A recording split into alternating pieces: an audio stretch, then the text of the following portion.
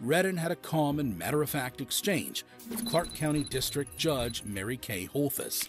Based on my criminal history, like I feel that like I shouldn't be like sent to prison for a second time. Have you looked at your criminal history? Have you looked at your criminal history? I've actually just I looked at it. I mean, you lived it, I I suppose. just looked at it. Yeah. Judge Holthus then reminded Redden of his criminal history. And, you know, 3 felonies, a gross, 9 misdemeanors, multiple DVs. Got a lot going on, sir. yeah. I just figured like Battery on a protected person, robberies, attempt home invasion. Redden, who struggled with mental health issues like schizophrenia and bipolar disorder, tried to convince the judge that he deserved a second chance. I feel like I shouldn't be sent to prison, but if it's appropriate for you, then you have to do what you have to do. But I figured that, you know, if I'm in a better place in my life, I'm not doing drugs, I'm not out there committing crimes now, you know, and I feel like I should be given a shot because I'm in a better place than I was. But Judge Holthus was having none of it. I appreciate that, but I think it's time that he gets a taste of something else because I just can't with that history. This is when things got crazy.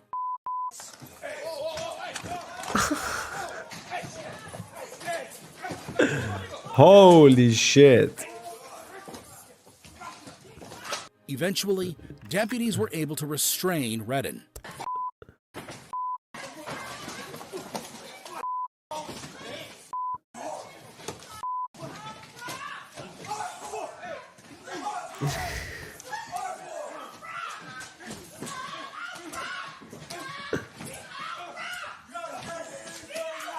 Holy fuck. As alarms went off in the courtroom, people started to call for help.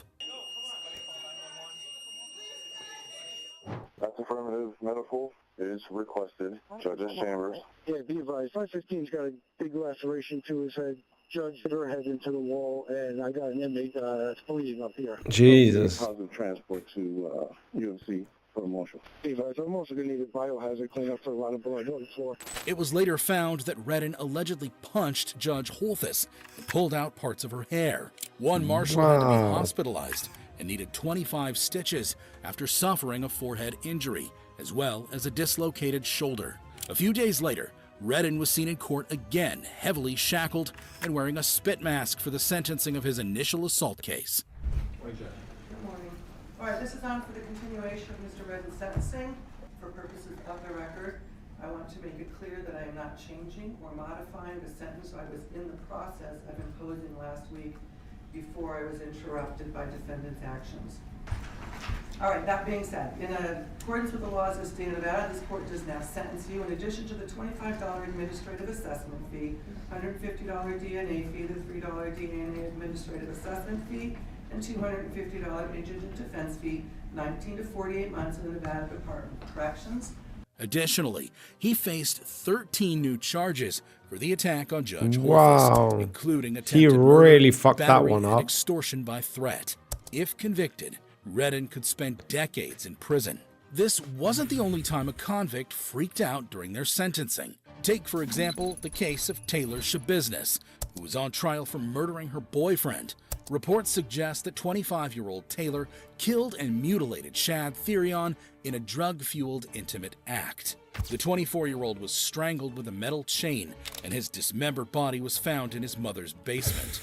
Taylor left Shad's severed head in a bucket and other body Holy parts in a storage shit. tote, plastic bags, and cardboard boxes. Shad's mom, Tara, discovered the gruesome scene and called 911. Very positive. My son's head is in a bucket. I know bucket in my basement. What makes you think that? Because I looked in the bucket. What did you see? A head? Exactly what I told you. Okay, where's the rest of the body at? No idea. Really? That's the The question? cops arrived and immediately found blood marks outside the house. Hey. Is this blood? Does this look like blood to you? Or am I just tripping? Bloody footprint? You see this right here? Could possibly be blood. Once inside, they discovered the full extent of the crime.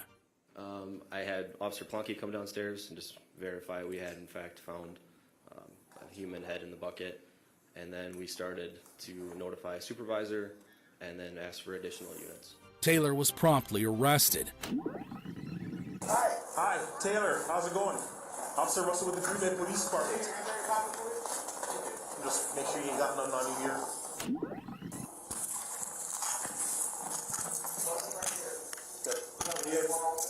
What the fuck, bro?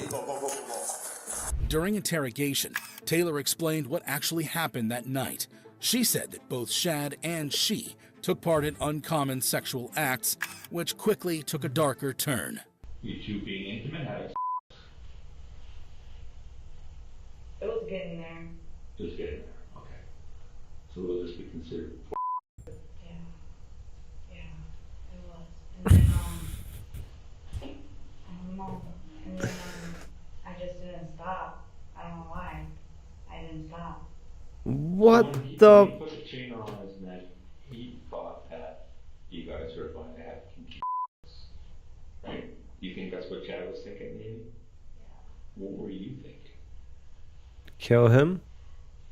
I was gonna do the same thing. You know, I was going in, and I did. And I went in. Yeah, a little bit too much. But he didn't really say it, so I'm like, he put it on his neck. I already know I'm gonna choke him. And I did. High on drugs, Taylor didn't realize Shad's face had turned purple and he was dying. So when did you realize that Chad was not alive anymore? You know, his face turned purple. He was coughing up blood and he was pissing. He was pissing himself. His face was all purple. I still didn't stop. I don't know what's going on. I don't know what the fuck. And then But Taylor didn't stop and decided to ultimately kill him. Jesus. He rolled around his neck and started choking him. And you just realized that he was going to die, or what? I'm just like, I think I went a little too far because like, A little? I was doing it, right? And then like, and then like, How the fuck can you do that? A little bit too far? Bruh. Like, that's like... I mean, once the person turns purple, at that point, it's... Yeah, you pretty much set yourself up for life. That's all that needs to be said about that. I look at him, I'm like, he's already purple. I'm like, I don't know if he's fucking, is he good? Is he good? But then like, What do you mean, is he good? Obviously not. during the blackout moment, like he was coughing up blood. I'm like, I don't know. I just kept on going. Like, damn. Sorry. You made the comment, you said that when you were choking, you was coughing up blood, you kind of were like, going this far, I'm just gonna keep going. Did you realize that by continuing that may kill him? Like, yeah, because I felt bad because I'm like, damn, he's gonna be wheezing after this. I'm like, might as well just get. She said she didn't want to kill Shad, but admitted to enjoying it. And you also said that you enjoyed it, right? And I enjoyed it. Oh yeah. Alright. Like, this is the thing that I have, like, I've always had, you know, like, you ever love something so much that you kill it? Like, it happens to me, that's the feeling that I have. I love something so much that I kill it. Like, I love it so much, and then I kill it. After Shad was killed, Taylor assaulted his dead body for the next 2 to 3 hours. I grinded on him, I put the in there. You grinding on? Yeah, I listened. Did you ever put his in your? You just grind on him? She then proceeded to dismember Shad's body using knives from his mom's kitchen. How did you dismember his body? Knives. With what? Knives. Knives? Just more than one knife? Well, where'd you get those from? Kitchen. But when did you start, his body? I don't know, like almost right away. I was and at the same time. You said you cut his head off first, correct? Yeah. Can you describe where was he laying on the bed? I pulled him. Okay. Like, say this is the bed. Okay, so this is the top of the bed? Yeah. Okay. And I pulled him, and his head was hanging off. So he was probably laying face out. So Yeah. his back was on the bed. Back was on his the bed. head's partially off the bed. Yeah. Okay. And then the tub was like right there. Like the pail that you had. Bruh. Had before. Okay. So basically his head's here now. Okay, so she cut him Directly up. to his son's murderer. He forgave Taylor and even asked for her to get out of prison soon. Taylor, I just wanted to say that I forgive you for what you've done to my son. Why? You made a bad choice, and now you have to live with it. But you know, I'm gonna miss Shad. He was a wonderful child too. Growing up, just mild mannered and just happy, and I know you made a bad choice, and like I said, I forgive you, and I'm gonna ask the judge if he can, you know, if she can see the streets again sometime. Bruh, However, why? The judge had no such sympathy. This crime offends human decency, it offends human dignity, and it offends the human community. It really does. Taylor was convicted and sentenced to life imprisonment Good. without the possibility of parole. Lock her the fuck up. In 22 CF 363, count 1, that's the first degree intentional homicide as a repeater. It's a Class A felony. Going to impose life imprisonment without the possibility of extended supervision. While Taylor's trial was filled with blood-chilling moments, it's nothing compared to our next case. This is Melissa Hardwick, who was in Russell and Wayne County Family Court in Kentucky for a domestic violence hearing. Melissa's ex-husband had filed a DVO against her. Your statements in your petition as part of your testimony, but I need you to tell me briefly, in your own words, what happened to cause you to ask for a domestic violence order. Yes, Your Honor. Things have been escalating, I guess, since the first of the year, and Melissa's had a couple MIWs and a couple arrests, and she got out of jail in, I guess, April, and she started, we hadn't really had anything personal up until that point. She got out of jail in April. He was explaining the situation when suddenly Melissa erupted. My personal life is No. your business, John. It has nothing to do with Miss you and Hardwick, boys. No. you will be held in contempt of this court if you become disruptive. I don't care. I haven't done anything to this court. I haven't done anything to him. She'll be arrested for It contempt of the court. doesn't make any difference. You will serve 10 days for contempt of court. She was arrested for contempt. You don't go to court and run your fucking mouth. That just never happens. You never do that. Like, what are you thinking? Sentenced to 10 days in jail. This is when things got crazy. Go now.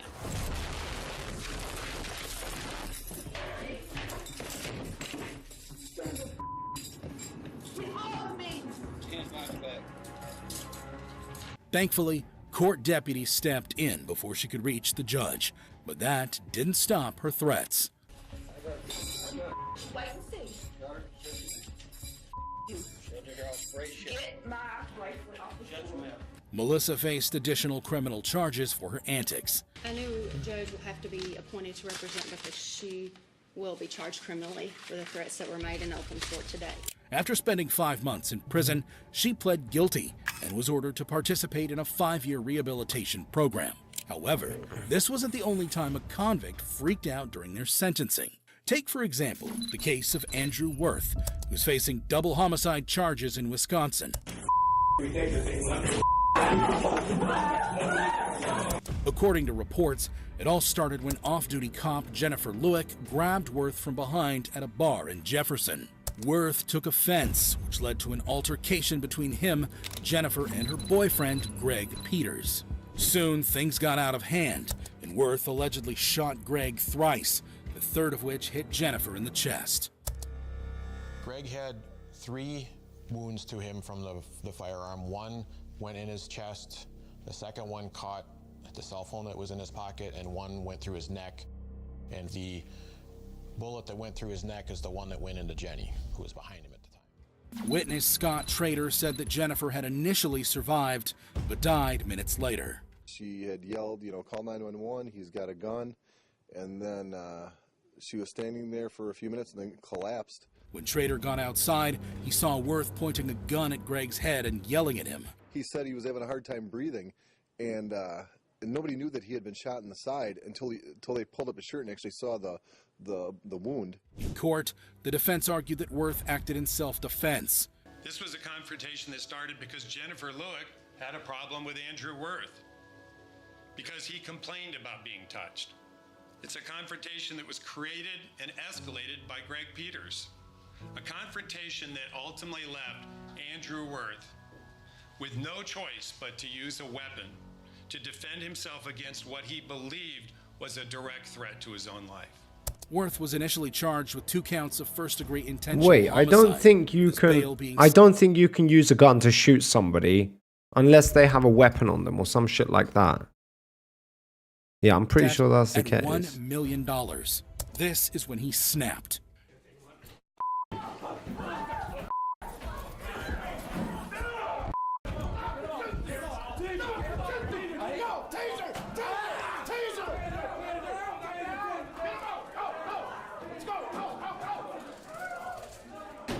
It took several court officers to pacify him. Police Chief Jim Wallace was right next to Jennifer's family when this happened. I believe it's typical of what he's being charged with. His actions may be consistent with what was out on that evening. Given this outburst, Worth appeared with his legs shackled and his hands cuffed and bound to his waist in his next appearance. Worth was ultimately convicted of homicide by negligent use of a dangerous weapon and sentenced to 10 years in prison. We, the jury, find the defendant, Andrew J. Worth, not guilty of second-degree reckless homicide. We, the jury, find the defendant, Andrew J. Worth, guilty of homicide by negligent handling of a dangerous weapon. I'm going to impose on count 1, 10 years, 5 years initial confinement, 5 years extended supervision. On count 2, 10 years, 5 years initial confinement, 5 years extended supervision, those sentences to run consecutive to each other. When emotions run high in court, the actions of people like Andrew Worth and the suspect in our next case leave us questioning sanity itself. This is Percy Phillips, who's in court today for retaliating against a witness. He threatened the police officer who testified against him.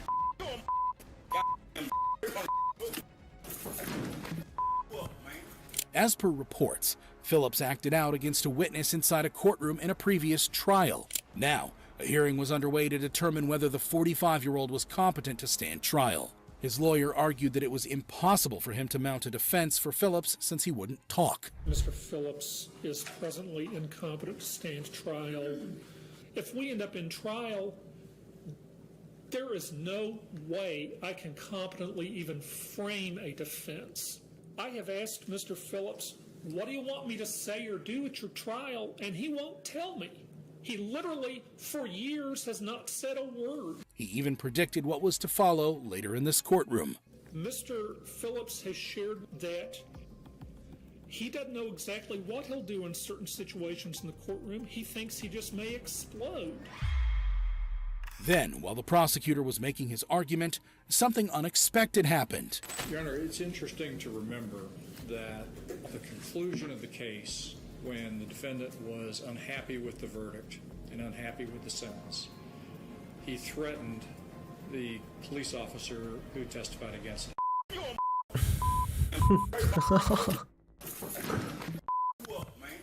Phillips, who until that moment had shown no emotion, suddenly snapped.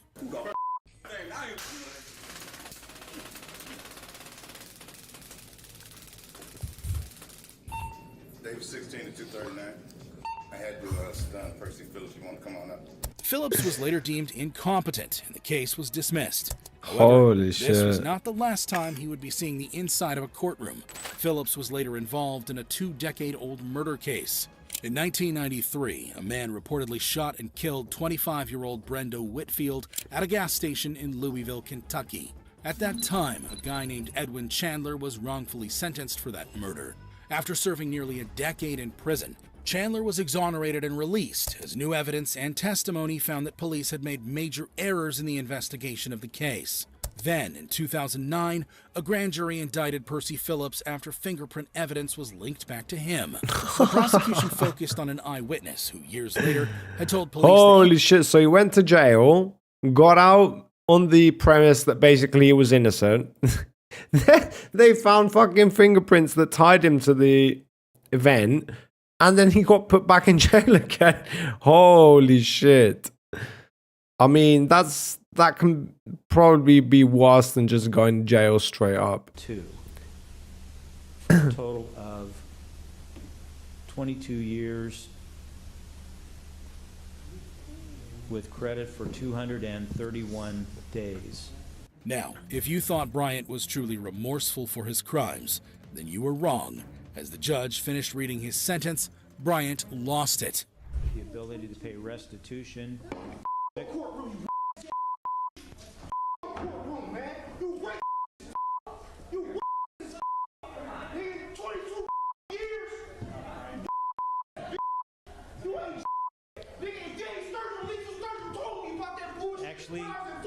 Actually, remember when I said you had some remorse? Wait a minute. When I said that you had a certain amount of remorse, I was mistaken. The court determines maximum imprisonment needed.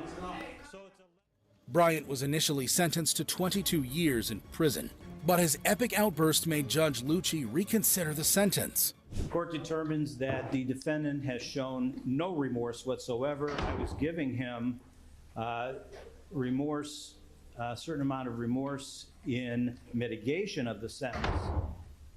The defendant has shown me that he has no remorse whatsoever, and therefore the court determines that maximum imprisonment is needed. Later, the judge explained the reason behind his decision. Well, it was clear that the remorse that he was trying. The judge had had enough. He ordered court deputies to shut Williams up with duct tape. Speak at sentencing. Take me off. No, I'd like you to speak. Mr. Williams, I want to make it. Mr. Williams, listen to me. If we have to, I will gag you in 1 second. So listen, you will get a chance to talk. I'm going to gag you in 1 second. So just listen to me. Zip it right now.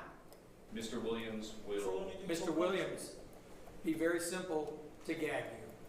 You'll get a chance to speak. So tell me. Black women just walked in here. Okay, so I have not even been around. Let's go back. Zip it. Anything you want to add to your insanity? Finally, the judge had had enough. He ordered court deputies to shut Williams up with duct tape. No, I'd like you to speak. Mr. Williams, I want to make it real clear. If you spit on, attempt to bite, or injure any of my deputies, you're going to have a bad day. None of that. Oh, you clear? Put the tape on me, man. We done with this shit.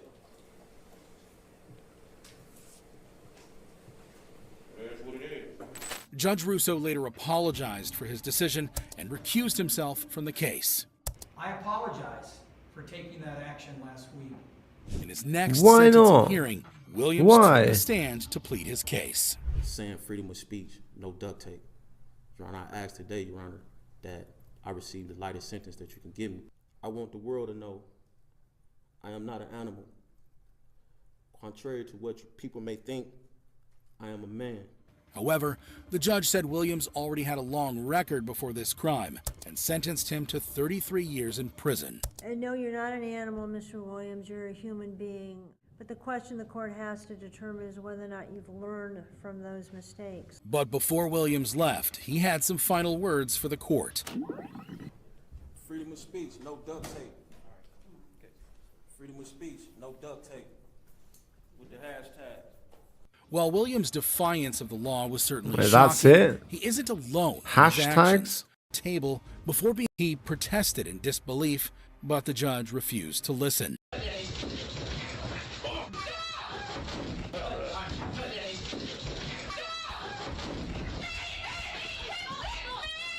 Nicholson, previously released on bail for threatening 2 police officers with a syringe, returned to the courtroom once again. This time, he was facing charges for unlawfully carrying an offensive weapon.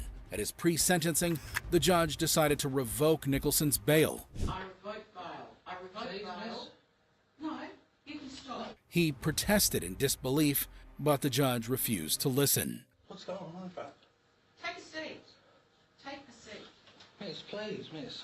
Please, miss. I'll tell you what please, miss is. Little did anyone expect what Nicholson would do next. He launched himself over the glass dock, overpowering 2 officers, and landed on the bar table before being tackled to the floor. Eventually, officers were able to get things under control.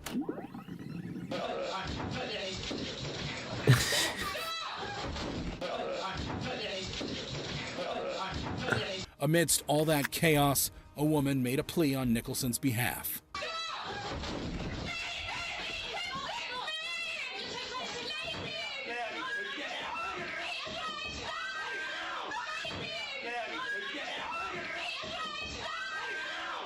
Nicholson faced additional charges of aggravated assault.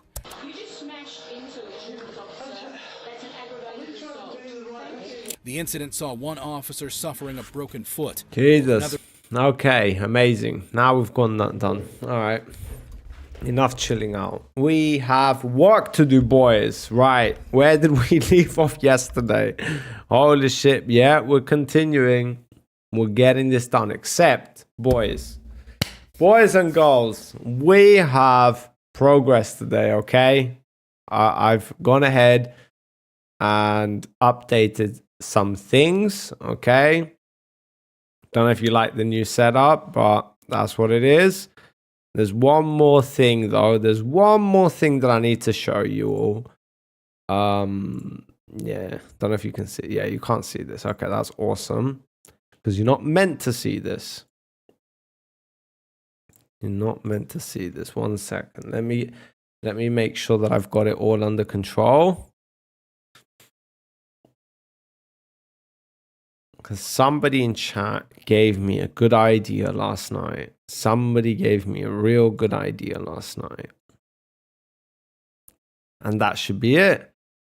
Right, so I've gone ahead and subscribed to ChatGPT-4 so we can basically get the most relevant, up-to-date information, and hopefully this will make the process for judging the debates going forward a lot more simpler and a lot more fast and efficient. So the way this is going to work is basically I'm going to go through the debate itself and obviously making sure that each point that is made is relevant, whatever.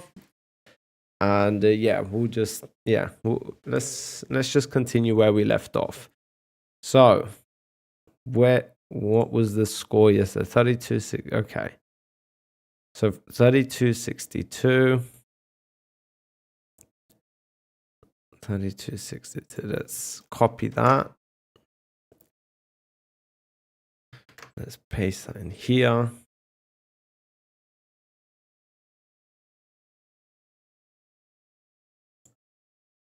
Okay, that should be big enough, I guess.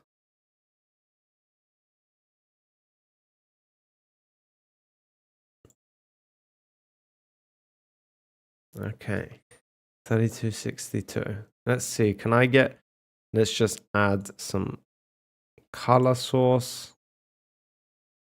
All right, okay.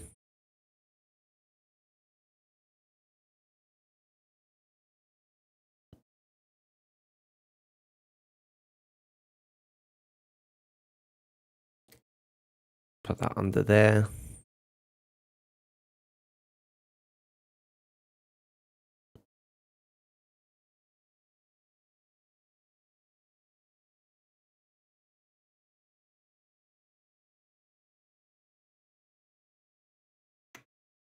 Okay. Right. Okay. Let's see if this is any easier. Let's see how much easier this is going to be now. All right. So we've got our ChatGPT. We've got the video here. We've got a new setup. Let's continue where we left off, shall we? Wait, what's going on with this? Why does this look weird? This looks weird as hell.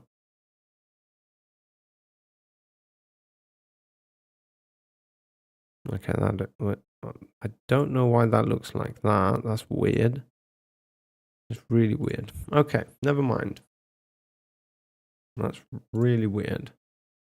I do want to check YouTube to see if I am actually streaming or what the hell's going on, because on YouTube,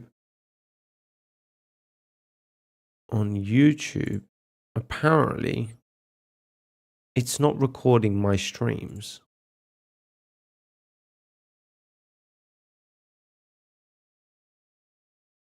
For some reason. I have no idea why. Or it does, and then it doesn't save the excellent connection, it says. No, so I am streaming on YouTube.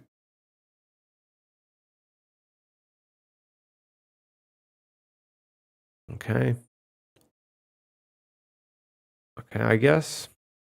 Usually it doesn't save the clips though, but okay, never mind. Right, let's continue. Let's see where we left off yesterday. And let's see how much easier this is. So obviously I've got the panel here to that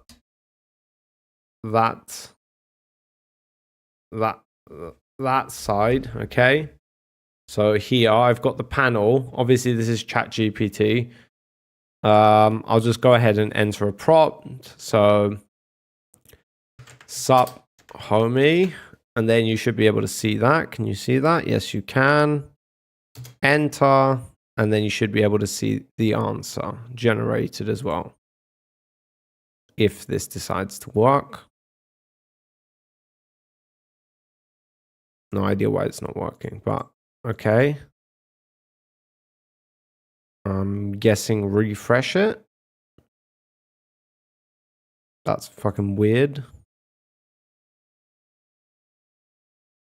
Oh, chat. Okay, maybe that's why. All right. So homie.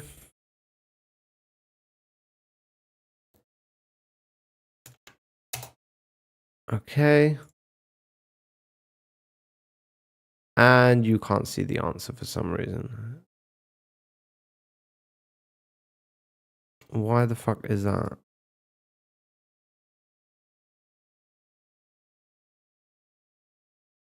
Why is it being weird? Oh, right. Okay, never mind.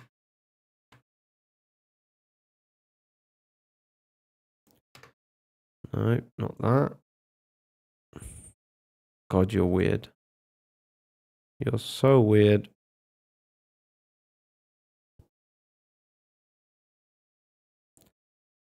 A little bit more. Okay. So there you go. You guys will be able to see all the answers in there. Maybe I'll just put it down a little bit more. No, actually, that's where it needs to be.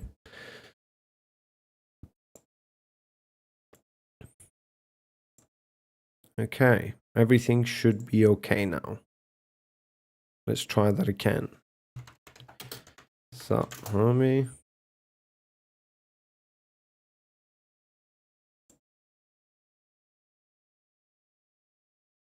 Okay, it looks like you guys can see it, although that looks bad. That doesn't look good. Okay. That's a little bit better. All right. Awesome. Just used up a bunch of tries, but nonetheless. Okay, let's continue. Let's see what we've got here. Interact. Can you explain the ratio of even what Hamas has claimed? I think it's 70% women and children. How do you explain that percentage? 70% women and children? So I haven't well, hold on, I'm sorry. Because for children, we're saying 18 and under, as opposed to the traditionally fighting age is what we would usually talk about in these conflicts. But everything when it comes to Palestinians are special rules. You can bend this however you want. It's not bending. No. I'm asking, how do you explain the fact, how do you explain the fact that even Hamas admitted, I believe that, I think it was 70.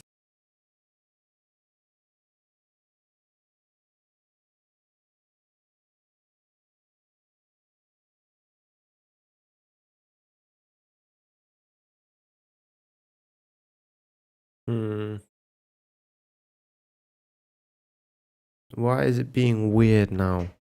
500 or 8,000 okay, people killed. I don't remember what their exact numbers are. So I have an analysis from March 12th. So this is from Just Security. As of this date, the IDF reported 29,000 airstrikes in Gaza. At that date, the number of reported civilian deaths in Gaza was roughly 29,200. The number of Hamas fighters killed in action has been claimed by the IDF and Hamas, both without evidence. The IDF claims 12,000 fighters killed, while Hamas claims 6,000 fighters killed. So we can look at those numbers given the demographic data from the health ministry. Out of 29,200 deaths, about 9,700 were men, and the rest were women and children. If the IDF claim is true, this is equivalent to every man being killed in Gaza being a Hamas fighter, and several thousand women and or children being Hamas fighters. This is extremely unlikely, but to be extremely conservative, I will use the IDF reported Hamas casualty numbers, 12,000, to give a lower bound on civilian deaths in Gaza. In addition, we need to subtract deaths that would normally happen for this population, so about 4,900 deaths per year on average, equivalent to about 1,800 in a 4.5-month period. This gives us a minimum number of civilian war deaths of approximately 15,700. Based on 29,000 airstrikes, that leads to an average of 54 civilians killed per 100 attacks. And just lastly,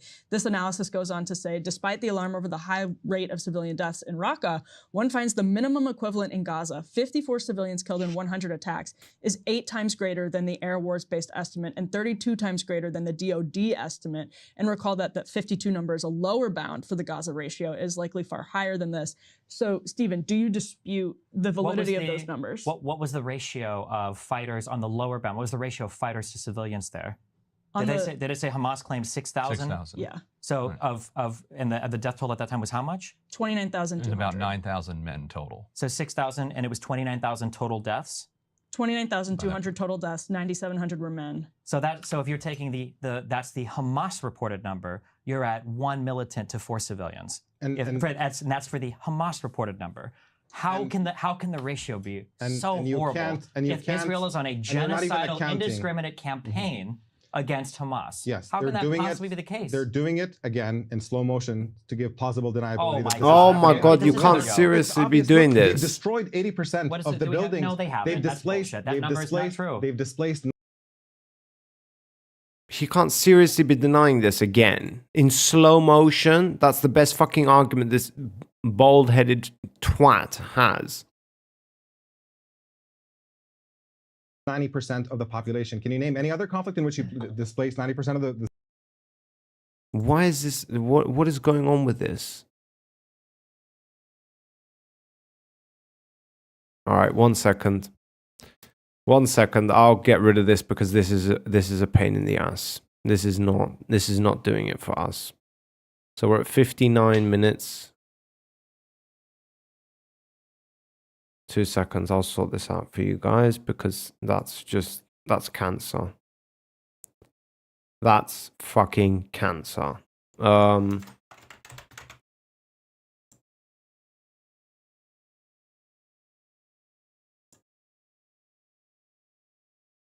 Yeah, we need to get that sorted. Give me a second, Master. Master. What's up, Master? That's okay. You can be the master. I'll be the boss. Let's do that. So we're at 59 minutes. The fact that even Hamas admitted, I think it was 7,500. Okay.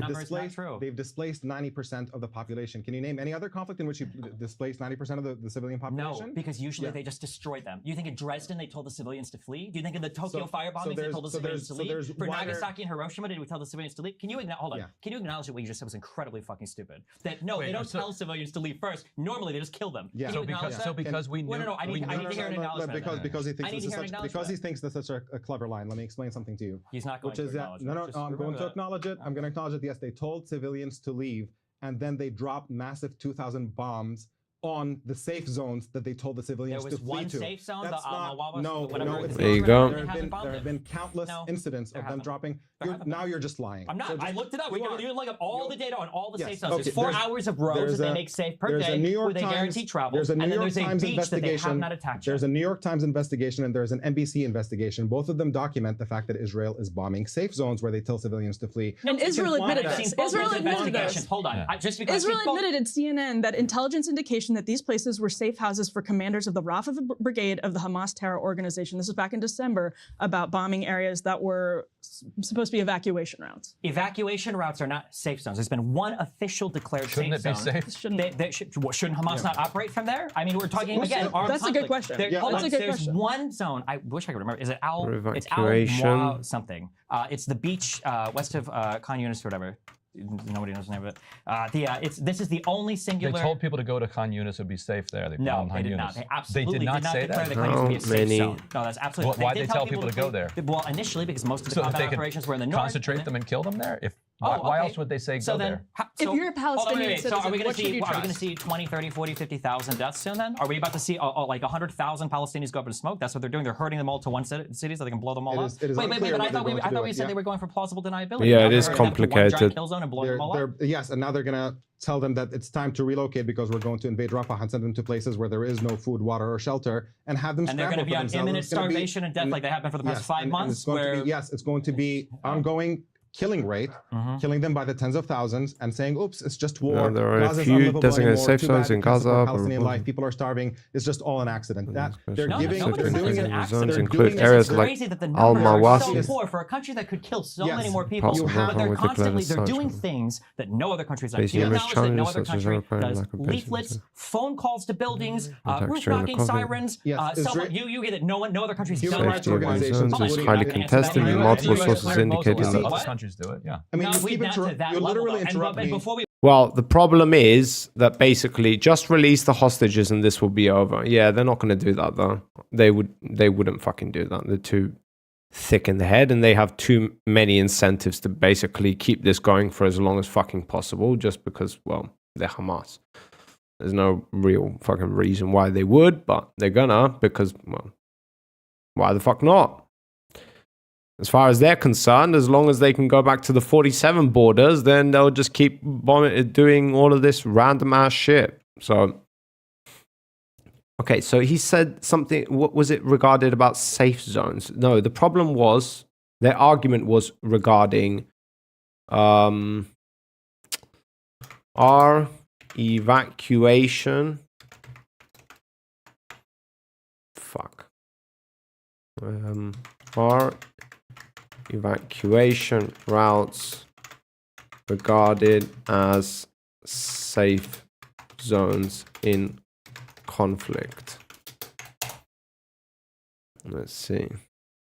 They are animals. Yes, they are.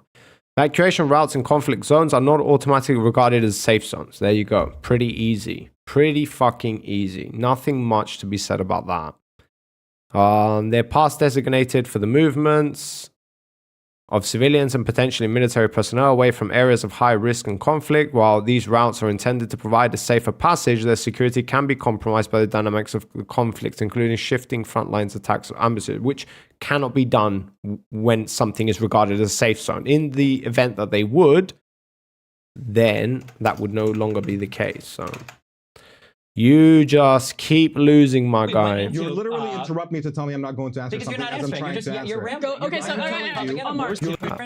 War, Gaza's unlivable anymore. Too bad it can't support Palestinian life. People are starving. It's just all an accident. That they're Nobody they're said doing it's it. an accident. They're doing. It's they're- crazy that the numbers they're are obvious- so poor for a country that could kill so Yes, many more people. you have- but they're doing things that no other country's done. Do you Yes. acknowledge that no other country does leaflets, phone calls to buildings, roof knocking sirens, Yes, cell phone? Israel- You get it. No other country's Human done rights that. for one. organizations, Hold on, including- you're not going to answer that. No, either. I'm answering The U.S. it. cleared Mosul You out. see- Other What? countries do it. Yeah. I mean, No, you we've keep not to interrupt. that You level, literally though. interrupt And me. before we went into You literally interrupt me to tell me I'm not going to answer because you're something not as I'm answering. trying You're to just answer. you're rambling. Okay, so You were saying no country has done anything like roof knockings and leaflets and all that. And when you look at what human rights organizations say about these, they say they're completely pointless because there's nowhere for these civilians to go that is safe. So you can drop a leaflet. It's a game, right? And like the fact that people like you fall for it, it's just kind of really embarrassing. You still have no explanation for the ratio, for the 1 to 4 on the lower bound. They tell civilians to flee because here we're going to be so nice and make October sure that you 7 don't was a die, and nightmare. they Yes, it kill them was. as they're fleeing, or they It was kill an them. absolute fucking nightmare. Hey boss, yes, other countries do use similar tactics to the IDF's roof knocking and leaflets, especially in urban warfare scenarios where minimizing civilian casualties is a priority. These methods are part of a broader military strategy known as warnings or non-lethal measures intended to encourage civilians to evacuate before an attack. For instance, the United States has used leaflets and loudspeaker announcements in conflicts like Iraq and Afghanistan to warn civilians. Okay, then he gets a point. Finally, I'm legitimately coming to the point where I'm like, Jesus Christ, do something right, my guy. Do something right. So no, that's not a true statement. And yeah, he refuted that. Well, I doubt that he did any research. I think he's just pulling it out of his ass and he just guessed that one. But nonetheless, that is a point to his favor. Nonetheless, he's going to lose it again because of his comment about, or his, incapability of basically defending the claim that if Israel is intended to inflict mass civilian casualties, then that would be reflected in the numbers. And his response to that is, oh, they're just doing that in slow motion. So yeah, that's the most bullshit fucking argument. He provides zero evidence to back that up. So go fuck yourself. Yet the numbers are so disproportionate. If you were a Palestinian, what would you do if you lived in Probably go south to the whatever the beach was. I wish I had the name of it right now. But there's been one singularly declared safe area, and it's that beach. How many Palestinians do you want to crowd into that, whatever that small beach I guess is? at 1 point, however many million. How many bathrooms are there? How much water is there? And I mean, it's better than getting blown up by a bomb. If you want the war to stop, how about just have Hamas release the hostages? Or Israel could just stop bombing Gaza. Why would Israel stop attacking an enemy that committed the largest terror attack per capita in the history of As of now, there are a few designated safe zones in Gaza. Hold on. You think it's reasonable to tell Israel, hey, Hamas, I know that you guys did a little bit of a large terrorism against us, and have been, by the way, which is a violation of international law, indiscriminately launching rockets for decades from this, and every single one of those is a violation of international law because those are by definition indiscriminate, which by definition fail the distinction principle that is essential to law of armed conflict, one of the three prongs. So wait. So you're saying that Israel needs to allow Hamas to stay there, who's been breaking international law of armed conflict for 20 years? As opposed to Hamas allowing the Israeli government to stay there when they're breaking international law for even longer than that. And I want to put a fine point on that. Seriously, honestly, I want to get Has the Israeli government been breaking into... Okay, just keep playing that. An answer to that.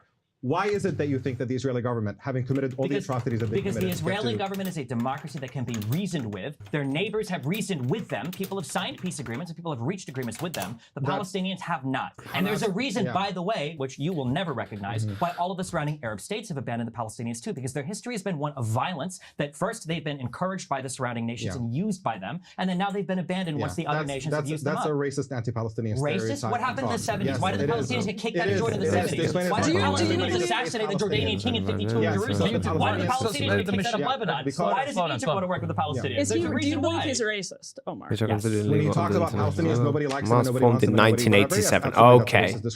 All right, so it's saying that they have, but that's only because Hamas only came to be in 1987. So, okay. I don't know how much you want to pay attention to that one, but fair enough. Let me be clear. This distinction between, like, there's a category of people who are racist and a category of people who are not, I think that's a simplistic thing. What he just described... Second, let me get rid of this. This is not doing it. This is annoying. Why do you keep doing this bullshit fucking thing? Why does it keep doing this? This is so annoying. I don't understand it. So what is your problem? Why can't you just fucking load browser? Son of a bitch, man. Pride is a racist stereotype. There's absolutely no question about it. I don't want to get into who he is. It is to a lot of people that are pro-Palestinian. I understand the history is like the most traumatizing. If you don't understand that the Egyptian dictatorship is collaborating with Israel to suppress anything that is Muslim Brotherhood affiliated, and that's why the reason they're collaborating against Gaza. Was Nasser collaborating with the Israeli government when they locked all the Gazans in the Gaza Strip and didn't let any of them leave? Yeah. Okay. Yeah. Steve, you do this thing constantly, where you bring up random anecdotes that are completely irrelevant to anything that what I'm. I don't want to get into who he is. The reason why that wasn't random is because you applied today that the dictatorship in Egypt. First of all, you said dictatorship, very loaded. Yes, Egypt's had a history of dictatorships. You're implying that they're collaborating with Israel in a unique way.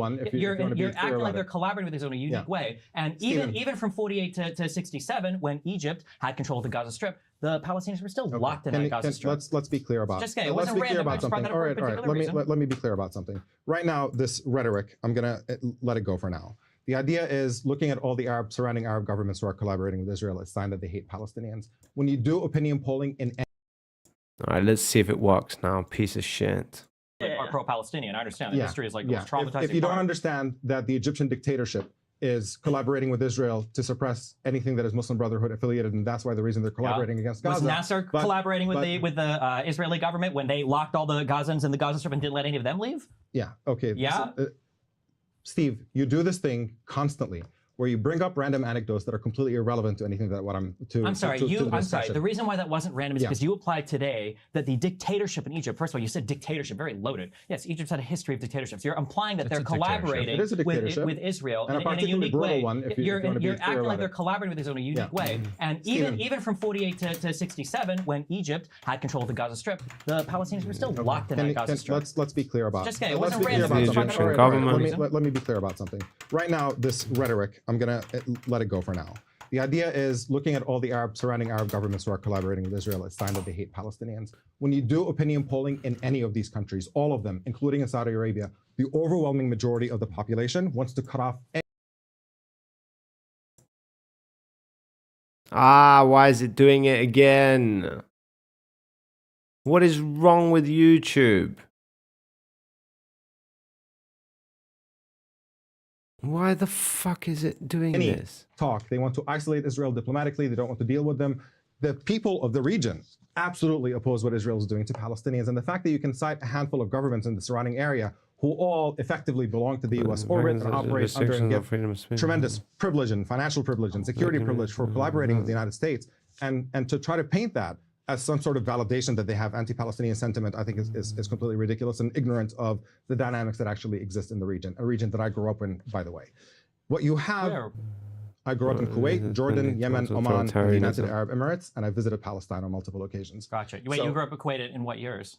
Was that when Arafat was supporting Saddam Hussein expelling? I was born in Kuwait in 1982, and I lived there until that war. Okay. And yes, when Arafat made statements in support of Saddam Hussein, that became the reason why many Palestinians could not go back to Kuwait. Yeah, which was a really big deal too, which is also funny because those Oslo Accords, we point to Israel not being a good partner for peace. The only reason why those Oslo Accords were so horrible is because Arafat was desperately looking for a way back into Palestinian popularity after supporting Saddam Hussein when he expelled. Speaking of Oslo, and you know what was also happening, and the reason why Oslo happened is because while Arafat was looking for a way to get validation as the leader of Palestinians and come back, Israel was dealing with the fact that there is a Palestinian uprising, the first Intifada, overwhelmingly non-violent, in which Palestinians were doing civil disobedience, sometimes throwing rocks at soldiers, and Israel was brutalizing them for year after year.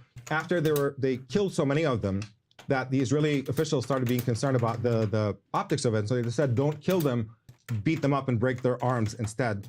And what you ended up with... I'm so curious. And what you ended up with... I'm so much more And what you ended up with... Allow me to finish. You have to let me finish my thought every now and then. Yeah. And what you ended up with... Murder the children. I understand. We get it. They started beating up Palestinian protesters and seeing them brutalizing them and breaking their bones on video, and that ended up being an even bigger disaster for Israel. And they did not know what to do with that civil uprising of people who wanted to be free from occupation. And so they struck a deal the more violent with actions. Arafat and brought him in to suppress the Intifada on the fake and false promise that they might grant Palestinians a state. Arafat fell for it, and it was all a sham made to suck the energy out of a genuine Palestinian uprising for freedom and to turn it into the fraudulent Oslo process in which Israel had cover to expand more and more settlements and entrench the occupation under the pretense of peace. That's the history of what happened. So what could Israel have done after October 7th that would have been, and I don't want to lump you into this camp, some people said it's about proportionality. What could Israel have done after October 7th that would have either been proportional or given some of the legitimate points that Stephen made about a densely populated area where you have a military and a civilian population crowded into hospitals, et cetera? What could Israel have done? What should they have done after October 7th that would have been a just response? And I promise I'll address that directly, but just on the context that you just described before that, you have a situation in which it's impossible to have a situation in which Hamas is fighting not in civilian areas. I mean, when you talk about the difference in power, one side has a full-fledged military, has air force, has tanks.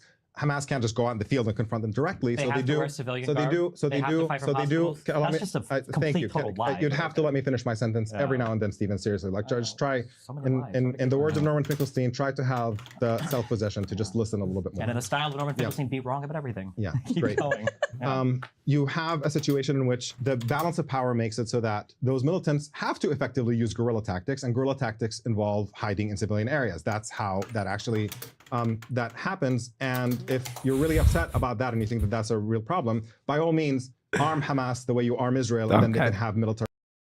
All right, so it's not answering that. they need to use guerrilla tactics, guys. There you go. That's the answer to it. That's why that's happening. Will you fuck off, YouTube? What is your problem? Why are you such a pain in the ass? Oh, for fuck's sake. Jävla fitta. Why the hell is it doing that? That is so annoying, my guy. And it's not even gonna load, yo. This is bullshit. Fuck off. Jesus Christ. Did you, Stephen, did you? Of Israel's leader right now.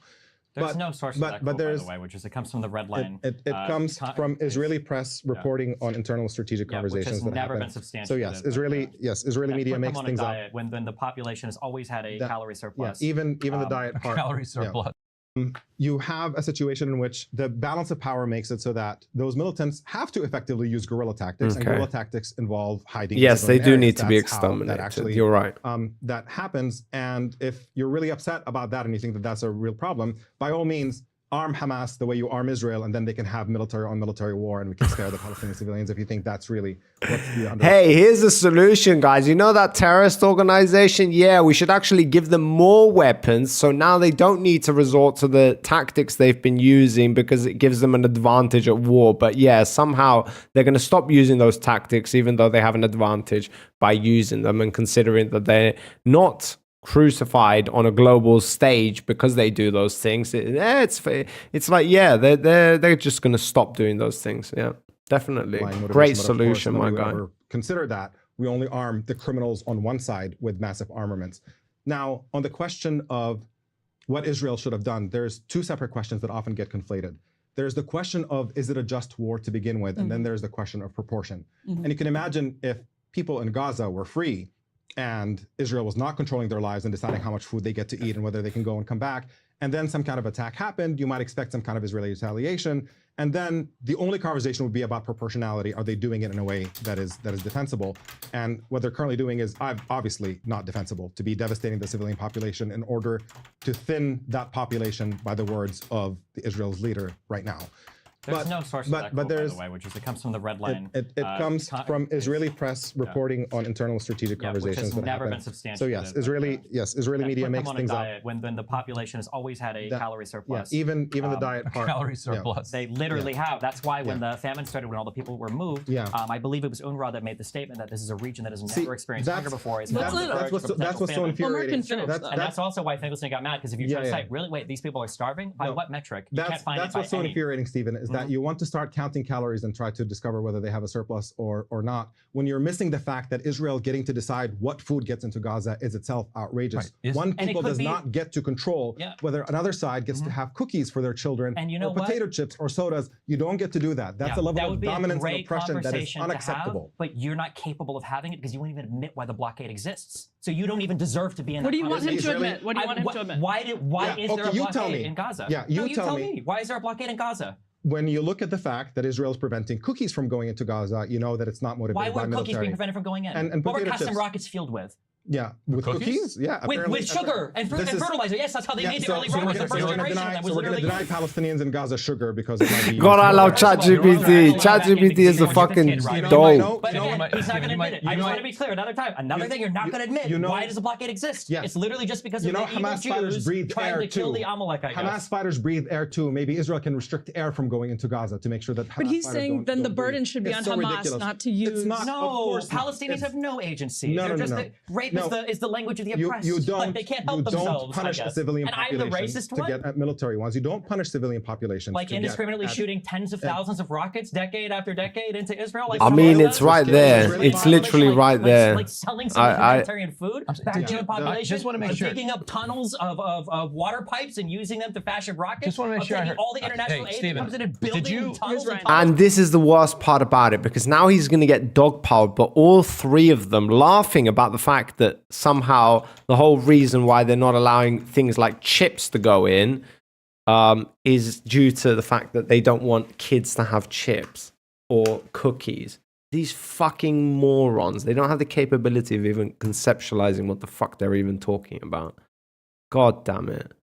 You've got to love ChatGPT, though. Did you, Stephen, did you say that Hamas is turning cookies into missiles? It's literally right there. The reason for the restricting sugar-based products was that the first generation, I think they were called Qassam rockets, were built in really crude shops using combinations of fertilizer and sugars that they would use. Do you know what the primary component of Hamas explosives is now? I'm pretty sure now they use more sophisticated stuff, but I don't know. You tell me. Unexploded Israeli bombs, because they've dropped so many over the last decade. I doubt that's true. I'm sure they do. With a utilize 10 to 20% failure rate, Hamas then digs them up. The Yasin 105s that you see blowing up all these Israeli tanks, primarily fueled by Israeli explosives. But I doubt the majority of them are. But there's I'm sure there's some amount. It's but also, not a again, mystery. just to reiterate, more so than cookies. You're not going to tell me. Well, that's why cookies are no longer the best. Yeah, why does the blockade exist? I'm going to tell you why the blockade exists. Okay. And the reason, by the way, why it includes banning cookies and soda pop and potato chips. Yes, the Oreos aren't going into the Gaza Strip. No, I'm sure it's very funny denying children the ability to eat chocolates and toys because they are Palestinian and not Israeli. That's just so incredibly. Oh my God, I love ChatGPT. We're two more virtue signals away from a free Palestinian people. Keep going. Yes. It's you trivializing. If it was the other way around. This dumb motherfucking reporter. Like, I fucking knew this yesterday. This guy is an absolute dog shit fucking guy. What is this? No, most of the bombs used by Hamas are not unexploded Israeli bombs. Hamas constructs its own munitions, which often include locally made rockets and improvised explosive devices. They've also been known to use smuggled weapons. However, it's possible that unexploded ordnance could be repurposed by any armed group in a conflict zone, including the Gaza Strip. But no, not most of them, you stupid, dumb son of a bitch. But obviously, I can't grant points to Destiny or remove from Omar because the reporter is a nitwit. I don't even know what to call him. If Hamas was imposing a siege on Israel in which Israeli children were not allowed to do any of that stuff, you would not be sitting here making light of it. It would not be trivial to you because you understand that Israelis are human beings and their children deserve to eat potato chips, Jewish and soda people. pops. Sorry, hold on. You do. Jewish people live in Arab countries around the world. I don't know what the number is. They all left. How many? When we talk about the Nakba and the expulsion of Jews, how many Jews lived in the West Bank after 48? Thank you for the deflection. I didn't deflect. I'm just answering your. Let him answer about why the blockade exists. He's not. He's got to do the 52 different talking points first. The blockade exists. Oh my God. Okay. The blockade exists because they want to punish the civilian population in Gaza as a means of putting pressure on Hamas. They're saying as long as we have a government in Gaza that does not play ball with Israel the way the Palestinian Authority plays ball with Israel in the West Bank, the civilian population is going to suffer as a means of putting pressure on them and getting somebody else to be in power. The evidence for that is overwhelming. Children's toys were not allowed in at the beginning of the blockade. And when Israel came under intense pressure after the flotilla incident, a bunch of activists tried to basically force medicines to be delivered into Gaza. So on the flotilla incident, there were he's just wrong every single time. This guy does nothing but lose. Against the IDF when they landed. You realize that footage is available. There's 100-some people on the deck with chairs throwing Israeli soldiers overboard. And makeshift weapons and everything too. Makeshift weapons. Wow. Yeah, I know. Well, that was all they could bring from Turkey with them, I guess, because they were inspecting the boats. But those were not peaceful activist ships. Israel carpet bombed Gaza several times, 2008, 2009, what actually happened or watch any of the footage that actually happened. October 7th. Were they part of the fighters or what? You do realize that Hamas also did that, though, right? VFro, you do realize that this is a ongoing conflict between these two parties. Agreed? Okay, yeah. So I don't know why you think that holds any validity. When somebody says that this war started on October 7th, means that as far as the international world was concerned, there was a ceasefire between the two nations, meaning it wasn't an official armed conflict war zone, okay? That's not what Gaza was declared as on a global stage. So when somebody's saying that this started on October 7th, they're just talking about this specifically. But you're never going to be able to understand that. Hamas has never had the logistical capability to carpet bomb Israel. It's not about carpet bombing. Okay, so when somebody says this started on October 7th, okay, when we're talking about this conflict right now, what's happening in Gaza, you have to understand that what they are talking about is that prior to October 7th, they had a ceasefire. After October 7th, that ceasefire was lifted and war was declared. It's as simple as that. Don't look too much into it. Nobody's saying that This whole conflict, everything the Israelis and the Palestinians are involved in has to do with October 7th. Nobody's ever mentioned that. You just literally need to open any fucking book in history and you'll find a page that basically describes some type of conflict happening over the last 100 years between the Israelis and the Palestinians. You're not some kind of genius for figuring that one out. I'm just telling you very clearly, okay? Fuckhead wearing the same shirt. What is your problem with my t-shirt? You have an issue with my t-shirt, Hamdick. Finished your imaginary essay? No, we're still going. Listen to yourself. Listen to Listen yourself. to myself. What? You can watch the videos. There were people who, yes, fought back when Israel boarded their ship in an act of piracy in international waters. Wait, why did Israel border the ship? Because they don't want ships to get to Gaza. There you go, because there's a blockade and because they announced you need to stop. They don't get to impose that blockade. They absolutely do. No more than Hamas gets to impose a blockade on Israel. This is ridiculous. Of course they don't get to decide what ships get to go. I want to reiterate by the end here. He's saying that the blockade exists because the Jews are evil to... No, he's saying they're intentionally... Yes, that's basically what he's saying. I'm not saying anything about Jews. Watching the same video for days. What? You can't... Okay. We're not watching the same video for days. I'm hopefully going to be done with this fucking video in like an hour or two because we have ChatGPT here. It's fucking helping the situation. So shut the fuck up, watch the video or leave the stream. Those are your two options. You don't get to complain about it, or you can complain about it. I guess that's what you're going to choose to do. That's what you do every single day. Were submersibles or weapons brought in via that via the water into the Gaza Strip? Did that happen? What are you talking? Say that one more time. Were there weapons that were shipped into the Gaza Strip via the Mediterranean? And plenty of weapons were shipped into Israel as well.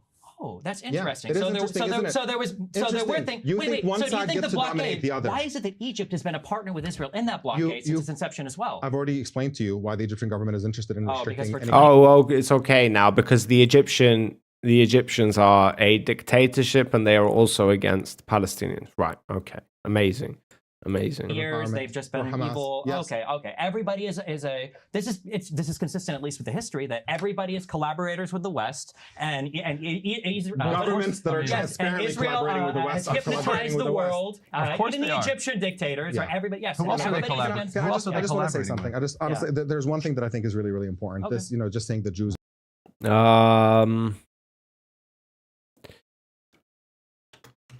Is Israel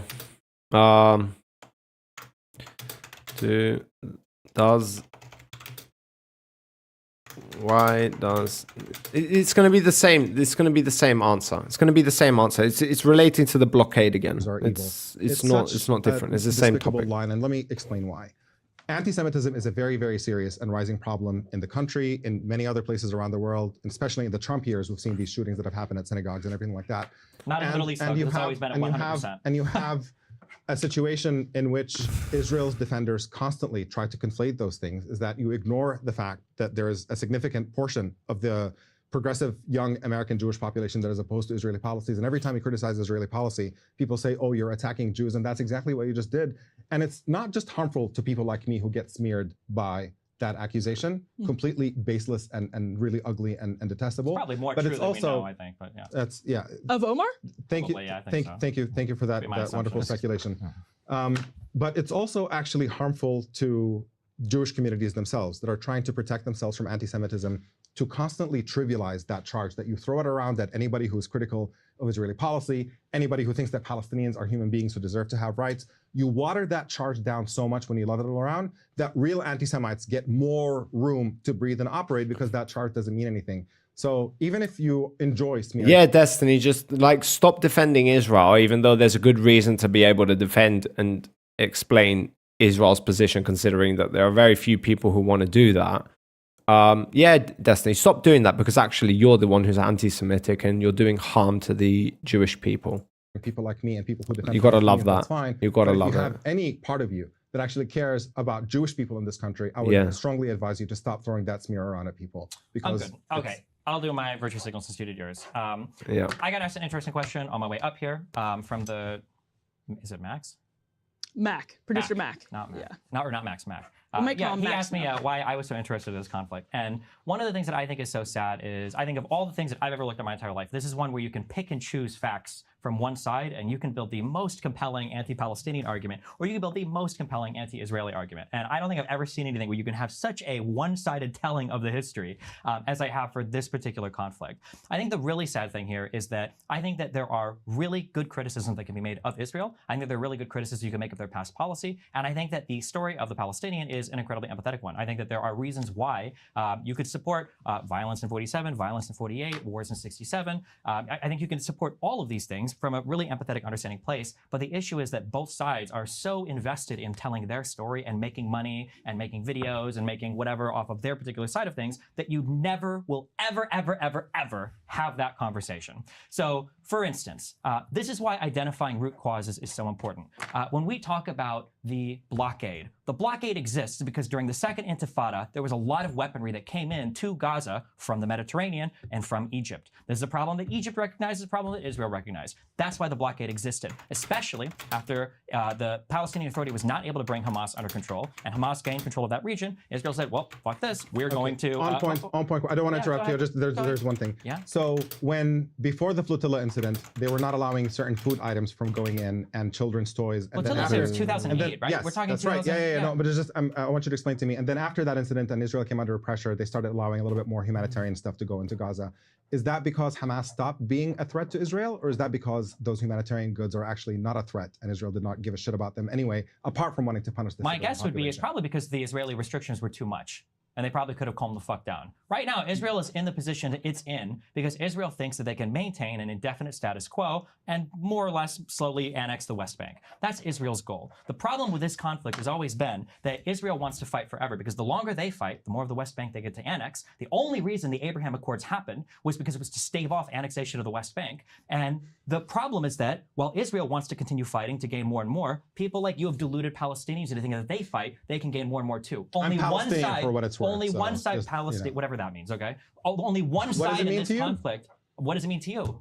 Palestinian? There are a lot of people that became Palestinian after, depending on what the conflict is. So I don't know what that means. I don't really care that much.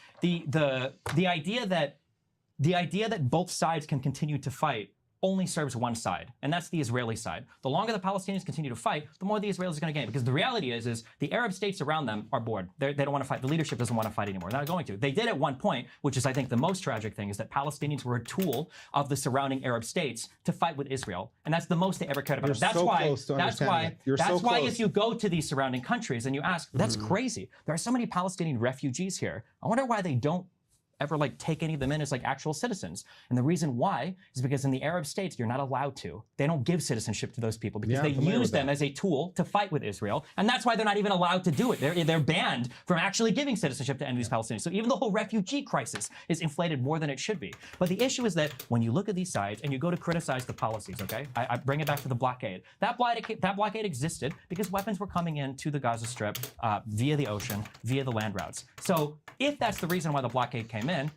I think that you can make an incredibly powerful argument that, listen, Netanyahu, if you want to destroy Hamas, that's fine. But one of the conditions of eliminating Hamas has to be the lifting of the blockade. Because with Hamas gone, your justification for the blockade is completely and totally non-existent. In my world. In your world, the blockade never leaves because the only reason it's there is to punish Palestinian citizens. So if you're constantly screaming at a government, hey, you need to take this blockade away because you just hate Palestinians, well, why would they ever remove it? There's absolutely no desire to. There's no reason to. Why would they? But if the argument is, well, we said that the blockade existed because weapons were going into a hostile administration. Well, now that hostile administration is gone and we allowed you to remove it at great cost, both to infrastructure and civilian life, well, now we can say, hey, they're gone. You have to lift the blockade now. There's no justification for it. So we have a real analysis of what's going on. We can levy legitimate criticisms. We can look for legitimate solutions. But if the arguments are delusional, that Israel is here indiscriminately murdering tons of people because they're evil or because they hate Jews or they hate Palestinians or hate Arabs or whatever, or they're racist or Islamophobic, there's no solution to be had because in your world, the hatred runs so deep, it's intractable. Crystal's lipstick just fell over. That's all it was. Nobody panic.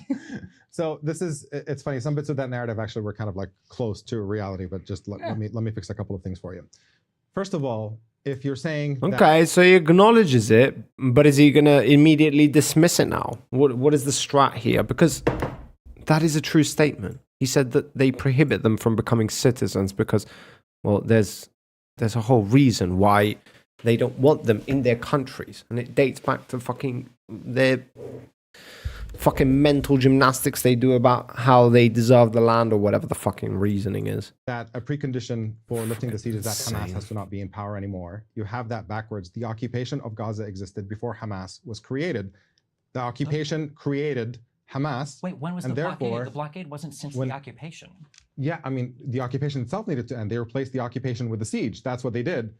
And No, the blockade started in like 2005. yes, so they withdrew. It's been occupied since 48. It remains No, Gaza has been occupied since 1967. Gaza's been occupied since 1948. What are you talking about? Israel took over Gaza in 1967. Who took over it in 1948? The Egyptians did. Yes, so it was occupied by the Egyptians. Okay. See, this is the. I know you don't like to talk about that because it's not Wait, why would he not admit that? convenient, but that's true. It wasn't. When you say it's occupied, you're not specifying for Israel. You're just saying it's been occupied. If it's been occupied previously by Egyptians and then from fucking Israelis. Palestinian state prior to 67. Who cares? The point is. Who cares? Who cares? The Palestinians were. They had a fake government for I 1 year care. that was recalled to Cairo and immediately disbanded. And then it became a training ground for Fedayeen. What do you mean? Let me then call for an end to the Egyptian occupation of Gaza too. Oh wait, it ended. Great. So now let's talk about the Israeli occupation of Gaza. It started in 1967. It has continued, and all Israel did is withdraw settlers out of Gaza and replace that settlers on the ground with an occupation from the outside. That's why nearly every international organization still considers Gaza occupied, even after they withdrew settlers and placed it under occupation. According to just about every UN agency, the EU, the list goes on human rights organizations as well. And so the idea then that you need something to change. You got there. You got there. Gaza, frankly, you got if there. Netanyahu came and said to Hamas, if you agree to no longer. That took a lot of effort. I see the effort being made there. I appreciate that. Yeah. Biden 2024. Let's fucking go. Let's fucking go. We're going to be in power. We're going to let Gaza be completely. You can have an airport. You can have a seaport. You can just like have the population live. I suspect Hamas might actually be up for that. In fact, they would consider it a feather on their cap. They can say, sorry, I'm very high. You got nothing to be sorry about. Absolutely not. They wouldn't even agree to a permanent ceasefire. Why would you think that? In exchange for Israel ending the devastation of Gaza, they've offered it 1 million times to release all the hostages. Yeah, they've offered it repeatedly, and it's kind of funny. Hold on. To be clear, you're saying that if Israel said they would end the blockade, that Hamas would step down as leadership? If they were to leave Gaza, absolutely, I think that would actually. Are you sure that the claim isn't that they need to have a 10-year truce, or that they need to recognize a two-state solution where the refugees are brought back? This is them as a governing body early on, when they were signaling that they're actually interested in moderating. Khaled Mash'al, the head of Hamas, in the late wrote 2000s. This was before they attempted to coup Abbas's Palestinian Authority, the PLO in the West Bank. I remember this. Right before the attempted coup. You don't know what you're talking about. It's so incredible. There was an attempt actually at driving Hamas out of power that they then flipped and pushed the Palestinian Authority out as part of a plot that is documented. I think it was Vanity Fair. That's true, but you're talking about 2005 when there was going to be international support for Fatah. But then Hamas tried to coup the Palestinian Authority in the West Bank a few years later, right after they announced their unity government. It's great that you've done some reading and you can throw out random factoids, but please listen to it. Sucks when the history I know, but just please try to listen to what I'm saying to you so you can actually understand. Go back to the broken bones. Yes. Okay. I'm not trying to throw up random facts. This political organization has stated its ultimate goal. To listen to what I'm describing. Okay. There is an effort by Hamas at the time to try to moderate, and Khaled Mash'al wrote a piece in the Washington Post here in the U.S. talking about how, we don't like the idea of a two-state solution, but if we put it to a referendum and Palestinians want it, we'll accept it and whatever. Like there's all kinds of stuff, signs. And what Israel did is put a suffocating blockade on Gaza and said, you have to renounce violence, even though Israel does not renounce violence. They said you have to recognize Israel, even though Israel does not recognize Palestine. And they said you have to stick by all previous agreements, even though Israel was obviously not sticking to any agreements they had made with Palestinians in terms of just clearly entrenching the occupation left and right at every opportunity.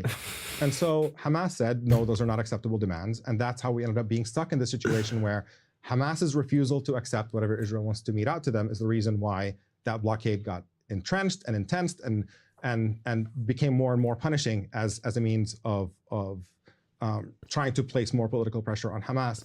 And the idea that now if only Hamas would agree to XYZ, then everything would be great in Gaza, there's just no reason to believe that, because the occupation and what Israeli military officials and security officials and political officials were talking about when they actually withdrew from Gaza was very transparently a plot to deny Palestinian statehood, that they're saying this is a strategic move that will be useful for them. You said as much as yourself that Israel's goal is to prolong the conflict. So Okay, how can I put this into words, like dumb words?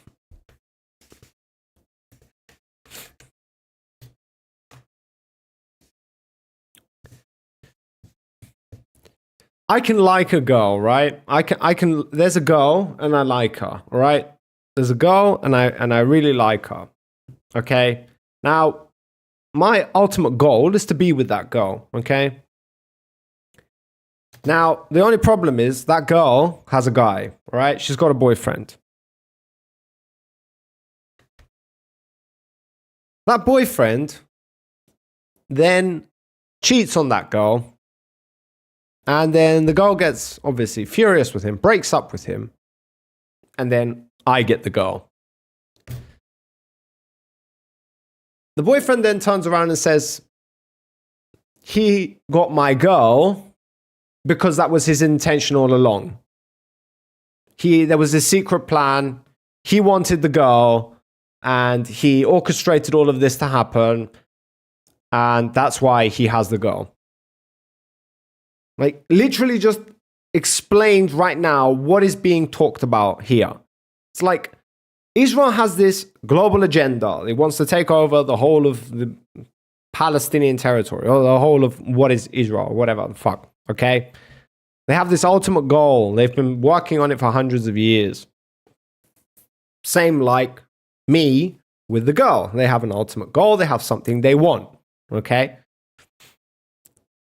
The Palestinians are the dogshit boyfriend who then does a terrorist attack, or they attack with the neighboring countries over 100 years of history. They inflict casualties upon the Israeli population, which is the girl, okay? Which is equivalent to basically cheating. You betray your whatever. Just think of it like that. It might not be exactly analogous, but the point is there. And then you've got the Palestinians now, or the Palestinian supporters around the world, yapping, going, these are the Zionist agendas. This is what they've always wanted. Yes. Regardless of whether they want it or not. There is no country in the world that doesn't want more land. Okay? So what you're saying is utterly stupid. More land equals more resources. More resources equals a better, healthier, functioning economy for your people. Makes you look better. It's just an overall fucking plus. There is not a single country in the world, had they been offered more territory, they would say no. Okay? So this is a stupid fucking argument. It's just a stupid fucking argument. It's like, what were the actions taken? Have the actions of the Israelis been in accordance with that? So, are the Israelis the ones who are inflicting damage first? Or was it the Palestinians? Or was it the surrounding nations? Which then led to things like the settlements. And as you read history, that is what you're going to find out. He cheats on the girlfriend then dumps him, and then comes to me, and then this guy's yapping about how this was my secret plan, whatever. How is that relevant to what actually happened? It's relevant that I wanted her. You fucked that shit up. You're the one who incited violence. You're the one who pushed your boundaries. You're the one who grouped up with all the other surrounding nations to basically kick out the Israelis because they're just like Jews. You don't want them on the fucking land. So how the fuck can you then come to the conclusion that somehow this global agenda, this plan, is to blame for the current events? Here is the correct take on Israel-Palestine. Amazing. Aye, aye, Captain. If you wish zero death to America, based USA. There we go. You are okay with me. Based. I like that. If you wish less death to America than the other side, I think that you are the better side. I refuse to elaborate. I don't need you to elaborate, good sir.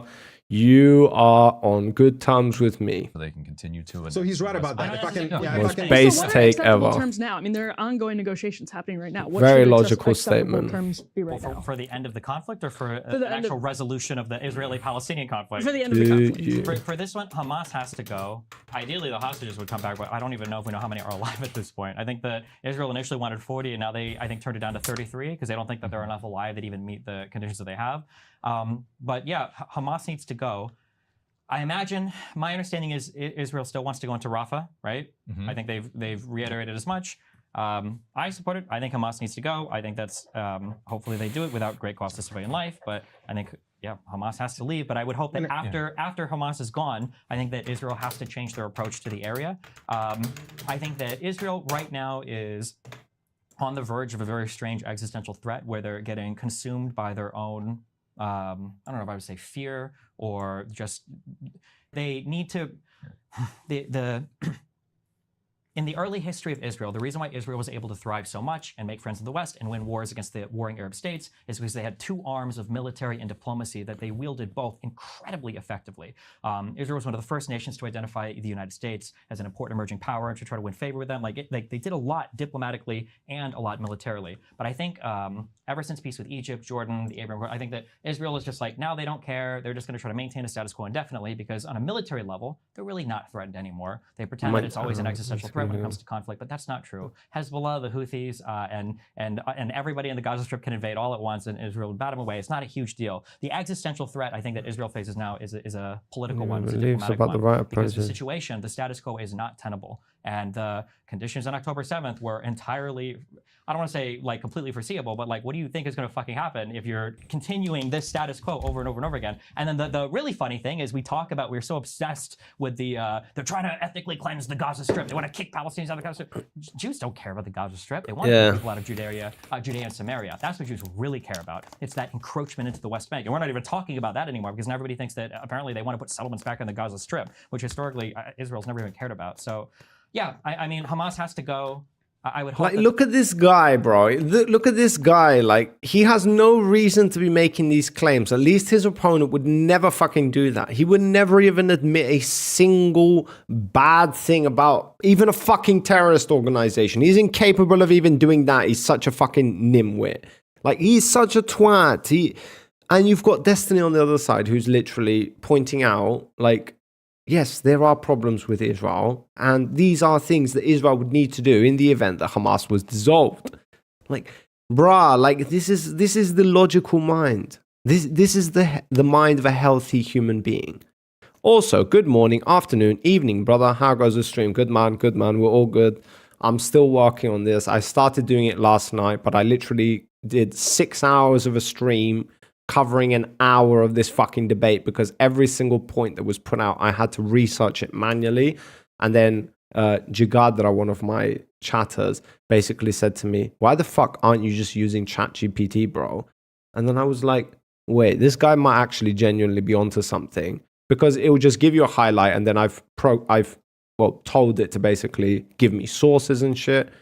So yeah, I've just put on fucking ChatGPT and just saved me a bunch of fucking time. I've already done half an hour, and yeah, I'm such a dumbass. I'm such a dumbass sometimes. I think I genuinely like to think sometimes, was I even born with a brain in my head? Like, yeah, sometimes I genuinely think that. Fair enough, very useful tool. Yeah, it's not perfect. It's just going to give you an approximation. That's all I'm required in order to come to a final decision in judging this debate. Because that's what I'm doing now. I'm judging a debate between Destiny and a fucking another guy who's literally got like a doctorate in history or some shit. But yeah, how are you, man? How have you been? You been good? How's life? You stream too, don't you? If I remember correct. Or no, yeah, you're the one who raided me. Yeah, you're the fucking OP, the OG raider. My first raider ever. I will never forget you. Holy shit. How have you been? Hope all is well, man. Yep, I've raided you once or twice. Wait, seriously? Israel versus Palestine is one of the most complex issues. Yes, it is. So I gave up on learning everything about it. I cannot blame you. I've resorted to using ChatGPT to work my way around it. Just 80% of the things. Yeah, there you go. Yeah, it's really fucking complicated. I appreciate that, Lanius. I do appreciate that. You made my day that day. Just 80% of things. Yeah, like, it is really fucking complicated. But as long as you have the timeline, like, this is how I've understood, or at least since I've been paying attention to Destiny, is like he literally has a timeline in his head, and then there are certain events that lead to other events, and then eventually everything is connected in a certain way. Once you understand like the algorithm or how everything is connected, then like it becomes a really simple and clear problem. It's just as long as you don't know those events that took place, you're incapable of understanding, okay, who's the bad guy, who's the good guy. If they were ever a good guy, when was that? Like, yeah, it's really important though. It is a very significant conflict. Like, people forgot about fucking Russia, Ukraine within like 1-2 months of them starting the war. Like, everybody just went boom, like that. It was done. Nobody gave a fuck after that. Like, Israel, Palestine, like, this shit has been going on, and it's just escalating and escalating on a global stage. Like, you see all these protests happening at the universities. That shit wasn't happening like 4 months ago. This shit has only started now, and they're literally like having like fights and shit, and police getting involved and stuff. And that's like in America. So yeah, cause and effect is important for history. It's very important. It's very, very important. It's just when you've got one side that likes to cherry pick a lot, because if there's one accusation made towards Palestinian or Palestinian supporters, is that they love to cherry pick events or scenarios. Like, for example, just one is like, this has always been our land. And the idea is because they lived on the land, therefore they had a right to it, which that's never been applied to any country in the world. It's been recognized as a sovereign state. But if you go back 2,000, 3,000 years ago, Jews lived on that land. In fact, they were some of the first people who lived on that land. But they don't want to mention that because it doesn't suit their agenda. So they won't. They will never, unless they are confronted with that, they will never even mention it. Can I blame them? Yeah, I can. I can, because I definitely value people putting their biases to the side in the name of fucking knowledge. The blockade and the conditions are lessened there, but there has to be huge pressure on Israel and the Palestinians. There has to be huge pressure on both sides to reach some peaceful long-term agreement, because until that happens, it's just going to happen over and over and over again. It's nobody's surprise. So just when we speak about hostages, I think it's important to note that Israel rounded up tens of thousands of Palestinians, at least thousands. I don't want to say tens of thousands, but thousands of them after October 7th. They are being brutalized in Israeli detention facilities. Dozens of them have been killed. Imagine asking Saxons to leave England because it wasn't their land. The torture of the sexual abuse, all this stuff is happening, and you don't get a fraction. Yeah, exactly. Imagine asking Saxons to leave England because it wasn't their land 4,000 years ago. Yeah. Imagine that. Like, that's just like one point. That's just like one point that I've paid attention to. And I don't really have a whole lot of knowledge relating to the event. I kind of get a good grasp on what the hell is going on here, and that how at first sight you would look at it and think, oh, Palestinian underdog, equal to Ukraine. Everybody supported Ukraine, therefore if we support Palestine, we're in the right. Everybody has a problem with us though, so we shout and scream more, because obviously there's a double standard here. That's not the case. You cannot compare those two things. First of all, when you look at the Ukrainian government or the Ukrainians fighting the Russians, how can you equate the Ukrainian military with Hamas? You can't. Like, these people are genuinely promoting terrorism, and they don't even realize it. And the worst thing about it is they're all going to get away with it. They're all going to get away with it. This conflict is going to end. The protests will die down, and everyone will go on with their lives as if nothing ever happened. Even though we had a period of 6 months onwards, because this is still ongoing, where you had people rioting in the streets or protesting in the streets, irrelevant to what they're protesting, peacefully or not, they're literally in support of terrorism. So they're saying terrorism is okay. And there's never going to be any, like, consequences for that. They won't. Like, people just move on with their lives. But some people aren't going to forget that there are a lot of people, or not a lot, there is a percentage of people out there who would genuinely, think that terrorism is an okay thing. Like, that's a scary thought, personally, I think. Of attention to Palestinian hostages being held by Israel compared to the conditions that Israeli hostages are enduring in Gaza, which are unknown. And on top of that, you have an Israeli policy of insisting on this path of vengeance in which they have killed infinitely more Israeli hostages than they have rescued. And to continue down this path, it's quite obvious that the Israeli government and Netanyahu himself does not give a crap about Israeli hostages. So just keeping that in back of mind. Now, when we're talking about peace, and it's funny, the reason why I wanted to point out that you've said a lot of things that are actually correct, but you're just kind of like missed a key part of it, is that, yes, the longer this conflict goes, Palestinians do lose more and more. And Israel sees that as an advantage. Every day the conflict goes on, they get Of course they do, you stupid motherfucker. You've got like the Palestinians saying to them, oh, you've got this goal, have you? Here, let me help you out. I'll give you a reason and a justification for going and taking the thing that you want. Like, that's it. It's so fucking stupid. More and more of the West Bank, they get to entrench their control of it. And that's why we desperately need an intervention. And if Israel's not going to do it itself, we need it from the outside. The way to defeat Hamas, if we're serious about not wanting Hamas to be in power, it's extremely simple. Give Palestinians a path to freedom, and they will take it rather than be driven by despair. This is not a true statement. This is false. This is a false statement. I've literally researched this. Like, Destiny gave you 4 points previously, or he gave him 4 points. Where was it? Let me scroll up here. Let me find it. Right, so here we go. 2000 Camp David. The Taba Summit. Okay, not the Taba Summit. Abbas walked away in 2008. Oslo Accords in 93. And then the Arafat would say, we're reaching an agreement between 2000 to 2008, but then we'll go to Switzerland and say, but we will get them.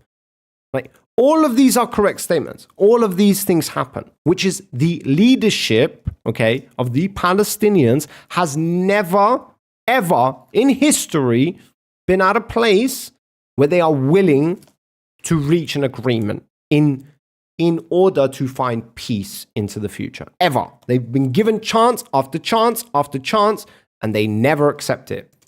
You can argue that some of them, like the Oslo Accords, if I'm not mistaken, came really close. Oh, sorry, Taba Summit. The Taba Summit came really, really fucking close. And then the Israelis pulled out, which was one of those cases. But out of the 4 times, 1 time was the Israelis where they weren't. And this isn't like recent history. This is not even going back to like 67 or 48 or whatever. Imagine thinking Hamas would give up power or weapons willingly. This is what I'm saying. They're literally a terrorist organization. Like you could literally have fucking Bin Laden resurrect, go down to fucking Gaza and become the leader of the Palestinian people, and you would still be hearing the same fucking talking points. Like, you would still hear the same fucking talking points. You could literally have Saddam Hussein unite with Kim Jong-un, fucking Stalin and Mao, go down to fucking Gaza, take over the leadership there, and you would still have people promoting that actually there's a justification for, and we should actually support them and give them power. We should give them more power, actually, because, yeah, that's in the benefit. You've never tried a peaceful solution, so therefore, yeah, who cares about Hamas? Vifro, the world cares about Hamas. I know you don't want to care about Hamas because it's not in your best interest. You would rather pivot to an appeal to an emotion to trigger a funny place in our bones because there are 14,000 children dead. As in to insinuate that somehow anybody who's arguing in defense of the Israelis is for children dying. I love that. It's amazing how you would be able to come to that conclusion. It's amazing that you can do that, while also missing the fact that you literally have a terrorist organization that puts those children in the fucking place for them to die on purpose so they can have a justification to keep on doing the same fucking shit. And yet you've still got morons like yourself who will come and talk about it. Like, bruh, you guys are insane. You guys are insane. You're incapable. Like, stop talking. If your argument is dead children, you've already lost the plot, my guy. You have no comprehension of what armed conflict is. You have no comprehension of what a terrorist organization does, all right? You have zero. You have zero. Unless you're promoting that Hamas go away, okay, or go extinct, I'm not interested. It's pointless. It's pointless. Like, your arguments suck. Unless you need to be able to contend with Hamas. The whole reason why those children are dead is because of Hamas. So when you say who cares about Hamas, I'm obviously going to go on the offense against you. All right? That's obviously going to happen. The whole reason those children are dead is because of Hamas. You can either contend with that or not. You can go to October 7th didn't happen in a vacuum. We've heard about this every single time. I didn't serve my country to empower baby killers. This is not about baby killers, guy, all right? These are deaths that are going to happen in war. You're dealing with a population that has an increased number of young people, okay? There's never been a war in history where we characterize it depending on the amount of deaths of children. Never. We've never done that. 2 million children died during the Second World War. Nobody ever talks about the Second World War in the light of children dying. We don't do that. We've never done that in history. The whole reason why it is happening now is to get people like you emotional and then make you go to the Palestinian side and support them. Because when you hear Israelis killed 14,000 children, you immediately think Israel equals bad. And therefore, they've already won you over. You're already on their side. They know exactly what they're doing, and that's why they do it. Did you just say Israel has no intelligence? Maybe he did. Are you a sociopath? Wanting to save children from being murdered is an appeal to emotion. Yes, because this is an argument about relating to that. Yeah, you can't say who cares about Hamas.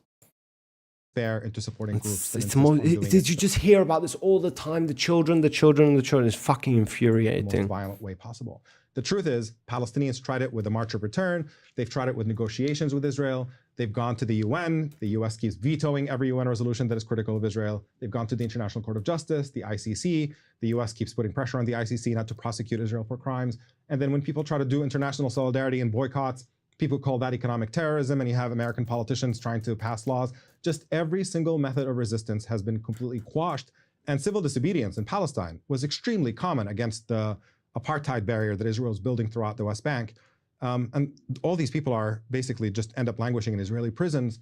You've left Palestinians no avenue. And if you want to be serious about defeating, more radical organizations that are committed to violence, all you have to do is give Palestinians a path to freedom that does not push them in the arms of people who insist that fighting is the way. He's got no problem criticizing the IDF by what seems like a mentally retarded military.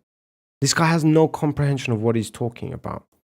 These are the people who have fended off attacks from 6 different fucking nations for over 100 years now. They're one of the most sophisticated militaries in the world. What the hell is this guy yapping on about? Only way. And that has to be. These are Hamas, fucking Hamas piker. This occupation is illegitimate. Followers or some shit. It's clearly intended to be permanent. Netanyahu has said so. The way it appears on the ground is not some kind of like temporary thing. We're just holding off until every day they're taking more and more of the West Bank. That is what they're doing. They're demolishing Palestinian homes. They're pushing Palestinians out of certain areas that Israel wants.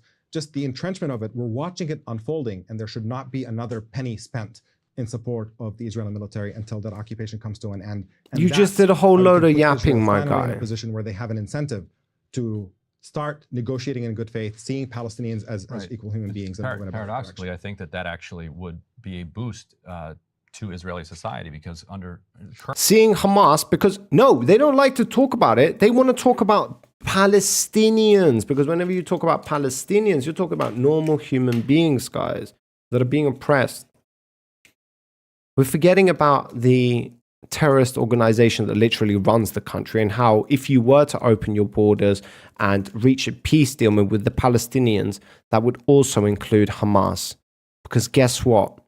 At the end of the day, you know, there's no real way of distinguishing who's fucking Hamas and who's Palestinian, considering that they themselves, meaning Hamas, don't even wear fucking uniforms, my guy. It's not like they're going to fucking surrender and walk up to the fence and say, arrest me now in the name of Palestinian people. Like, current Israeli politics, you have... And then you've got this dumbass reporter insinuating that somehow that would be beneficial to Israel. Shut the fuck up. You have no idea what's beneficial. No, what's beneficial to Israel is for Hamas to continue fucking doing its stupidities in the country. The stupid, dumb fucking Palestinians and all the supporters around the world to continue supporting this terrorist organization. So then these dumb motherfuckers still believe they can get their country back and then continue to push on to Israel. Israel just completely annihilates every single one of these motherfuckers and take over all of the fucking land.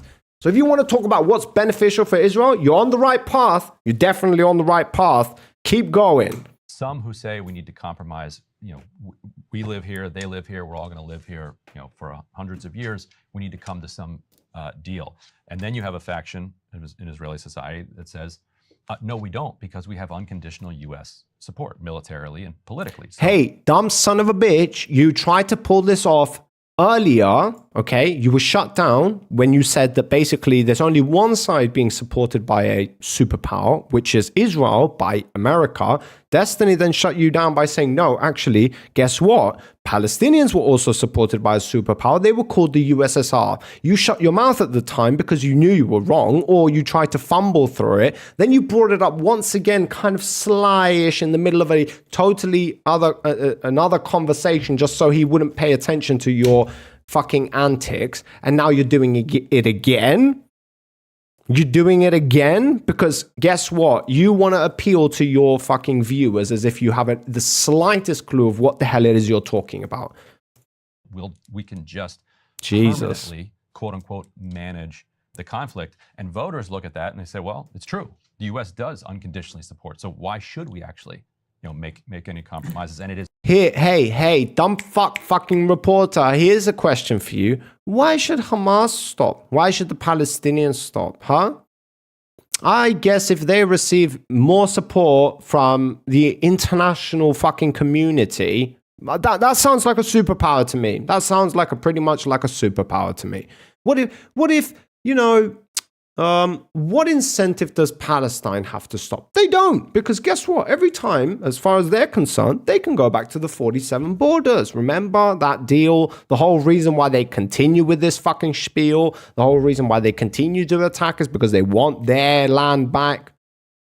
And as far as the world is concerned, nobody wants to criticize Hamas. Nobody. No. Literal terrorist organization. Nope. Nobody wants to do it.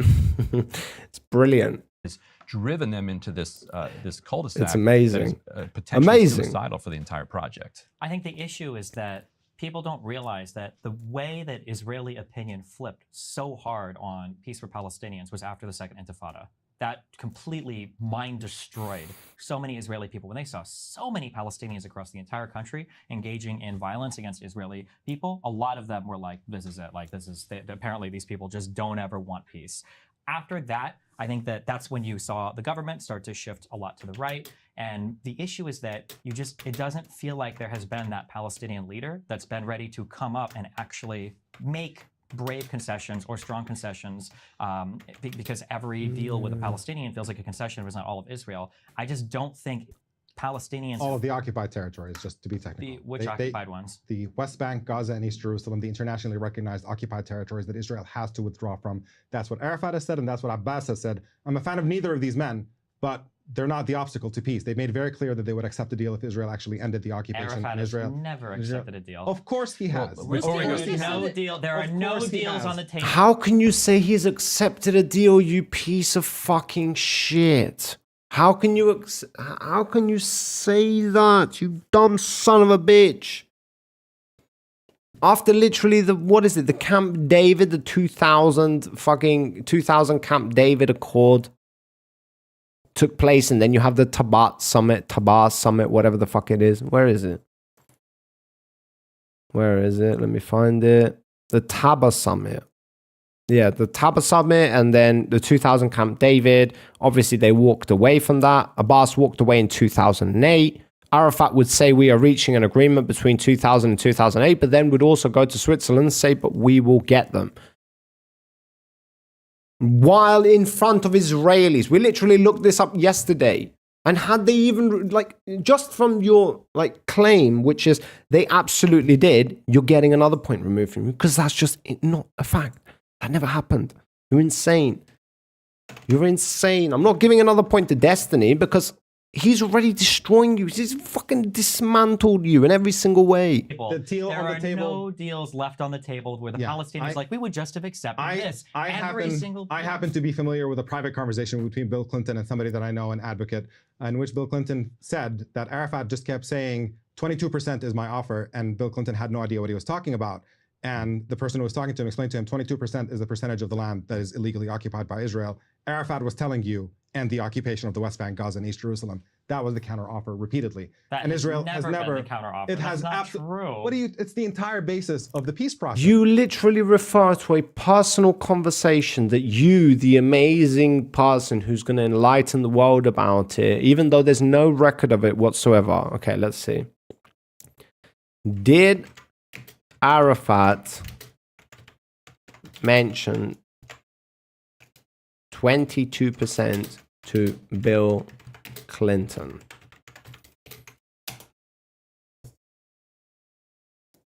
Yes, Yasser Arafat did mention the figure of 22% to Bill Clinton. This reference is typically associated with discussions around the Israeli-Palestinian peace process. Arafat used this percentage to signify the amount of historic Palestinian land that the Palestinians were seeking for the establishment of a state, which corresponds to the West Bank and the Gaza Strip territories as compared to the entire territory of historic Palestine. This was part of the broader peace talks facilitated by Clinton during his presidency. If you need more, yes, I do need a more detail. Diving into historical documents and records from the peace negotiation. Okay, so no, that's, I asked the wrong question. Did Arafat officially mention, is that how you spell? I don't know if that's how you spell. Let's see. Let's see. No, chat. No. Okay. Did officially. Holy shit. Okay. Referring to the amount of land Palestine was seeking for a state, which equates to about 22% of historic British mandate for Palestine. This occurred during the negotiations around the Camp David summit in 2000, where Arafat communicated that Palestinians considered the West Bank and Gaza Strip representing about 22% of the original territory as the basis for their future state. Okay. I need to ask another question. Did Arafat officially state that 22% was the requirement needed for a peace deal to Bill Clinton? These are very, very different things. These are very, very different things. I know it looks like I'm trying to be, yeah, because, all right, let's see. Yasser Arafat, let's see. Come on, ChatGPT, the former leader of the Palestinian PLO, did not specifically say, I told you, like, you need to ask it like multiple questions before it can give you a clear answer. Holy shit. We got there eventually, because there's very specific wording there. Because previously, these two questions is basically, did he mention those things? Yes. Did he mention those things in relation to a peace treaty? Meaning, these are our conditions, and if our conditions are met, then we will reach a peace agreement. That's not what happened. And the reason we know that's not what happened is because that was simply, hey, this is what we want. It wasn't okay if our terms are met, meaning there wasn't a set of terms that were a requirement in order for a peace deal to be met.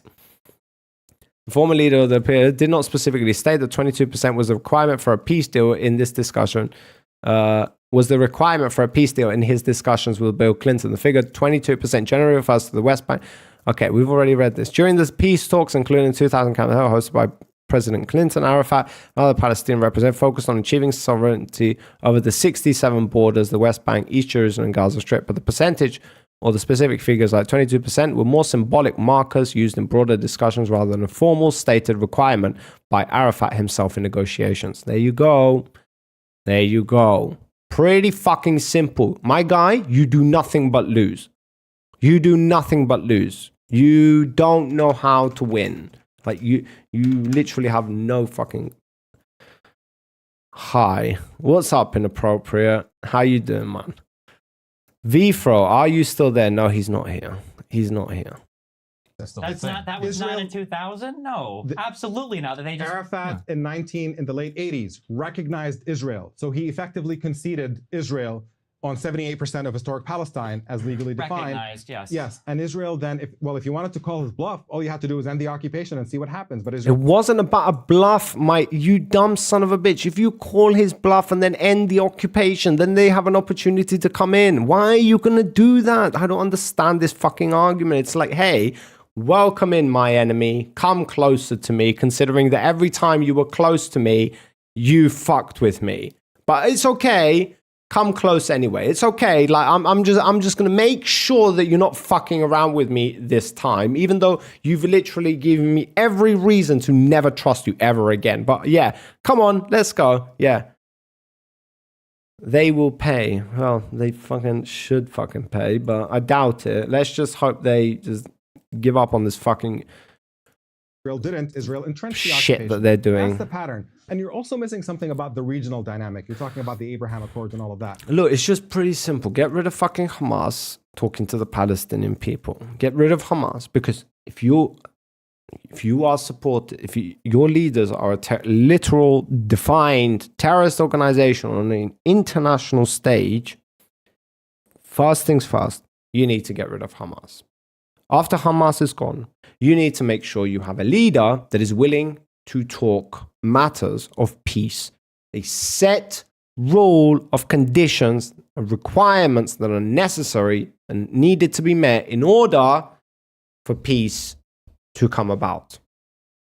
Once that is done, and there is a contract that is recognized on an international stage, that once this contract is signed, then it's all go. And any attempt from the Palestinians to then go back on their word will be regarded on a global stage as a fucking attack to international security or international law.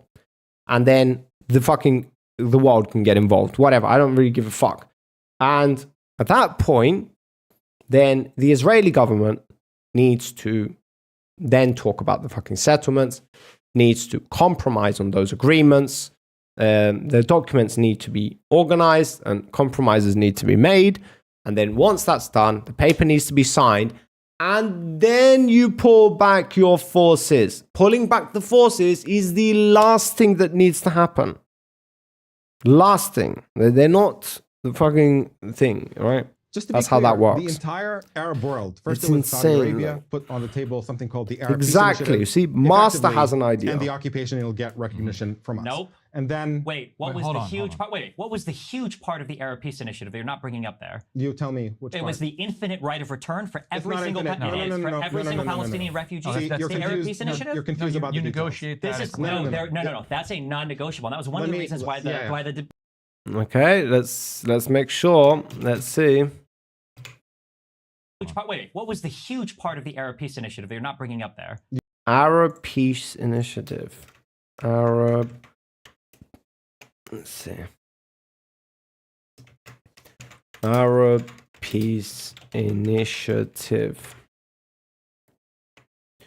was yada yada yada. You tell me which It part. was the infinite right of return for every not single infinite. No.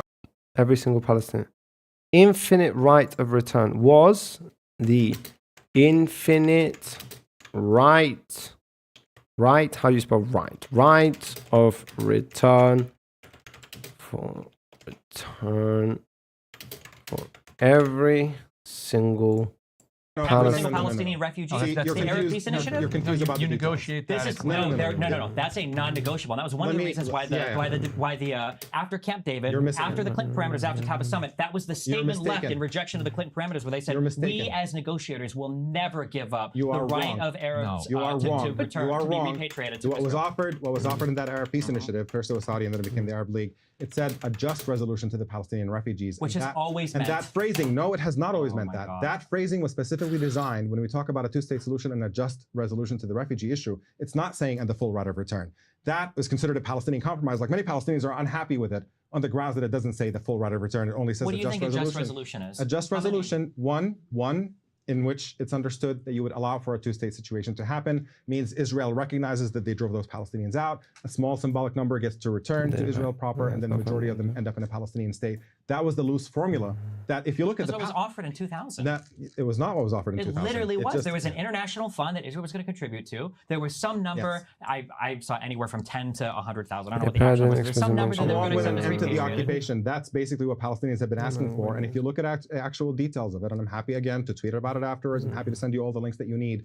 That was what the Palestinian official position was. There was no official position. Can we actually? Sorry, yeah, go ahead. Let me just respond to one of the things that a point that you made earlier in the form of a question that a lot of people, I've seen it out there, so I think it's worth kind of trying to answer directly. You said it can't be a genocide because just they nuke only Gaza killed if they break 3,000 deal. people. I don't give a fuck, bro. Like okay, not nuke, because then you're talking about mass nuke. Like I don't like conversations relating to nuke, but yeah, I'm just like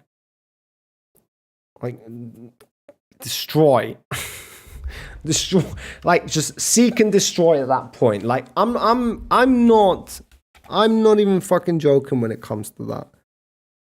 It's like I said before, if you don't take the opportunity that is present to you, you have everybody who's been pressuring Israel for the last how many months since this war began. You have favor somehow on an international stage. God knows why. It's like, oh, those poor Palestinians all over the world. Even though all of them, well, most of them support Hamas. Pay no attention to that, apparently. It's like if they continue at this pace and Israel just like takes over all of the land because they're just giving them a justification to do so, I don't give a fuck. I don't give a fuck if not one more Palestinian survives. I don't give a fuck. I don't care. It's like you're doing this to yourselves. There is no mercy on my behalf. I don't give a fuck. You don't get to be an annoying piece of shit on an international stage again and again and again and again, but somehow get to keep walking away every single time and every single time gaining more and more support. You just can't do that. Like, it needs to stop. Like, stop giving Israel the right to bomb the shit out of you and kill all of you. Just stop it. Just stop. Like, just, yeah, it's enough. Take the L. Take the L. Like, let go of your losses. If they wanted to do a full genocide, they have the capacity. They have. You fucked up. You made bad decisions in the past. You've been doing it for 100 years. That doesn't give you an excuse to keep carrying on with your bad decisions. Just, it has to stop. To kill all 2 million plus people. So it's kind of a meme argument, but so why wouldn't? And guess what? Guess what? If they were to do that, the global stage would be in favor of Palestine. So they would get what is favorable to them. They themselves wouldn't admit it. They would think, oh, as long as we're getting anything less than the complete extermination of the Jewish people and all 100% of our land back, we're not satisfied. Even though, as far as they're concerned, that's probably what that is. But nonetheless, it's like on an international stage, as far as the world's concerned, they are probably going to get much more than what they deserve at this point, considering everything that's happened. Of their population, right? Right. Why wouldn't they do it? And so, one, you'd say, well, 13,000 children, far too many. But more importantly than that, you would say They've killed the number that they can sort of get away with at this point. But There is no getting away. Once 1,000 children were dead, they were called out on it. 2,000 called out on it. 5,000 called out on it. There is no arbitrary number. It doesn't matter. If they weren't criticized for the children, they were criticized for the women. If they weren't criticized for the women, they were criticized for literally their fucking dome repelling bombs and those bombs ending up in fucking hospitals and killing people. Like, it doesn't matter. It's just like the world has found any excuse whatsoever to basically call Israel like bad. Killing and death. The goal is domination and the ethnic cleansing of the region, the clearing out, thinning out of the population. Fuck up. You love this talking point. You don't need to kill 2 million Palestinians if you can drive hundreds of thousands of them to other countries. Sure, if you want. I mean, if you're talking about genocide, you can have a genocide with 100 people theoretically. The number of people killed isn't important. The intention is important. But it's hard to make an argument for The dollar specialis. Setting aside genocide. Oh, sure. Well, I mean, like the attacks happen in response to. But that would be the answer to the question: why haven't they killed more? Yeah, I guess. But the problem is just absent any. There just isn't strong. It's the weirdest genocide ever. If you're dropping leaflets saying, "Hey, flee to the south. Most of the military activity is going to come to the north." Why is this dumb fuck laughing? They try to open up borders and crossings to get more humanitarian aid. Hamas is generally in the south. Why did they bomb the north? Hamas is generally Hamas is everywhere. No, Hamas's like military stronghold has always been the south. So when they went why back did they to go into the Al-Shifa, north? there were literally 900 people that they What happened captured. to the? By the way, what happened to that 3-story 3D rendering of a command center that we saw under Shifa Hospital? The one with the? Do you mean the one where they released the footage of the massive tunnel, the bomb shelter? There are tunnels. Yeah? In Gaza, but where was the command center that we're all told existed? I don't. When you're saying command center, are you looking for like a I'm not the one that 2001 said Space command Odyssey? center. I'm not the one that said U.S. command center. intelligence has corroborated everything that Israel said, and they said they arrived at. Oh, those that's nice of the U.S. intelligence. Well, listen, if you believe Russia and Hamas instead of the United States and Israel, I can't help you. Hold on. If you want to believe, hold on. Actually, wait. I'm curious. Yeah. If Hamas were to make a statement about a particular thing, would you believe that more than the United States and the IDF corroborating their statements? They would. Would you believe more on that? I don't think you can trust either of them. That's why you have to look at You think it's independent. equal amounts of trust? I think yes, that's about Equal right. amounts of distrust. That's an unbelievably stupid statement. Okay, so we I believe think we it's have the generous. same. Generous Wait, to hold on. I'm Israel. curious. Who do you trust? Jesus Christ, this guy's a fucking American sitting in his American fucking studio with an American flag behind him, in his comfy fucking chair, in his $5,000 suit, with his $300 fucking haircut, preaching about how he trusts Russia and Iran and Palestine more than fucking America. Okay, if there's anybody who should be fucking exiled from your country, all right, the United States, you should be kicking these motherfuckers out. Like, these people should genuinely be kicked out of your fucking country. I'm not even joking. Like, you should literally bring back exile, all right? That's what you need in the fucking United States. For a third party. Bruh. Human rights organizations reports That re-report things from the IDF and from Hamas. You Yes, realize they that, look right? and they do independent investigations as well, and they do comparisons. They're independent investigators. Yeah, Have you ever read what globalized actually based comes as to the ever. numbers? The whole hospital, they say, what's your list of people that are dead? And then they look at the register and they go, oh, well, it seems like the names exist. Yeah, and then they write it. That's it. It's the same thing that you do with polling and population counting and stuff. You take samples, and based on that, you extrapolate. You can't go and investigate every single last thing that happens. Doing sample work and all of that would be interesting. That's not what they do. Yeah. If you read how these NGOs actually, then and they you know- conclude their methodology on the and reports. You can you read it. know- They'll say, this has been third-party investigated. Hamas says 10,000, but also these guys actually third-party verified. And then when you read their methodology, they say, we contacted the Gazan Health Ministry and they told us this. Like, oh, And okay, you know, well, fuck and you me, know I what's guess. interesting? Jesus. And you know what's really interesting? Yeah, what's is that? reports They is what I look at. re-report Yeah. things from the IDF and from Hamas. You Yes, realize they that, look right? and they do independent investigations as don't. well, and they do comparisons. Of course they do. They're independent investigators. Yeah. Have you ever read how they actually come up When you say independent investigations, it means they don't go to the IDF. They do the investigating themselves. Not they go to the IDF who has done the investigation and say, hey, IDF, give us the details of your investigation. That's not independent fucking research. That's not first-hand primary source type of data. That's at best second-hand, probably even third-hand data. That's how it works, okay? Jesus Christ. But he wants to paint the narrative like these guys are totally trustworthy because they come from directly from the source. It's beautiful how they do that. It's beautiful. That's amazing. Right, let me see who he's referring to. Instead of the United States and Israel. Hold on. I can't help you. Hold on. Yeah. If you want to believe, hold on. Actually, wait. I'm curious. If Hamas were to make a statement about a particular thing, would you believe that more than the United States and the IDF corroborating their statements? Who would you believe more on that? I don't think you can trust either of them. That's why you have to look at You think it's independent. equal amounts of trust? I think yes, that's about Equal right. amounts of And distrust. That's an unbelievably stupid statement. Because so we're believing it's we have generous. the same. It's generous Wait, to hold on. I'm Israel. curious. Who do you Generous. trust for a third-party verification? on Human rights organizations reports that re-report things. Oh, here we go. Do human rights organizations perform independent, what is it, research? From the IDF and from Hamas. You Yes, realize they that, look right? and they do independent investigations they as well, and they Independent investigations. Do they do human rights organizations perform independent investigations in Gaza, or do they get their information from the IDF? do comparisons. They're independent investigators. Yeah. Have you ever read how they actually come up with the numbers? They'll call a hospital and say, "What's your list of people that are dead?" And then they look at the register and they go, "Oh, well, it seems like the names exist," and then they write it. That's it. It's the same thing that you do with polling and population counting and stuff. No, you dumb fuck. When it comes from the IDF or Hamas, all right, I don't know how much Hamas, it's literally you're looking at the dead body. You've killed somebody and that's been written down. Not calling up a hospital, "Hey, how can I help you? Oh, I'm sorry, could you please provide me with a list of the dead bodies you had today come in? Oh, how many was there? Oh, let me count. No, it's okay, just give me an average number, it's totally fine, don't worry about it. We're just writing a report on it. Independent investigation, by the way."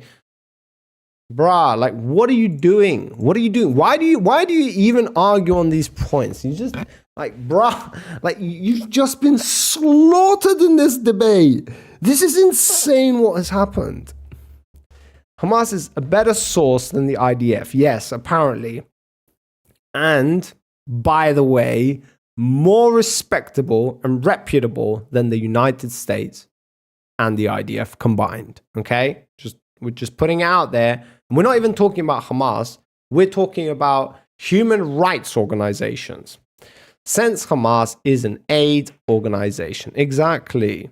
Hamas is a non-profit. I'm just saying. Yeah, they are. Non-profit when it comes to killing children, I guess. No, actually, that's where all the profit comes from. United States of terrorism is far inferior, right? The United States of terrorism is far inferior, right? Yeah, of course they are. That's how that works. Insane. Bro, you even got that wrong. Holy shit. Okay, so Okay, so how do human rights organizations perform independent investigations in Gaza? Let's see. In Gaza. I'm just curious. Let's see what this says now. Human rights organizations typically carry out independent investigations in Gaza by adhering to a meticulous process to ensure accuracy and impartiality. Here's how they roll. Oh, you're not finished. Data collection. They gather data through interviews with witnesses, victims, and other stakeholders. They also includes, you see, you're not the only one with typos, collecting physical evidence and documenting the scenes of incidents. Are you sure about this? Satellite and drone imagery. Collaboration with local organizations. Teaming up with local human rights groups helps them to navigate the area, understand the context better, and gather data more effectively. Legal analysis and reports advocacy. Okay, let's ask a follow-up then. Considering that ChatGPT is doing the same thing again. Okay, so are human rights organizations more trustworthy than the IDF when it comes to but this is subjective, so it's going to have difficulty when it comes to reporting to investigations. When talking about the trust, I knew this one. I knew it wouldn't be able to answer this one. There's no way it's going to be answered. Trust of a human rights organizer versus the Israeli Defense Force in terms of investigation, it really boils down to perspective and biases. Yeah, of course, you're going to do the whole data analytics thing. Human rights organizations aim to hold all parties accountable to international standards, but they can face criticism for potential biases or errors in reporting. The IDF, being a military force, conducts internal investigations into its actions, which can lead some to question the impartiality of such reviews. Both types of sources have their proponents and detractors. Those seeking... Okay, so... Do human rights organizations perform independent investigations? And if so, how? Let's see what it says now. Yeah, boss. Okay.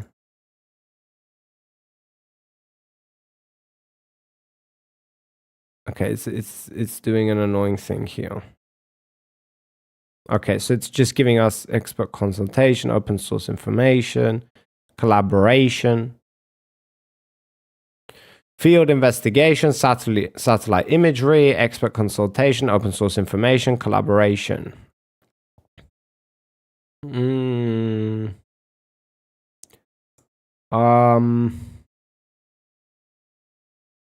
I don't know which side to go on when it comes to this one. Fuck. I honestly have... Yeah, I don't think I have the answer to this one. Okay, so I have to focus. What is the question being asked? Comparisons. They're independent investigators. Yeah. Have you ever read how they actually come up with the numbers? They'll call a hospital and say, "What's your list of people that are dead?" And then they look at the register and they go, "Oh, well, it seems like the names exist." And then they write it. That's it. It's the same thing that you do with polling and population counting and stuff. You take samples and based on that you extrapolate. You can't go and investigate every single last thing that happens. Doing sample work and all of that would be interesting. That's not what they do. Yeah. If you read how these NGOs they conclude their methodology on the reports. You can read it. They'll say, they'll say, this has been third-party investigated. Yeah, because I'm asking, do human rights, so it's taking all human rights throughout the entirety of history itself. That's what ChatGPT is doing now and saying, okay, that's what they do. It's not talking about specifically in Gaza. All right, let's see. What is he talking about? Sampling? With polling and population counting and stuff, you take samples and based on that you extrapolate. You can't go and investigate every single last thing that happens. Doing sample work and all of that would be interesting. That's not what they do. Yeah. If you fuck. Have human rights organizations done sampling work when it comes to their investigations into Gaza?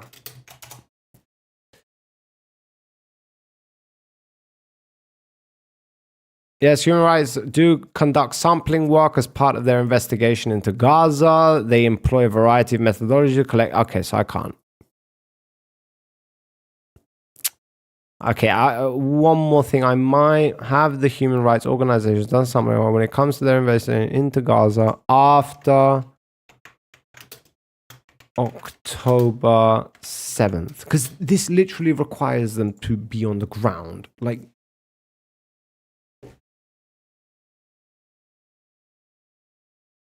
Okay, we're gonna have to go with it. Yeah. All right. Conduct investigation gathering evidence in Gaza following the events on October 7th. For instance, Human Rights Watch has engaged in documented testimonies and collecting data from witnesses to build evidence for potential crimes committed during this period. They face challenges due to restrictions on access to affected areas and the need to protect the confidentiality and safety of their sources. Their work involves interviewing survivors and families, victims, and trying to access and verify the locations of reported violations when possible. Similarly, the UN Office for the Coordination of Humanitarian Affairs has been involved in monitoring and reporting on the massive humanitarian crisis in Gaza. Their work includes evaluating the impact of the conflict on civilians, including assessing damage to infrastructure and the overall human rights situation. This has also involved direct engagement with affected communities and local organizations to understand and document the scale of the crisis and violations. Organizations face numerous obstacles such as blocked access to sites and digital harassment, complicating their efforts to provide accurate, timely documentation of the ongoing situation. So this would point to basically the IDF is a more accurate resource because they have direct access to the data. They're not restricted anywhere. They can go anywhere and they can do anything when it comes to their investigations. They're not limited. They are the ones limiting the human rights organization as well as Hamas limiting them. So the human rights is an outside source coming into the conflict to investigate. The IDF is investigating as it's going along. Yes, you can argue it's investigating itself and it's also investigating its enemy. So you can include biases, but then that you're basically going down a rabbit hole of how you shouldn't trust governments. Good luck with that one. I'm not on that side. So yeah, it would seem like definitely that's the argument. It's not like the argument being made, although I am going to give the point to Omar because at the end of the day, he said that basically they're doing sampling. So here's what we'll do. Omar's going to get a point because of the sampling statement, which is a true statement. At least they're saying that it is.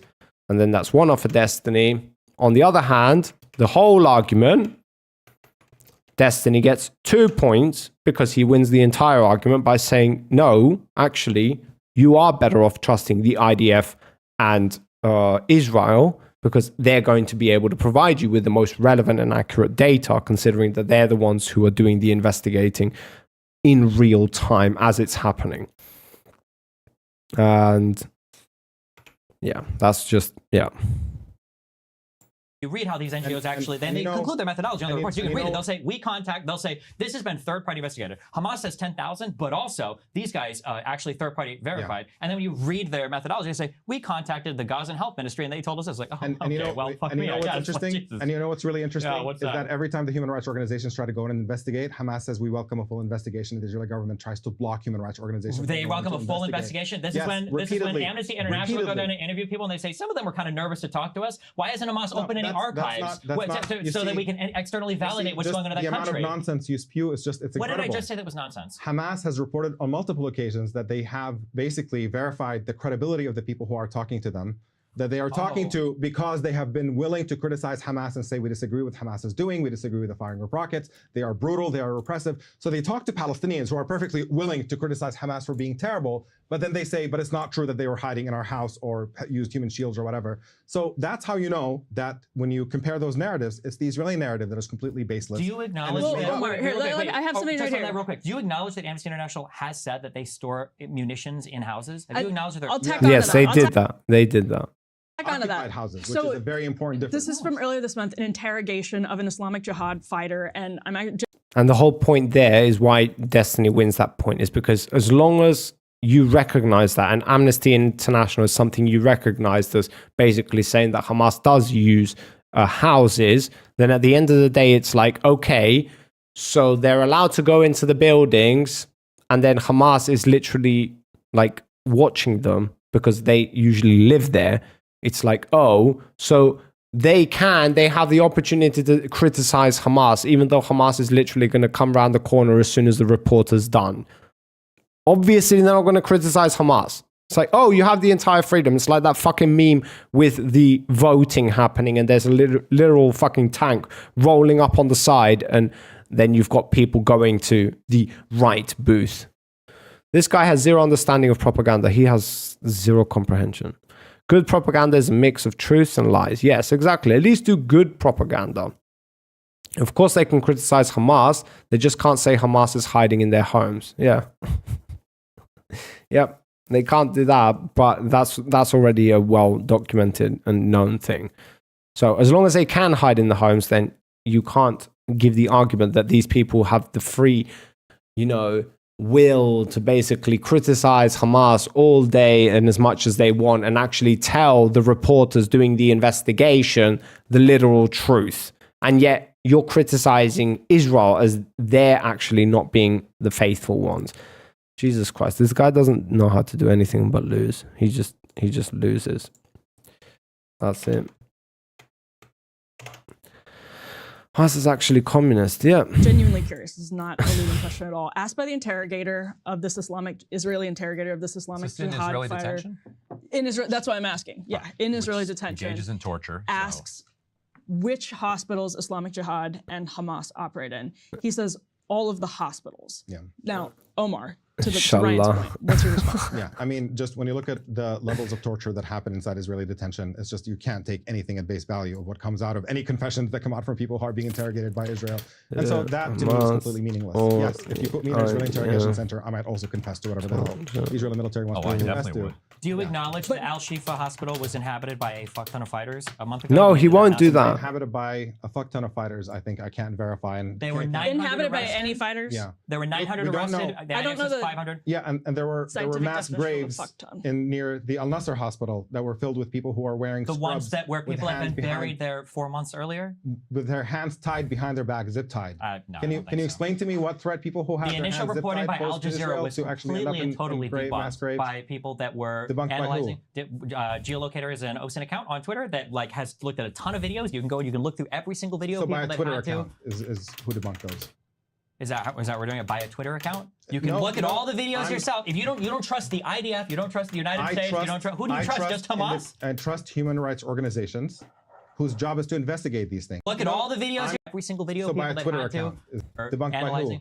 Yeah, and there were Scientific mass definition of a graves fuck ton. in near the Al Nasser hospital that were filled with people who are wearing The ones scrubs where with people have hands been buried behind- there 4 months earlier? with their hands tied behind their back, zip tied. No, Can you explain to me what threat people who have The their initial hands zip reporting tied by Al posed to Jazeera Israel was to actually end up completely and totally mass debunked graves? by people that were Debunked by who? analyzing. Okay, so what is it clear? Was the report done by Al Jazeera regarding the dead bodies that were tied up debunked? Was the original report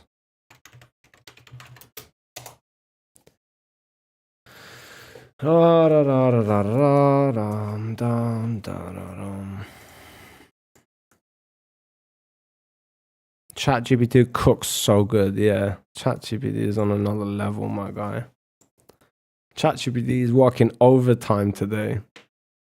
Oh, there you go. In a case where Al Jazeera retracted a video that was reported to have falsely depicted certain events. The retracted video allegedly contained fabricated elements concerning IDF soldiers' actions at Al Shifa Hospital. However, there's no specific mention of dead bodies being tied up in this debunked report, so it might not exactly match the scenario you're asking about. You can read more about this on the Times of Israel website and check out the other associated updates and discussions around the related topic. Here's the link to the article.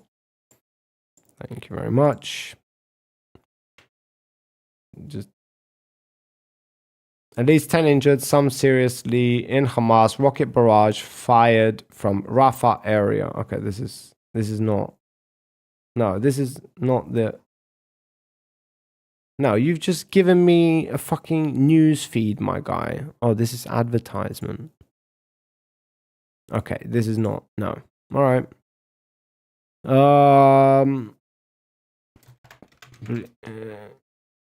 Give me the link to. Okay, yeah. So it's saying yes, it was debunked. Yeah. Video that was reported to have falsely depicted certain events. Okay, there you go. That's good enough for you guys, right? There you go. I really think we need to do a lot more investigation into that. I'm pretty confident in holding down that one. All right, so that's just one more. So the guy is literally chatting shit once again. God damn it. You've got to stop the bleeding, my guy. You've got to stop the bleeding at some point. Geolocator is an OSINT account on Twitter that like has looked at a ton of videos. You can go and you can look through every single video. So by a people Twitter they've had account is who debunked those? Is that we're doing it by a Twitter account? You can look at all the videos yourself. If you don't trust the IDF, you don't trust the United States, you don't trust who do you trust? Just Hamas? And trust human rights organizations whose job is to investigate these things. Okay, That's well, who I trust. I don't think any human rights organizations have come out and said 100% we found out. Yeah, but the reason why is the fucking human rights organization having enough fucking trouble of their own as if they're going to go and look and investigate into an Al Jazeera fucking report. Al Jazeera has re-reported what Hamas has said. They can't say it's 100% because Israel will not let them in and they can't actually go in and investigate. Do you think that in a current active war zone, for Al Is Shifa, your do you name- acknowledge that there was a huge... Is your name Ludwig Agren?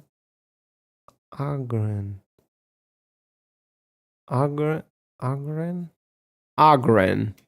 What is Agren? I get the Ludwig. Yeah, I've heard of Ludwig before. I watched a couple of his videos before. Agren? I don't know who Agren is. Is that his surname? 2-week fight there between the IDF and militants. Yes, near Al Shifa Hospital, I think there was a fight. Okay, so it was Al Shifa I don't know Hospital. that it was inside the hospital. Certainly, there were horror stories of what was happening inside the hospital. Well, it by was a Israeli 2-week fight. Do you think they were just Let me fighting say, civilians? There's 2 weeks? There's a very clear, I think, disconnect here. Wait, what? Why did it? What did it do? Is your name Ludwig Agren? I asked ChatGPT what it thinks about you, and it confused you with Ludwig, I think. Okay, that's pretty based. I mean, I think I'm more handsome than him, but apart from that, it's like, yeah, he's a really successful creator, so based. That's based. ChatGPT is amazing. I don't have personal opinions, but the boss, also known as Ludwig.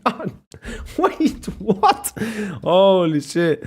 Agren is a popular Twitch streamer known for his entertaining content, gaming streams. Yeah, let's go. Holy shit, we're moving up in the world, boys.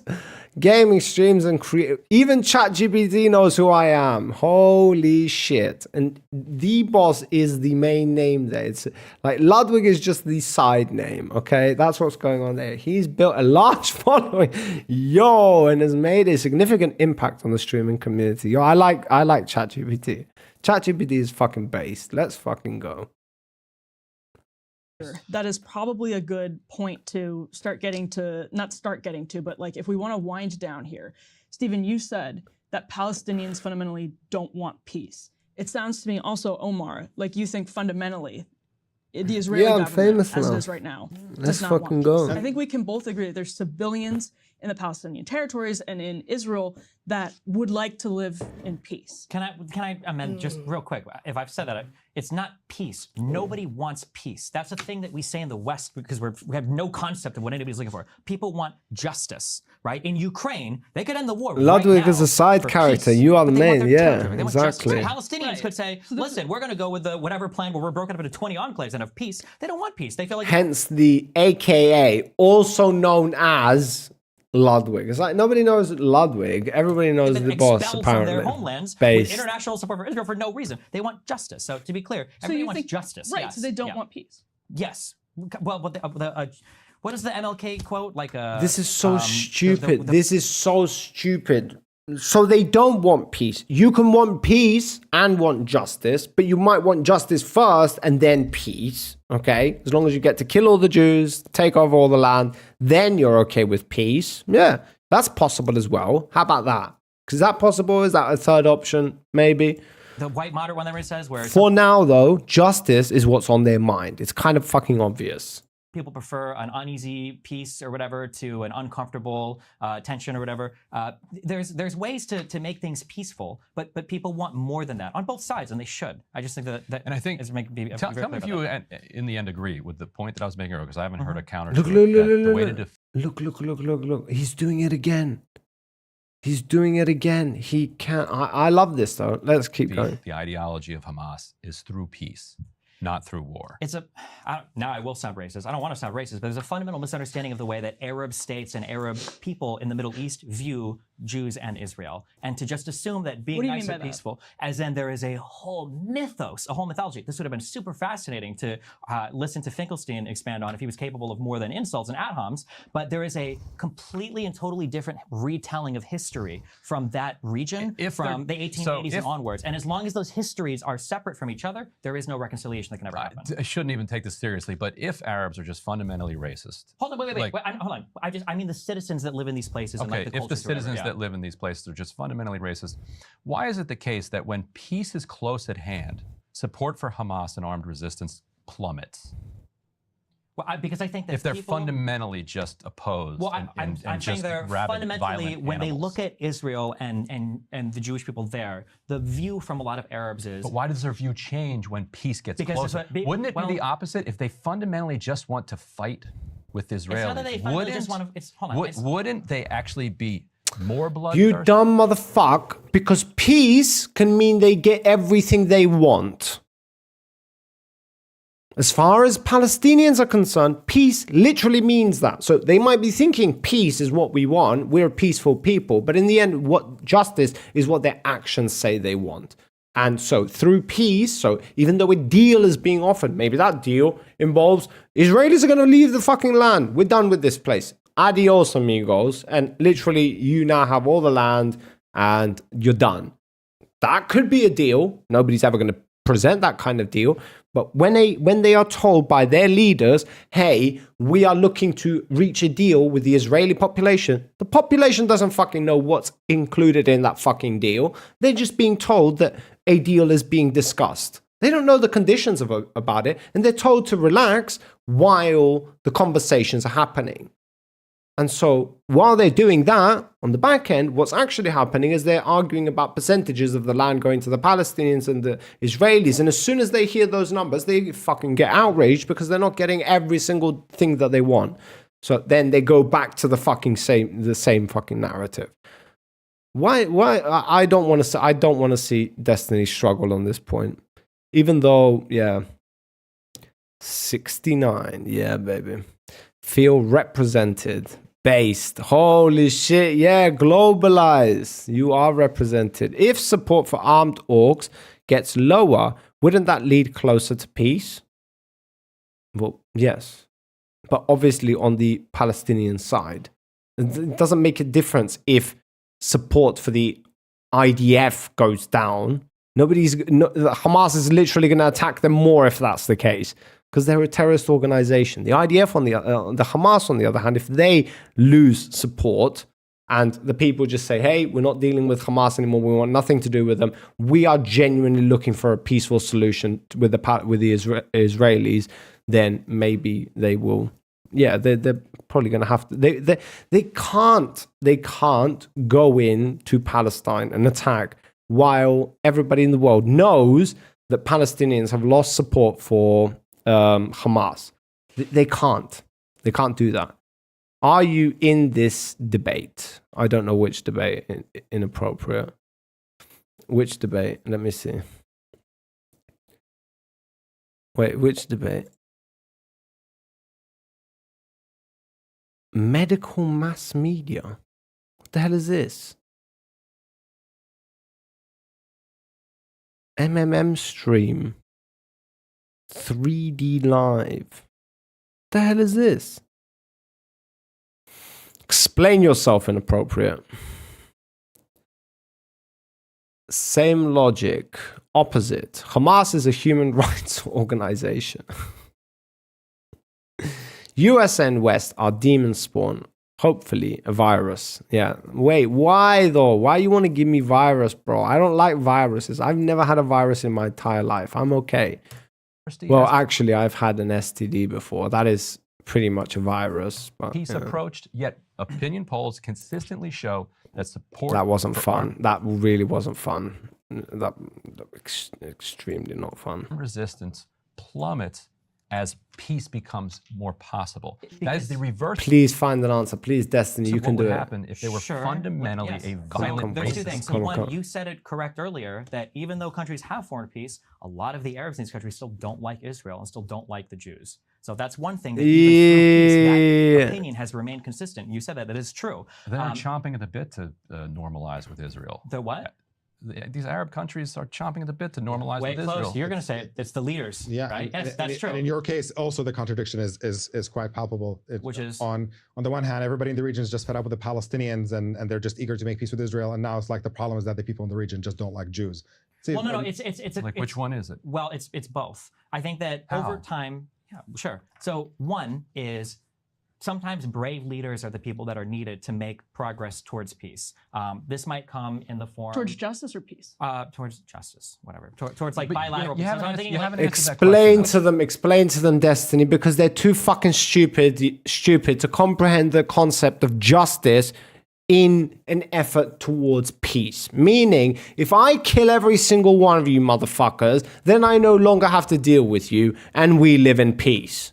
Like, explain to these people what justice looks like in the rest of the world, because these people have never like encountered anything when remotely peace becomes threatful. in the moments where there's news that a deal is getting closer. Yes. We Support get for it. armed You resistance have among GameStop Palestinians goes bragging. down. I agree. That's This is the true for everyone. reverse Yes. No. of what would be the case if they just fundamentally hated Jews. And Most just wanted people have violence. herpes. Tease apart. When I say that they fundamentally have these opinions, I don't mean that they want to fight and go to war forever. I'm just saying that there is an Arab mythos around Jews. That You all of have them games. basically Stop. believe in terms of Wait, you dumb motherfucker. You think saying I had an STD is bragging that I have game? Bro, that's not how that works. No, the STD was a bad symptom of having game, my guy. That's a bad thing. You don't want that. You're better off having no game and having no STDs. Trust me. It was not a good experience. That's not how that works. Holy shit. Most people have herpes. No, they don't. Come on. Oh, what? Wait a minute. Wait a minute. No longer shall I make baseless claims. Do most people have herpes? There you go. Get shut down. Get shut down, inappropriate. You're about to get shut down, my guy. Here you go. Wait, what's going on? Work. Hey, ChatGPT, do your job. Do most people have... Let's see, can you guys see that? Let's see. Do most people have herpes? Yeah, I didn't pay fucking $22 to get this shit for no reason. Do most people have herpes?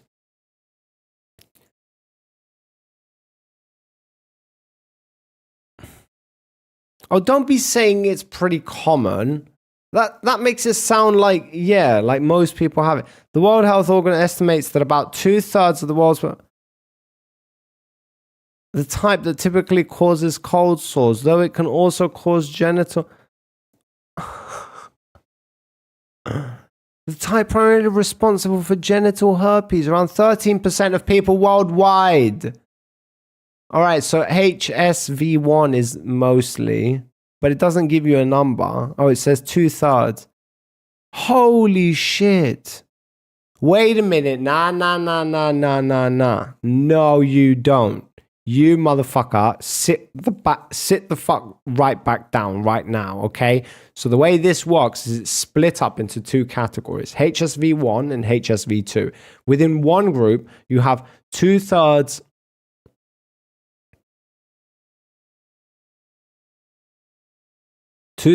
of the world's population. Wait, why is it estimates that about 2/3? Shit. But if you... Okay, I would be pedantic if I would get into that argument. Kind of like, yeah, but you've got 2/3, but then the other one is like only 13%. So then that will bring that 2/3 down to like...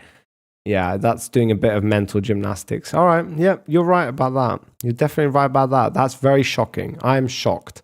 You guys need to put your fucking tongues back in your mouths. What the fuck is wrong with all of you? I've never had herpes in a single time in my life. Never. No, and I don't want that shit. Why the fuck do so many people have herpes? What the fuck? What is wrong with you people? Fact check me. Look at him. Look, he's so confident about it. This piece of shit. This is like, what? Yes, I'm wrong. Okay, you're right. You're absolutely right. Hail to the master. Okay.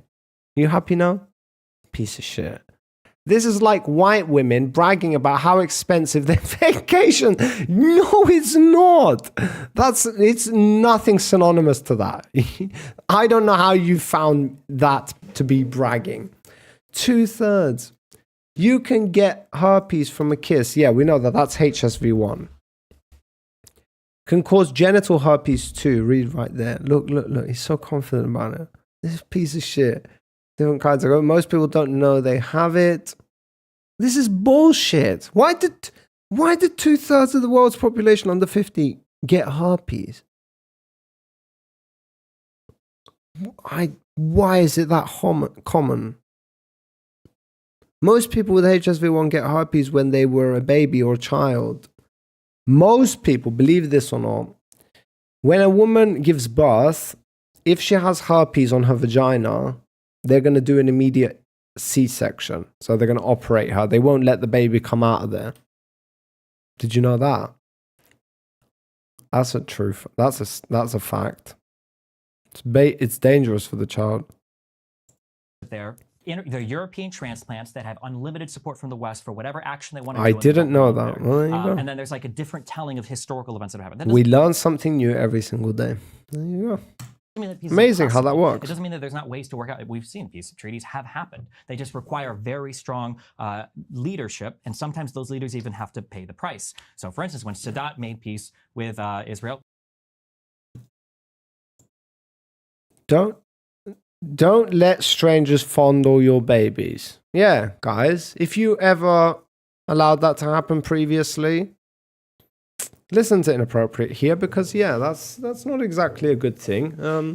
You probably want to avoid that at any cost, but yeah, I mean, it's not like very obvious that you wouldn't let that happen, but okay, considering, yeah, I mean, just for any brain dead, retarded people out there who never thought of that, yeah, there you go. It's always good advice. It's a new piece of information for some people, I guess.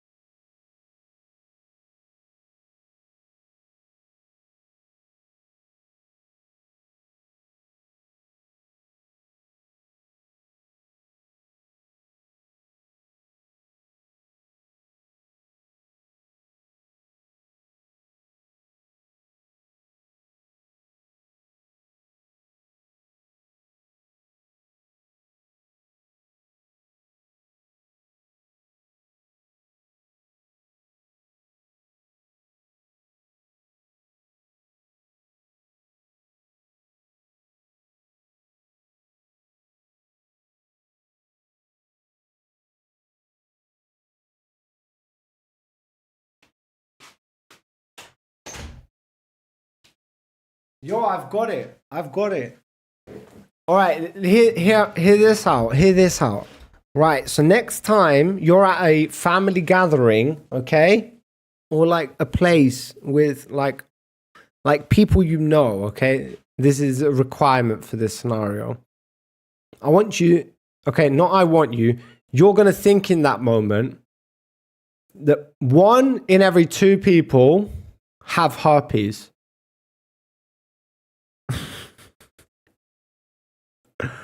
Holy shit, bro. I mean, statistically speaking, 1 in every 2/3 is 2 out of fine. Okay, do it like that. I can't use, sorry, my guy. I can't say 1.6 in every 2 people. I can't do that, all right? Which would be 60%, or 1.2 in every 2 people. I'm not going to use 1 point, all right? I could have used 1 in every 3. That would have been a much more logical thing to do, but it's okay. The point is, all right, 1 in every 2 people, like that's how you want to do it statistically. If you want to be accurate. Yes, we know 66%, double 66 because you're talking about 2 people. Now it's 132%, okay? That's how that works. We understand that, okay? The only difference is, like when you introduce 3 people into the mix, and now you're saying 2 people out of those, it doesn't sound as bad, right? I want you to think of like 1 in every 2, because then it's like, oh fuck, does my sister have herpes, or does my dad, or maybe I have herpes, or fuck, maybe it's like my girlfriend has herpes. Maybe the baby over there has herpes. Like literally, that's how you can literally point your finger, and it's a coin flip of whether you'll be right about it or not. Jesus. Okay, not a coin flip. It's actually, you'll probably be more right than you are wrong. Wow. That's insane. Okay, this is racism. He says, holy shit. Automod is racist. Yeah, apparently. It's only 2/3 because Cyprus is carrying. Wait a minute. That's not how that works. Like, our population is too small to have that much of an impact on a global scale. So your maths is out of this world. You just thick as shit, Globalize. 1 out of 2 is less than 2/3. Yes, we know that. We're just saying that the chances increase at that level. So literally like 1 in every 2, because there's like 1.2% that one of those 2 people has herpes. It's like 120%. Okay. So one of you 2 definitely has herpes, and like, or statistically speaking, and then add some onto that. So then therefore you're going to come to the conclusion that 1, definitely, that's the main point here. Okay. The main point is here that you just get the point, all right? Stop. There's no point in challenging me on this. 950% of Cyprus population has herpes. This is bullshit. You are taking the piss out. This, no. What percentage of people in Cyprus have herpes?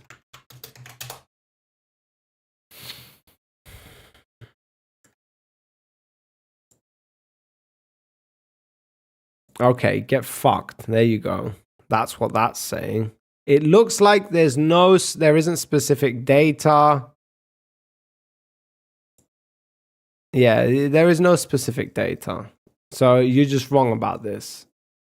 I have data. ChatGPT doesn't even have data for this. Just say 6 out of 10. Yeah, but then it doesn't sound as impactful as 1 in every 2, bro. The point here is like, you can literally look around the room and half of the people in there have herpes, all right? That's the calculation you need to be doing in that moment. Just got done walking my dog. Well, guess what, CJ? Your dog probably has herpes. Just saying. Well, either your dog has herpes or either you have herpes, right? That's a fact. How did the rest of the Destiny debate go? We're not done yet. We've literally got like 10 minutes left or something. But these guys started talking to me about herpes and some shit. You should have said 200% since there are 2 main strains of herpes. That's not how that works. It doesn't get doubled. Remember, I said I wouldn't do that because that would be being pedantic. And it actually works not in favor of your argument, but against your argument. The percentage goes down if you are now saying have either HIV-1, have HIV-1, have herpes in general. No, it goes up. Yeah, because if they don't have HIV-1, they could potentially have HIV-2. Okay, then you're right again. Suck my dick. Why are you even in this chat, Inappropriate? This is bullshit.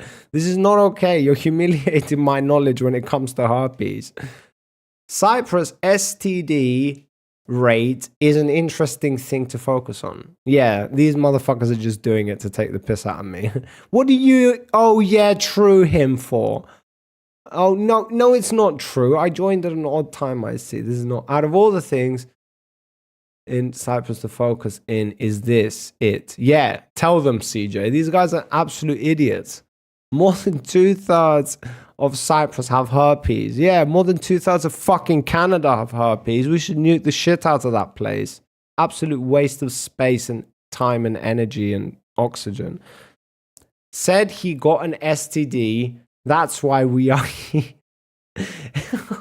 Oh, wait, that is how the conversation started. HIV is different than HSV. Yeah.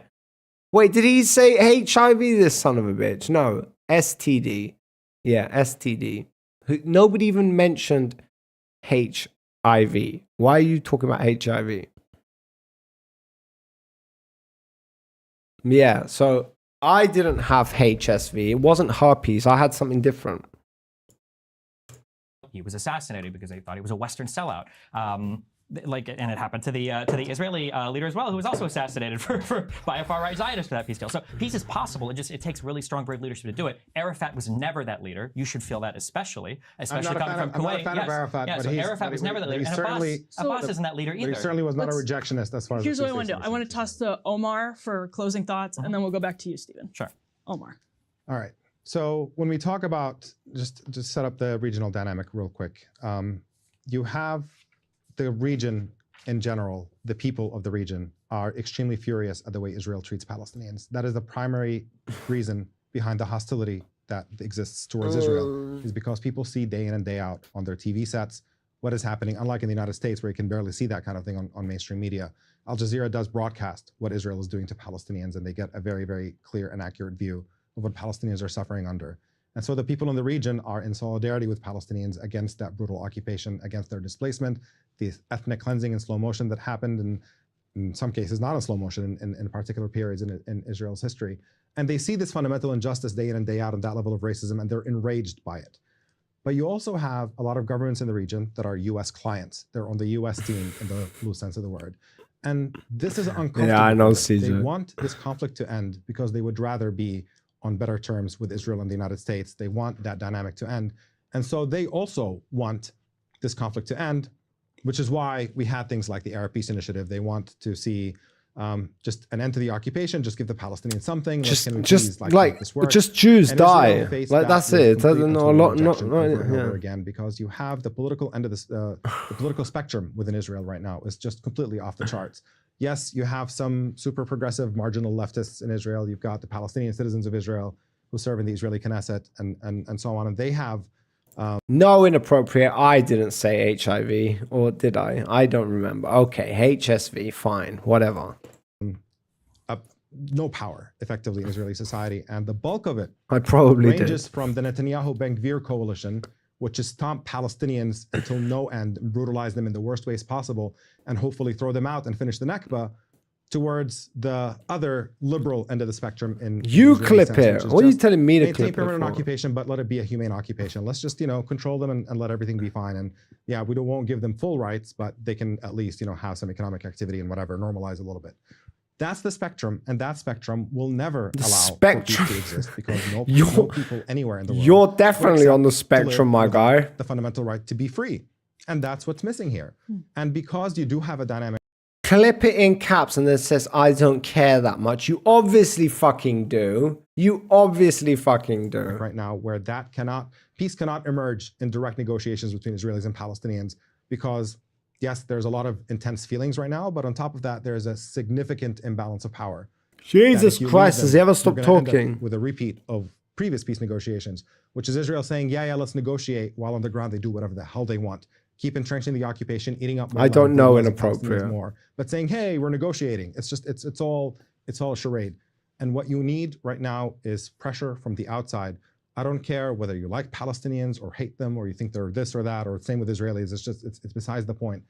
You have a reality right now in which Palestinians are living under permanent apartheid.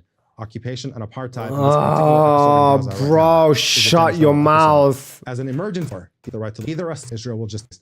That is not a penny of that compared to December. A couple of when the rights and brutal stop talking. Extreme more and.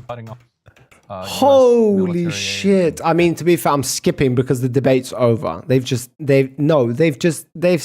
already done the debate. The debate's over pretty much. Blanket unconditional political support push Israel toward a compromise. I don't think we have blanket unconditional support for Israel. I think if they were to do certain things, I think they would lose. They'd lose internal support pretty quickly. A lot of the people that you like to quote, Haratzir B'Tselem, are literally hosted in Israel. These are Israeli organizations. Just one thing before my final statement. Do you think that October 7th was justified, the attack? And do you think civilians were targeted on that day? I mean, if you separate it out, the part where they attacked Israeli military could be construed as an act of resistance, sure, but the part where they attacked civilians is completely unjustifiable. Of course, they attacked civilians. Of course, that's completely indefensible. So I think that's pretty straightforward. Okay. I think that I think that the big that's a big one. Okay, it was just a question, but I'm gonna give him a point for that one. I mean, he needs a point. He needs something at this point. He needs salvation. He needs a come to Jesus moment, to be honest, when it comes to this debate. This conflict is talked about is that it feels like people only ever want to tell one side. Actually, no, he doesn't get a point for that. We can't have a conversation on why does the blockade exist. We can't have a conversation on what does Hamas do to induce civilian death, because Hamas wants civilians to die in Palestine more than Israelis do. Why can't we have a conversation about why? I know you're going to get the last word. Do you mind if I interject on this point? Interject all you want. Go ahead. Human rights organizations have also, by the way, it was officially Israeli policy to use Palestinian civilians as human shields. They've done it in the West Bank for many years. They've been arguing they have the legal right to do. Yeah, they were arguing for it. The Israeli Supreme Court banned it. I mean, do it. The Israeli Supreme, crazy. Yeah, hang on. I'm giving some context. I think hear me out. This is a thought that I'm going to piece together that I think will be useful for you to think about a little bit. Sure. It was official policy. There was a case in which a Palestinian got killed because they do home raids in which the first person knocking on the door is the Palestinian, with the Israelis like standing behind them with the guns to try to get somebody to come out and cooperate and whatever. They don't want to be shot at. And when the Israeli Supreme Court tried to ban it, the Israeli military establishment was furious. Said this is a really important method of combat. It protects the soldiers' lives. You can't ban it. And Israel basically disregarded what the military establishment said. It was Shaul Mofaz, who was the defense minister at Israel at the time all of this was happening. I think it was in 2005. And even though the Supreme Court officially banned it, human rights organizations keep catching Israel engaging in acts of holding Palestinians as human shields. In Gaza and the West Bank, last couple weeks. Yes, it happened, and you see it like there's footage sometimes of holding a Palestinian with a gun over his shoulder. That doesn't even make sense. Hamas hang on, kill them. Which is the point. You're making my point. Yes, very quickly. If the Israeli military thinks holding Palestinian civilians in front of them when they're fighting with Hamas saves the Israeli soldiers' lives, it tells you that they don't believe their own lies about Hamas wanting Palestinian civilians to die, because it would not be useful if that's what they believe. So you're actually making my point. When the IDF was using those human shields, how many Muslims were killed? How many Palestinians were killed when they were? This is the last question. I think there was one incident of somebody getting killed. Correct. Yes. You know why? Okay, so that's where you know why? Because Palestinians Wait, what did he just say? So it's interesting. So the Palestinians were killed. The IDF was using those human shields. How many Muslims were killed? How many Palestinians were killed when they were? This is the last question. I think there was one incident of somebody getting killed. Correct. One incident?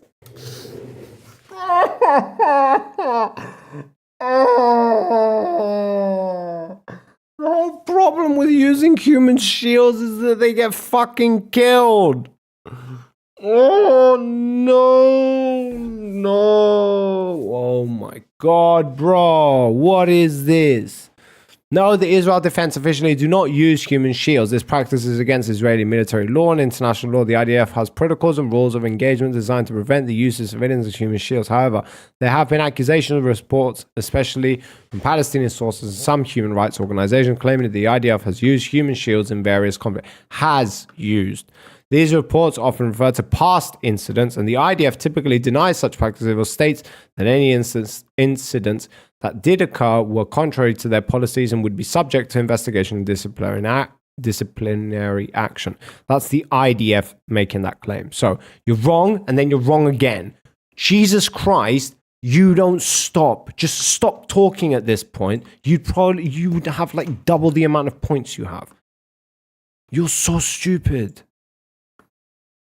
How can somebody be so stupid? This is what ChatGPT said. You're lying now, Globalize. That's never what ChatGPT would. ChatGPT would never say that. Some people I've talked to said the whole Hamas use human shields is false and been debunked. What say you? Well, obviously it says. Well, I say no, well, they have used them in the past to basically get doors open, but there's been one incident of a Palestinian dying. One incident.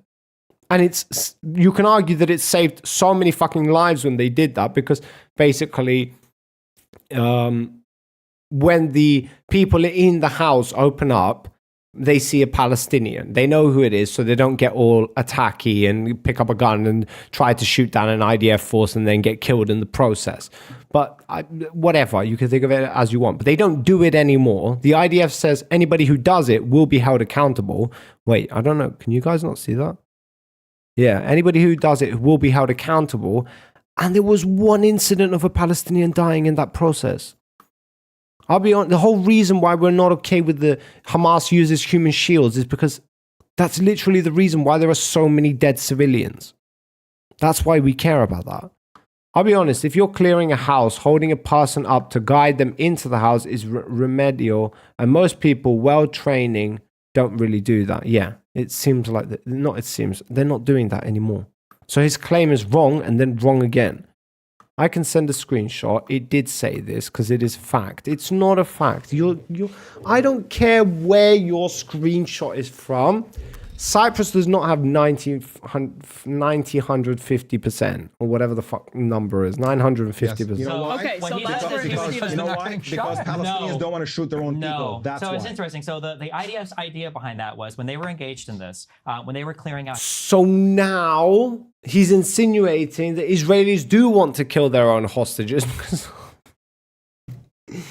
Oh my God, just end it. End it. This is slaughter. Banging on your door, it's going to lead to some sort of armed conflict. So what the IDF started to do is when they were approaching houses what the IDF started to do when they were approaching houses, if there were people in the neighborhood, if there were people walking by, they would say like, hey, do you want to walk up and do you want to knock on this door and talk to this guy? Because if you go in and you talk with a gun to their head. No, not with a gun to their head. That's not how Hey, do you want to hand me your wallet? There's a reason why. Yeah, you can laugh, but this is the conflict. Because you laugh now, more people probably die because that policy is gone, because the way that you phrase it is, oh, they held a gun to their head because it was a human shield, which I think did happen one time. But there's a reason why when you talk about the policy, only one person ever died doing it. It's because there's a safer way to bring people out of the home in order to have, like, you have an actual Palestinian go knock on the door rather than the IDF is banging the door. Defending the use of human shields. Well, then if you're agreeing, oh my God, bro, just stop. I literally want to say something. Just off yourself, like literally, like I don't know what else to say. I can send a screenshot. ChatGPT said it. No, it didn't. Stop lying. That's not a human shield. ChatGPT is bro. Human who is shielding the other people. No, it was to shield the IDF doesn't need shields from the Palestinians. Yes, you dumb fucking reporter. Just stop talking at this point. Just all of you, stop it. You just the West Bank. So the IDF. They don't need right, we're done here. Shields, but you don't. The Supreme Court ruled against it because they felt like the ability for them to truly consent, the Palestinians to truly consent to knocking on a door, was compromised. First it was non-consensual. Eventually, Israel said, yes. okay, fine, we'll do only voluntary. Let me say, Stephen, I want to give you time. I want because Omar got a good. So first was consensual. At first it was consensual. Destiny getting owned in this debate. Bro, you have no idea. You have no idea what you're talking about. Chunk of time to give final thoughts, so I want to make sure that you get this. Yeah, I got you. Yeah, so there's just a refusal on one side. Well, really on both sides. We don't have any crazy ultra-Zionists here, except I guess maybe me. But generally, there's a refusal on both sides to acknowledge the truths of the other side. With the blockade, the reason why the blockade exists is because Israel is evil. Hamas doesn't actually do anything to induce civilians to be killed. Israeli people, Jewish people, don't have any reasonable fears of Hamas. That's why earlier when I asked if Hamas was in charge of Israel and if the Jews lived in the Gaza Strip, do we think the treatment would be the same or worse or better? And we couldn't even get an answer there, because the obvious answer is Hamas would probably engage in a genocidal campaign to kill an actual genocidal campaign, not one where the people are on the verge of starvation for 25 years while the population increases fivefold. Okay, so this refusal to acknowledge like basic facts of history, or the fact that the complication is or the conflict itself is really complicated. This goes back decades in terms of how people are disagreeing over who owns what piece of land, or who has a right to live in what place, or whether or not they're living under apartheid, or what a final solution should look like. The fact that people are incapable of acknowledging both parts of the sides of this conflict makes it so that when people are encouraging their particular side, there will never be a resolution. If you are a Palestinian and you believe that today you are being subjected to genocide and apartheid, why in the fuck would you ever negotiate with Israel for an thing? Fucking I think cut all of you said yourselves, close. the international community needs to step in and solve this problem. And as long as Palestinians think that, there's never going to be a drive there to actually reach any lasting solution. Because why would you? If we're being genocided, we're being apartheided, we live in open air prisons and concentration camps, we're not going to figure the problem out. Somebody's going to come save us. And as long as that is the mentality that is given to the Palestinian people, they will continue to fight. They should keep negotiating with their oppressors. Or they could, where are all of the, and this is funny too, you can see so many maps. All right, a minute. Yeah, you can see so many maps that are published from negotiations between Palestinian negotiators and Israeli negotiators. All of them are from the Israeli side. There has never been a deal on the table where Palestinians said, this is what we want, and then Israel didn't accept. It's never been the case. Yeah. That was it. They The recognized negotiators Israel. have been horrible. Kushner's talked about a bus. They recognize Yo, it's Sasuke. Let's go. What's up, The bro? negotiations just can never be made because there is no Still negotiating on alive. Palestinian Let's side. go. And as we see today, internationally, that's just an encouragement. What's Keep up, fighting, bro? fighting until eventually you're one state from river to sea.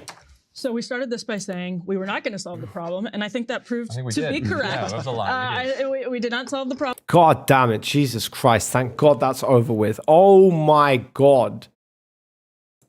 Jesus. Well, boys and girls, we have a final vote. I can make a decision. You can make a decision. You've already made your decision.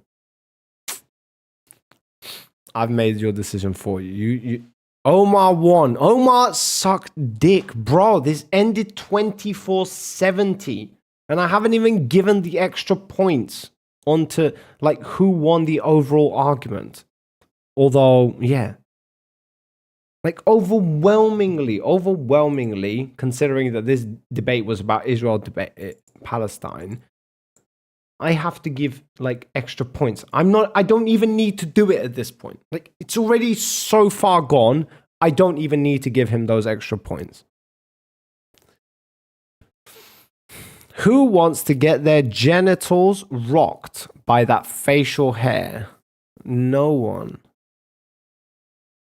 Well, at least we know what you're thinking about, inappropriate. Yeah, we know what you're thinking about, dirty bastard. We know what you're thinking about. How many points will give Omar for being less cucky? None. Because you have yet to explain to me what is wrong with being a cuck. If that's what you're into, there's nothing. I'm not going to that. I don't want. Think about it now. Thanks for you, man. Wait, seriously? You're done thinking about it? Wow, man. Yeah, that's fucking awesome. Yeah, just take it day by day. That's it. Go and find the quest, my guy. Go and find the quest. Go and find the... You've got quests to do. You haven't even done your dailies yet, bro. You've been slacking. You've been missing all those daily quests, all those... Like, go and like, do a dungeon or something. Yeah. You've got plenty of shit to do now, Saskia. Like you've missed up. You've got so much shit to do now. You won't even have time to think about anything. Thanks for your help, man. Yeah.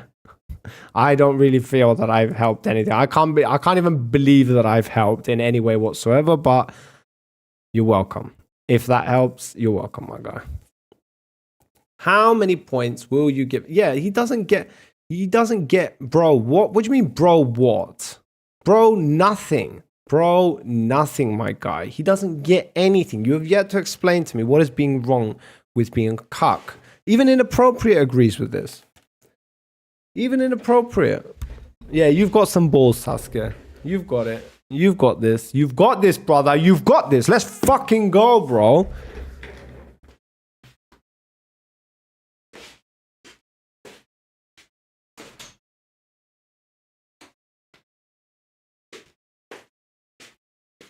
Fuck this motherfucking bitchy ass life. Ain't gonna do what the fuck it wants with you, bro. You do what you want with it. Let's fucking go.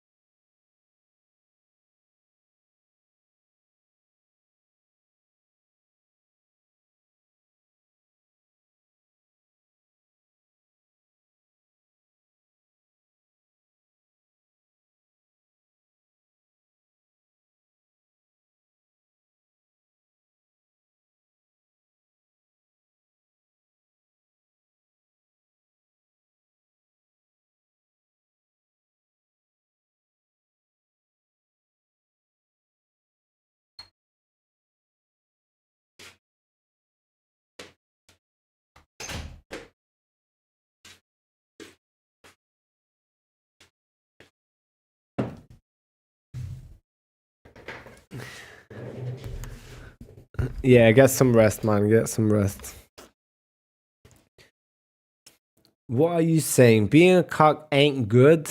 Being a cock ain't good. Wait, why are you saying that now, no? It takes one to know one. What? You son of a bitch. Go fuck yourself, it takes one to know one. Are you insinuating that I am also a cock? Is that what's going on here? Is that the level of degeneracy we have achieved in this fucking chat room? I did a mistake. Yes, you did. I did. Yeah, but why?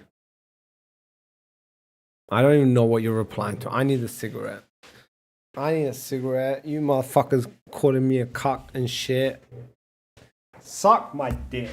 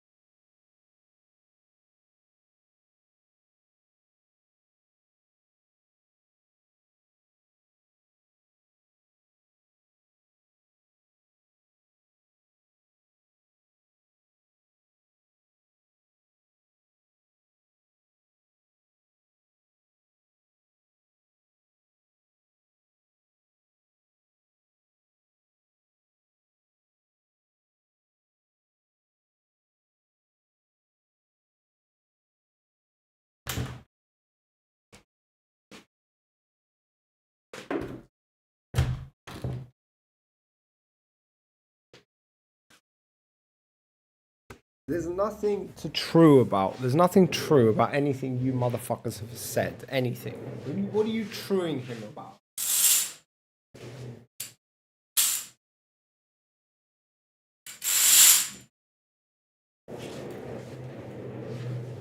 This is bullshit. There's nothing true about anything you guys have said. Absolutely anything. Right. We have seen progress. So it took 6 hours to fucking do the debate yesterday for an hour worth of debate. And we did an hour today in 2.5 hours. And that's like considering all the breaks we took along the way. So, final result. Destiny is the winner of the debate. A absolute slaughterfest. What is not true? Your face is not true. That's what's not true. Your face is the most untrue thing ever that existed on Earth. It's the most untrue statement ever made. That's what I think.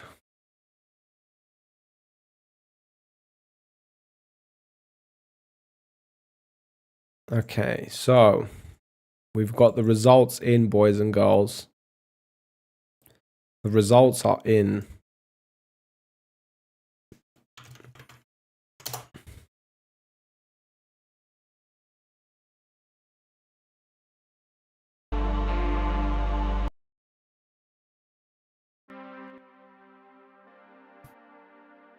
I don't know what the hell this is, but yeah.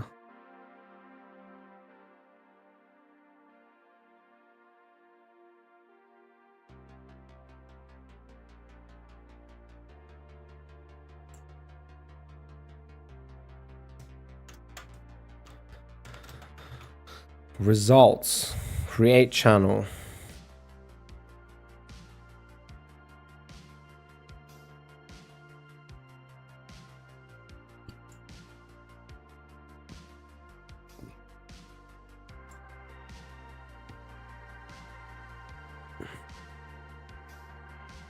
No, fuck it. I'll do it later. I'll do it later. Right, boys.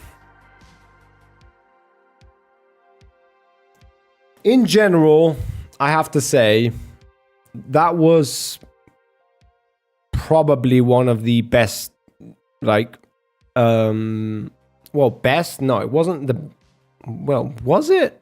I mean, to be honest, anybody that Destiny's debated so far on the topic has been pretty fucking unintelligent at worst, and like, okay, not unintelligent at best, and then fucking just bad faith at worst. So I don't really know. Is that the best debate? I can't really say, but one thing I will say is that that was an absolute fucking slaughterfest on behalf of Omar. Like, he did so fucking bad in that debate. Literally 0 claims in total. Or maybe he had 2-3 claims, if I'm not mistaken, that he could actually back up with real substantial evidence or like any factual proof of any sort whatsoever.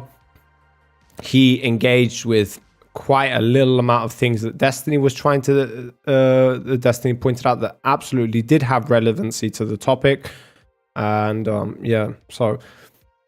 it is an absolute disaster. He got his ass handed to him on a platter. Now, what I'm thinking going forward, considering that we live and we learn, is yes, ChatGPT is going to be our go-to for explaining things going forward when it comes to debates, because obviously it helped us get through the debate pretty fucking quickly, to be honest. Or as quickly as possible. I barely needed to stop any, like maybe 2 or 3 times. For some reason, the hosts kind of supported Omar more. Yeah, they did. The girl was on Destiny's side. The woman, the blondie, was on Destiny's side, but she literally had maybe one thing of substance to put in. But then I don't put that against Destiny, because like, thank God that she didn't put her opinion or her ideas into the debate, because she has very little knowledge obviously about the topic, or she's trying to be respectful. Nonetheless, thank God she didn't, because Destiny was doing a good enough job by himself. So it would have probably put him in a worse situation if she did input more. The other reporter, the guy, was basically yapping a lot, okay, compared to her several times, even though maybe 3 out of 4 times what he said was irrelevant or not true or didn't hold any ground or wasn't analogous to what was being talked about. So reporter A, which is the guy, total dipshit, absolutely had fuck all of substantial, any substance whatsoever behind the things he was claiming. They praised Destiny 2, but I think underplayed how destroyed Omar got. Yeah, definitely. Omar literally came with zero evidence to back up his claims. He just throwed out a bunch of fucking talking points in hopes that Destiny would be uneducated and not being able to answer them. Destiny had an answer for pretty much every single point, hence why the score ended in 24-70 in favor of Destiny. So that's a fucking round of applause for Destiny. Good job, Destiny. Bravo. Congratulations. That was an insane fucking win. Good job for you, my guy. He's one of those guys who just like didn't know anything about the topic prior to October, but somehow there's not been a single person who's been able to shut him down comprehensively, including fucking from scholars to PhDs to doctors. Like the whole lot of them have tried to shut him down and they've all failed miserably. And Omar seems to be not worse than Finkelstein. Finkelstein was probably one of the worst, considering that all he did was fucking ad hom Destiny the whole time.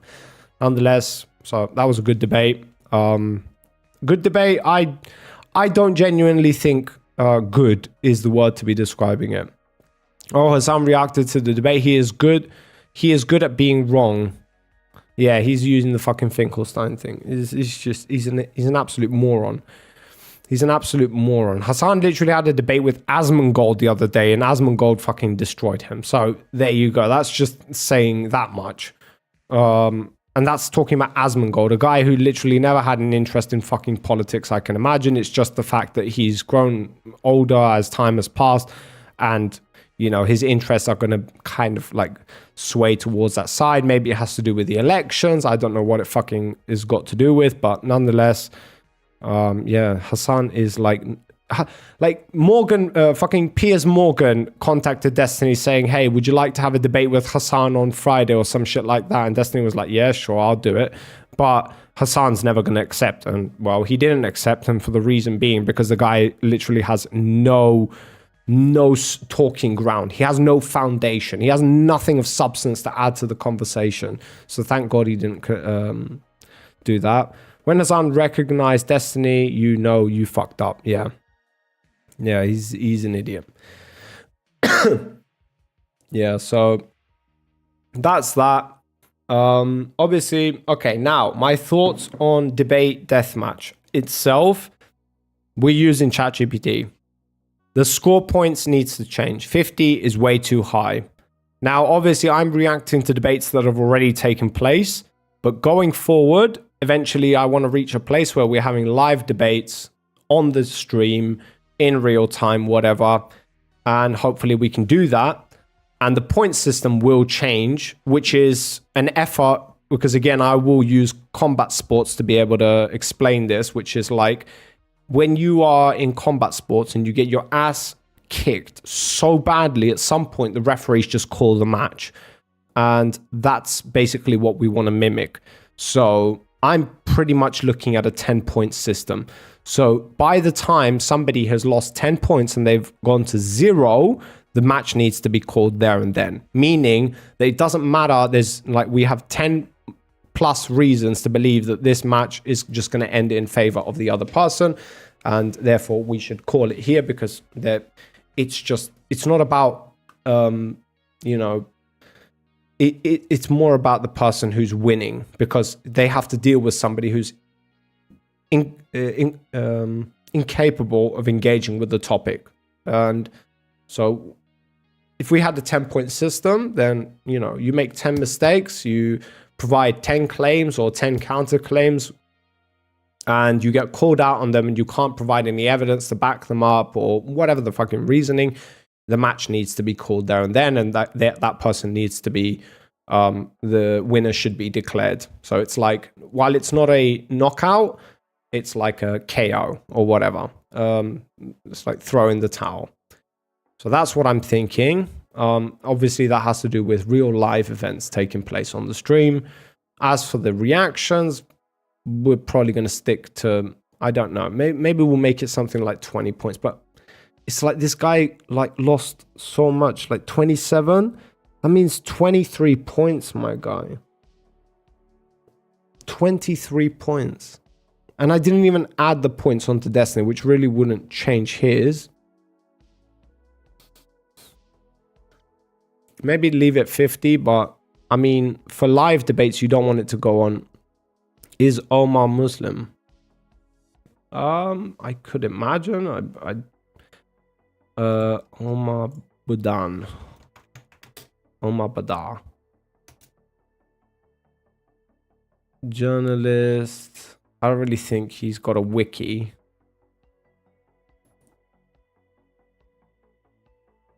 I can imagine so. Is Omar Badar a Muslim? Yeah, they're not gonna.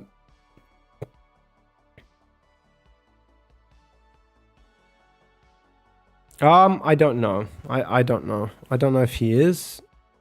American Muslims for Palestine. Yeah, I can imagine he is. Is the deputy director of the Arab American Institute. Maybe this is probably older. I doubt that he's fucking the new Arab. What the fuck is this?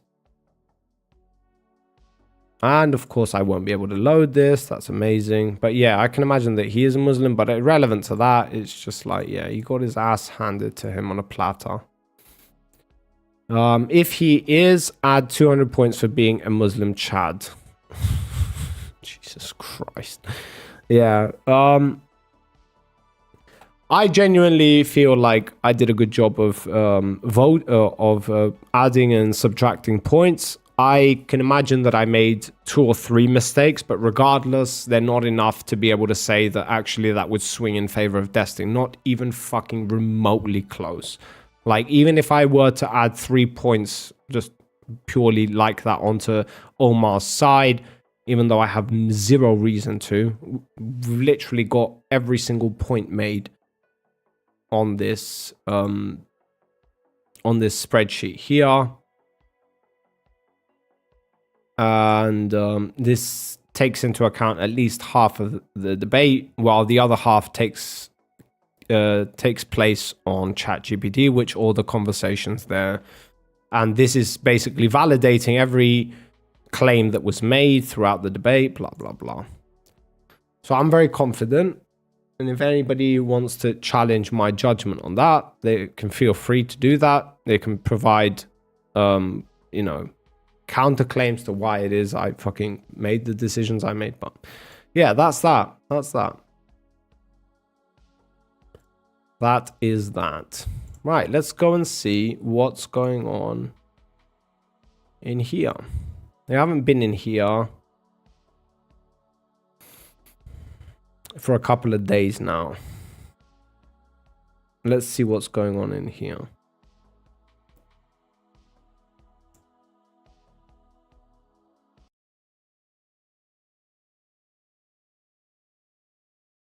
Rambling politics.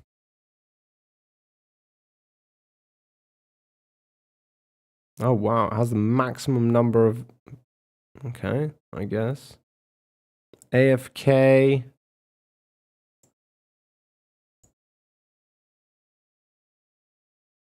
The STOA. I don't know what this is. What the fuck is the STOA? Atheist Helpline. What the hell is this? Atheism promotes online mod abuse.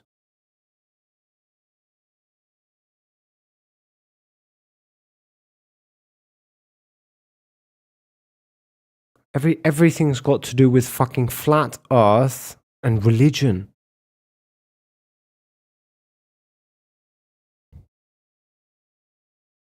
Talks with Forks. Ethnostate.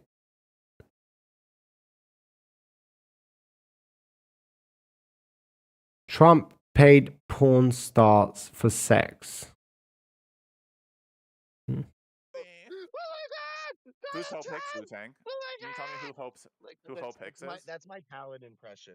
That's literally my Talon Who's Hope impression. Hicks? I've I'm just literally saying seen who Hope. Talon in here Do you for guys hear me crying? months. Do you hear the crying at tears coming out of my every voice right now? single aspect of Donald Trump. Fucking any Hope little Hicks. thing he could, any hair that he could grab, he's just sucking Donald Trump's dick. Talon wants Donald Trump's dick in his fucking mouth, bro. I've seen him in this Discord cry The and projection. Listen to cry him like and full cry projection and mode. cry about Donald Trump with all these stupid lies. And I've seen you adopt all the fucking stupid media fucking narrative fucking talking points. I've seen you fucking eat the propaganda. Your brain is mush, dude. You have So no like fucking when Hope Hicks level of testified in court. intelligence in there. Like you think you're smart, but there's two rocks just rattling around. Bro, there's nothing. So why did Hope Hicks say that Donald Trump told her that he's glad that they paid Stormy Daniels the hush money so that way he won because he basically were in the White House and he's like, it's a good thing I paid Stormy Daniels that hush money. So we wouldn't be here right now. He slept with a fucking porn star and paid her to keep quiet about it. Yep, to win a presidential election. While you had the media suppressing Hunter Biden Burisma story. No, they didn't. Prostitute you guys were trying to get it out, but because it wasn't real. Let's get on. Let's come on, bro. Come on. Tell me the crime, Lieutenant. Are you going to cry another 10 minutes without saying the crime that he committed because you don't have one? Bro. Because this is happening at the exact same time, bro. To I've seen it, to bro. influence the I election. explained it to Why you. do you keep saying prostitute? It's not a prostitution thing. He's not charged with prostitution. You fucking idiot. No. He basically slept with a prostitute and then paid her hush money. No, he slept with a porn star that was going to give away the story, and he paid her hush money to prevent her from killing his presidential campaign. Okay. He was trying to run for president, Liu Tang. Do you have amnesia or something? Is your brain broken? Did you get a fucking head injury and forget that Donald Trump was running for president in 2016? When I'm looking on you're choosing. What you have to understand with an election process, you're selecting the size of dick that's going to fuck you in the ass. You just want it to be smaller and lubed. Right? If I'm looking at these two things, do I really give a fuck that he paid some fucking porn star to stay quiet versus you have a corrupt motherfucker doing corrupt business deals in fucking Ukraine, in fucking China? You have no evidence of what that. about that Chinese Can you show us the evidence? How much money did Joe Biden make? How much money did Joe Biden make off of Burisma? It doesn't matter. You can send money. Well, you're saying, Hold on. Do you know what a money mule is? Do you know what a money mule is? What? What is a money mule? Someone that mules money? So you use your son or one of your family members. They can get the high paid job. They get the money, and guess what? They pay for the money that goes into the fucking assets and the real estate. Isn't Hunter Biden paying for the majority of the bills for his father? What? And this was admitted in the emails. So he's obviously the money mule getting paid and then paying for his father's fucking shit. So don't fucking tell me nothing, bud. I know what I'm looking at. So if I make money, like I'm a caregiver, if I give all my money to my parents, does that make me a money mule? What they're doing is legal. But it's corruption. Yes. Thank you. Corruption. Listen, guys, listen to what he just said. He said what they're doing is legal. Thank you. Is paying a porn star hush money during a presidential campaign? Is covering up a hush money payment during a presidential campaign legal? Loopholes to take dirty money, bro. So, but wait a minute, but he didn't even take the legal loopholes. It can still be corruption when the things that they're doing is legal, because if the conspiracy is found out and they're found out to be doing this, they will be fucking penalized, and then it will be illegal. You can do a couple legal things so on the surface it looks fucking good, so people like you will eat it up all day long like retards. It's not fucking hard to understand, bud. What are you eating? That's making you think like that. You're not fucking engaging in good faith at all, bro. You're eating Republican propaganda and acting like we're supposed to accept it as I'm literally fact. Making a discernment with all the information. All your shit against Biden is Republican propaganda. It's not hard. Bro, all your shit against Biden is Republican propaganda. I'm reading it's Russian propaganda. Transcript from the investigation. You have Hunter Biden. Yeah, and you're fucking stupid. I You're am too stupid to literally see that he quoting said from the that he evidence didn't that have any exists. involvement with Joe This Biden. isn't propaganda. You're believing propaganda. What about You the missed all the parts suppression where of the they fucking said story? that What about fucking the suppression of everything. the Every Hunter time they Biden tried to get story? you in close The to Joe media Biden, Joe suppressed Biden it. and his The team media specifically suppressed fucking it. said, The "Do media not suppressed fucking it. get us The involved in media any suppressed way." it. Every Well, fucking everybody piece of give a fuck about email that. and You were documents talking. and all the You phone don't even calls, lose when you it. actually look at what it says Oh my that there God. was no fucking connection between Hunter Biden and Joe Biden's campaign Yeah, or yeah, his yeah, fucking yeah. team No, or yeah, any of yeah, the yeah, fucking yeah, money yeah. bills they paid. That's what All that I shit doesn't truly mean believe you're anything. corrupt. It's just You're Hunter corrupt Biden got a judicial job, system and that's been that's fucking fucking it. weaponized and has been chasing fucking Donald Trump. Yeah, I really, really believe Donald Trump committed that 90 investigation went felonies. pretty good when they Fucking tried deal to with get it. him on the gun Stop charges being such a to fucking get him baby off and on just wake fucking up. everything else, but the prosecutor Not everybody fucking caught not that. everybody's You guilty of think I am crimes just because fucking you paying think it. attention to what's fucking happening? I'm Justin not Roiland is fucking obviously stupid, not but going to I know what jail. I fucking see. I don't People think like Justin you can Roiland should go fucking to eat all jail the on fucking the small amount of Jewish evidence media against him for propaganda sexual all abuse, you but I still fucking think he want. fucking did it. You're fucking stupid, bro. I can read between Jesus Christ. Like, this is the level of debates that happen. Was there any connection between Hunter Biden's money and Joe Biden's election?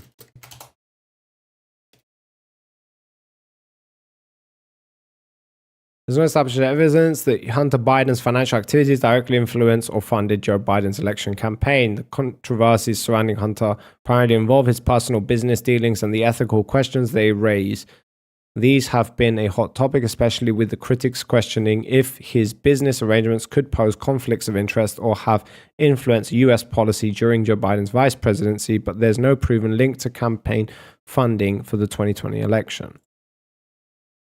Like, bruh, it's just one Google search away. Why the fuck don't these people do their research? You just believe that I have because you enough want to. evidence, bro. There's enough evidence to leave you the line. Prove it, Liu Tang. Prove it. Okay. Here. I'll give you. Hold on. I'll be good faith. I'm gonna give you. There's a company that I'm gonna fucking smack you basically around. United Actually, I'm States. actually gonna smack you the Biden fuck and around. fucking Hunter. Hold on. Biden and his son flew to China. They met with a Chinese official. The next day, that Chinese official and Hunter Biden were on the board of directors of the company that bought out this Chinese fucking company that mines cobalt. And then what are you doing? What is he doing in Yeah, the Rosemont States? Seneca. Pushing all this EV shit. I wonder who's gonna fucking benefit, right? That's not fucking corrupt at all, right? You know, you're influencing fucking policies within your own fucking country that's going to benefit not only China, but your fucking son on that board of This is directors. So here's the you've whole been bought and explanation. paid for by a foreign actor to benefit them while you cook Overhyped. some money on the side. Get the fuck out of here, bro. I can see right through it. Like, you're an idiot. You have no evidence, dude. All You're your evidence fucking is literally laughable. an idiot with Trump Everyone just derangement laughs at syndrome, you. and you're so focused on how much you dislike this fucking But character you literally that you have can't Biden see the derangement fucking syndrome. obvious truth. So who do you like literally better? have Biden derangement Who syndrome. do you like more than Biden or Trump then? Considering that you're saying that people have Trump derangement syndrome. Biden way more. Yeah, I can tell. I can tell, but yeah, I mean, is there anybody else that you would promote? Anybody He better? doesn't care about any of Trump's crimes, but he fucking is I like livid Ramaswamy, dude. I like. You like Ramaswamy, Vivek? I like Vivek. Guy's intelligent, articulate, young, wants to fucking do something. He scammed people for medicine, that like literally life-saving medicine. Look at I that. mean, See in capitalism, right? the chat. It says testimony of Devin Archer paints an unflattering portrait of what Hunter did, but contradicts reports of bribes and material involvement by the president. Contradicts. That the thing that you cited, hold on, you're fighting. contradicts you. No. You're looking for some bullshit article. Read through the fucking transcripts. I read through them. Contradicts the report. Read the It contradicts you. transcripts. Devin Archer I'm not. contradicted. I'm not taking No, that that's what article. it says. It says the Hold on, testimony I of don't Devin care what it Archer says, bro. contradicted I your do claim. not care what it says because I can It says read, it says and the I have Devin reading Archer comprehension fucked you. skills. I don't need to go to a news outlet Devin that Archer has some proved you sort of wrong. fucking spin on it that's been trying to suppress fucking the stories from the beginning of this fucking election process. Come on. I'm not going to go there. I'm going to go read the transcript myself. And I read it. And I came to the conclusion that it seems like fucking Joe Biden's doing some shady shit.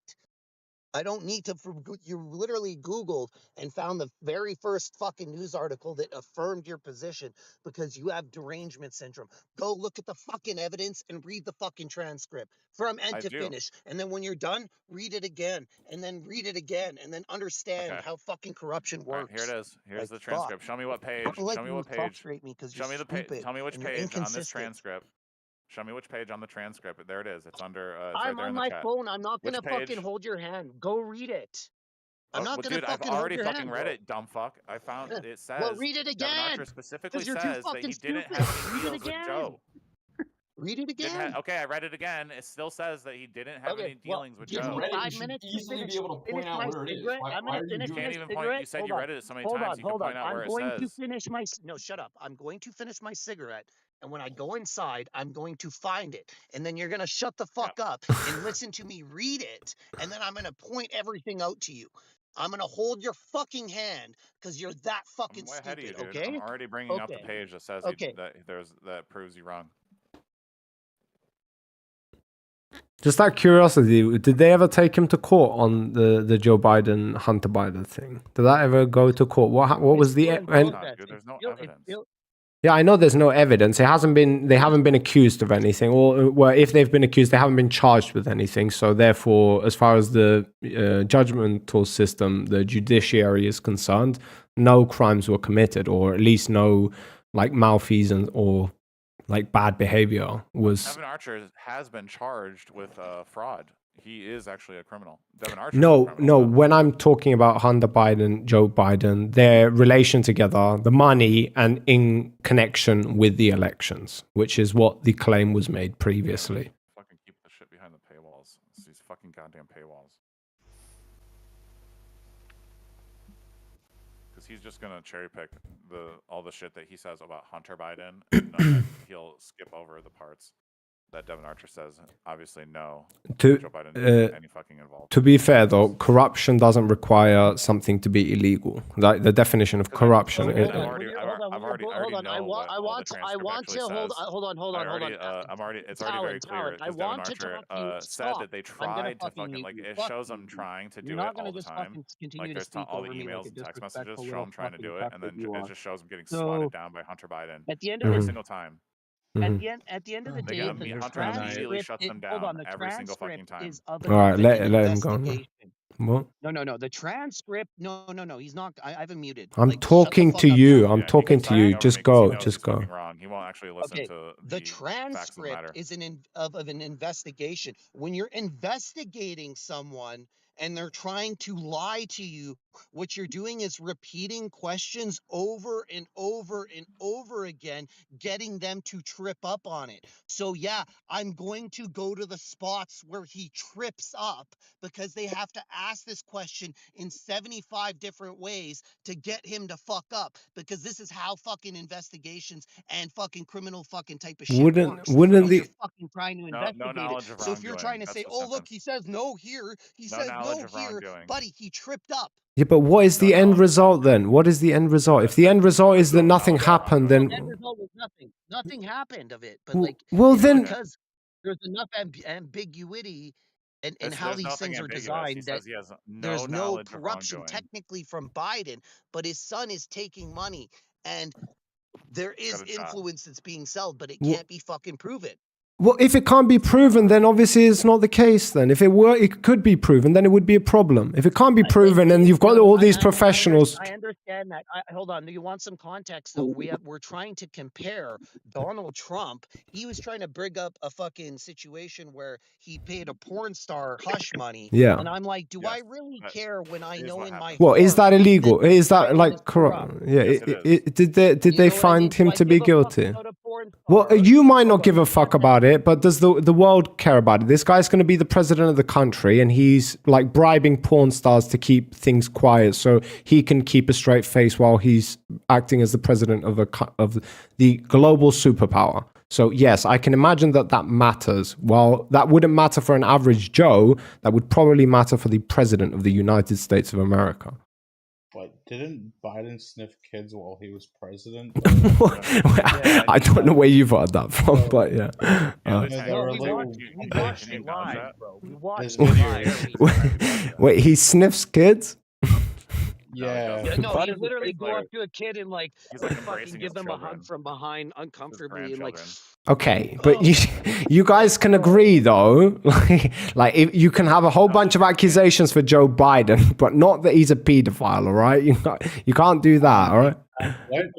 I understand that, but no, that's just Okay. weird the way he definitely. Okay, you might not like that, but maybe he had his reason. Maybe the kid smelled like shit or something. I don't know, man. I don't know, but it's weird, bro. Okay, we can agree that was weird. Fine. Okay, nonetheless.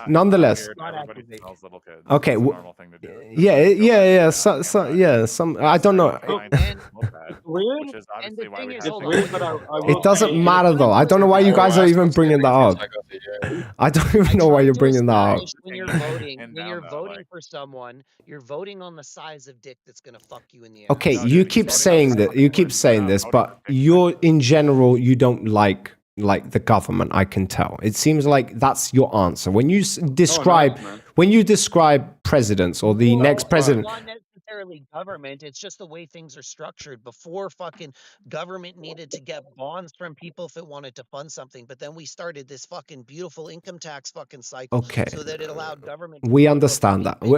Trust me, waste money. I understand you more than you think about this topic specifically. I would probably side with you to a certain extent. The only problem is this isn't relating to the current theme that is being discussed, which is Donald Trump, I can imagine, and he's being associated. Well, guess what? You might think Donald Trump is bad, but look at Joe Biden. That's the argument being had here, not whether or not the government is a bad structure to have. Yeah. Well, Okay. I mean, the structure is bad, so you're voting on what size of dick is going to fuck you in the ass. And if I have to pick between Donald Trump and fucking Joe Biden, under Joe Biden, I've had to let half the people at my company go. Okay, that's fine. You have to understand that there are other elements. Under Donald Trump, I was able to give people fucking making raises. excuses. He's just a shit businessman, is what he is. He's fucking just bad at his job. Right? I mean, I don't care about all this, like, the personal bullshit. I care about the material world.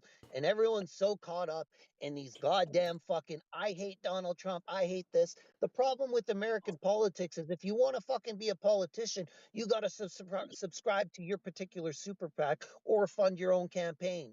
So you're already bought and paid for. Joe Biden has been in this fucking area for fucking 40 years. He's been long bought and paid for. Okay, that's fine. I don't necessarily disagree with the argument that basically you're like both these presidents are not adequate or whatever. Like the question is, okay, so this is the foundation on which we need to build these arguments, which is if we have to choose between Joe Biden and Donald Trump, which seems to be the case, okay, going forward, and in the past that seems to be the case. Now, it's irrelevant of whether we don't want to look at it as a dick, okay? We want to look at it as these are two individuals.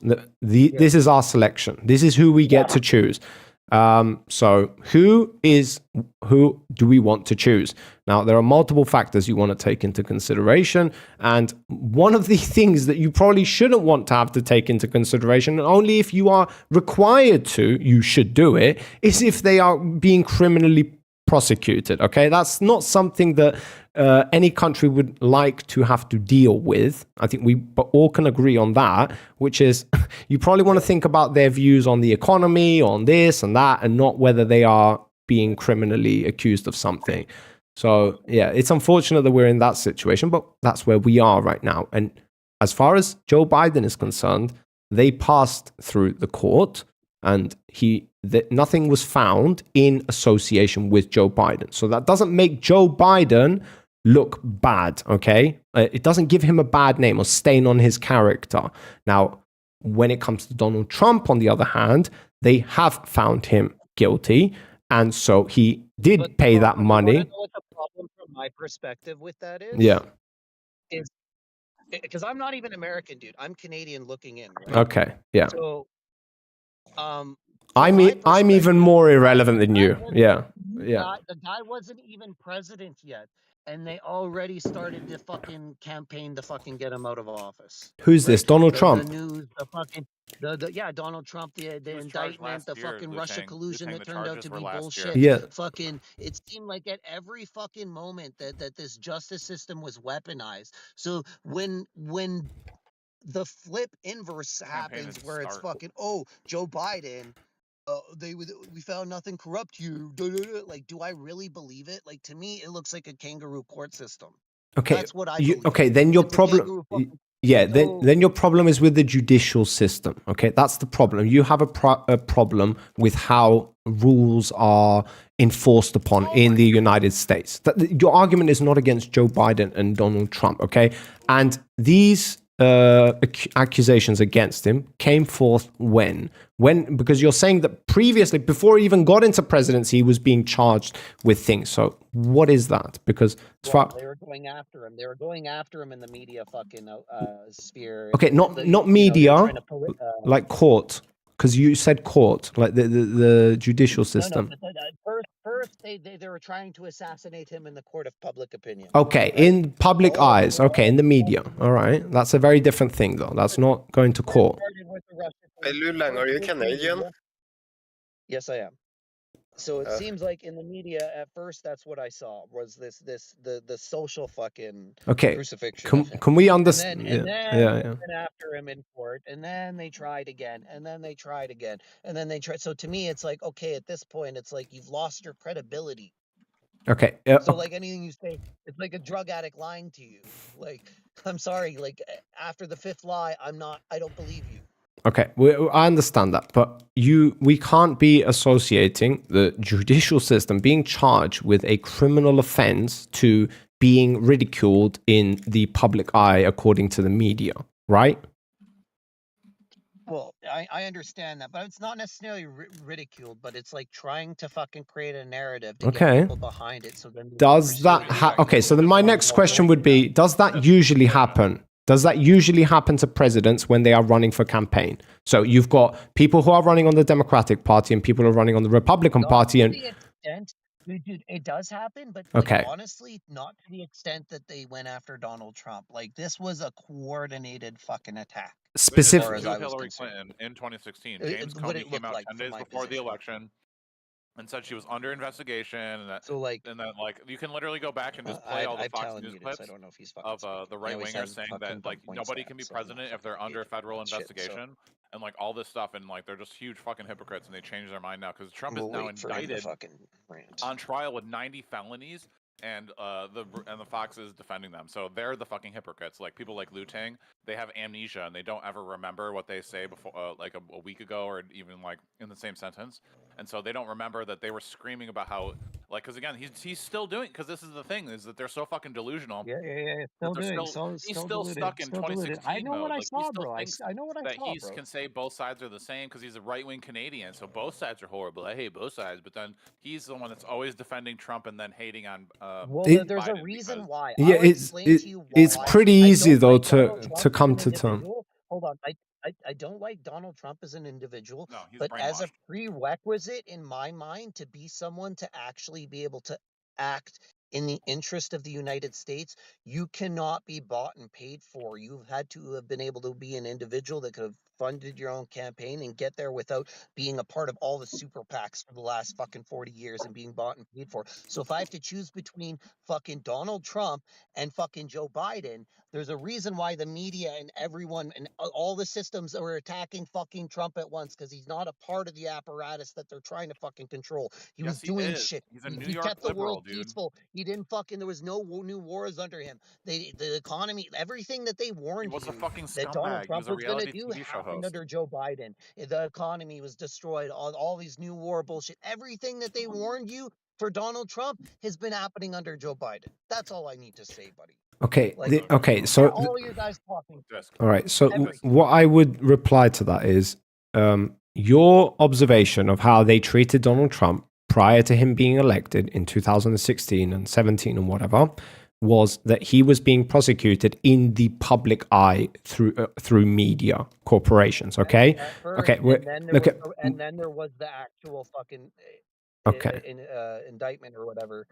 Which happened while he was while he was the president. Yeah. Okay. Yes. Now, because now we are looking at things at the present day. Okay. And you can obviously say that certain things that he did during his presidency or he's being accused of during his presidency have now rolled over and now he's going to court for those things. Okay. So now the things that are being said about him in the media and the things that are being, Donald Trump is being accused of is not, hey, he's a scammer, he's a grifter, he's this and that, which was what was being heard in 2016, I can imagine, because that's pretty much what every president will hear if the opposition has an incentive to make them look like shit so they can then garner more attention on their side. Right now, he is legitimately being accused of crimes that he has already been found guilty of for at least one of them, we know for sure. So the narrative in 2016 is not analogous to the current one. Sorry? That being what? What? It said that being what? It's not analogous. So your perception of Donald Trump saying that, hey... No. You said he got fucking convicted for something or whatever. Yeah. No, I can correct that. So, yeah. DC, so he hasn't been convicted of any crimes. He's on trial right now. Yeah, on trial. The first 34 felonies, which is the business fraud. It's technically a type of business fraud. Yeah. Where he used his business to cover up another crime. Mhm. So he committed a crime with his business, which is by itself kind of a small crime, and then also he committed the campaign finance laws when he paid the hush money, which obviously by itself is kind of a smaller crime. But he took both the crimes and did one to do the other, which turns it into a felony. Okay. All right. So obviously I've got that confused. Wait. Yeah. So he's currently on trial for that. There's Okay. about 2 weeks worth of witnesses, and on Friday, Yeah. Hope Hicks, one of his most devoted right-hand people, Yeah. had to testified in court that he told her about the fact that he was happy that he paid her. That he paid off Stormy Daniels so that they could get to the White House. Like she threw him on. She started crying because she knew that she was implicating Trump in the crimes. Oh, okay. All right. So he Fucking over for it's fucking so over for Trump. Like he's going once he's convicted, like all this shit with Lutang and let's So is that why? The problem is what? Hold on. Even if he is convicted, even if he is convicted, I don't think that he's going to lose support at all. Right? That's a problem, though. That's not a good thing. That's not a good thing. That is not a good thing because guess what?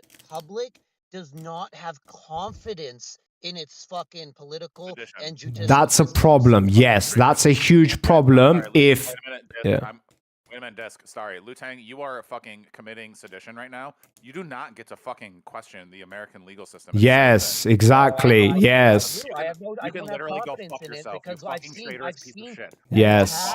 After Do not fucking say that shit again. after fucking attack of trying to put this guy behind bars or stop him. Yeah, but you keep saying that. But you okay? Political battlefield, so you have to try and jail your political. Hey, every fucking turn. Lutang, though. There's a jury.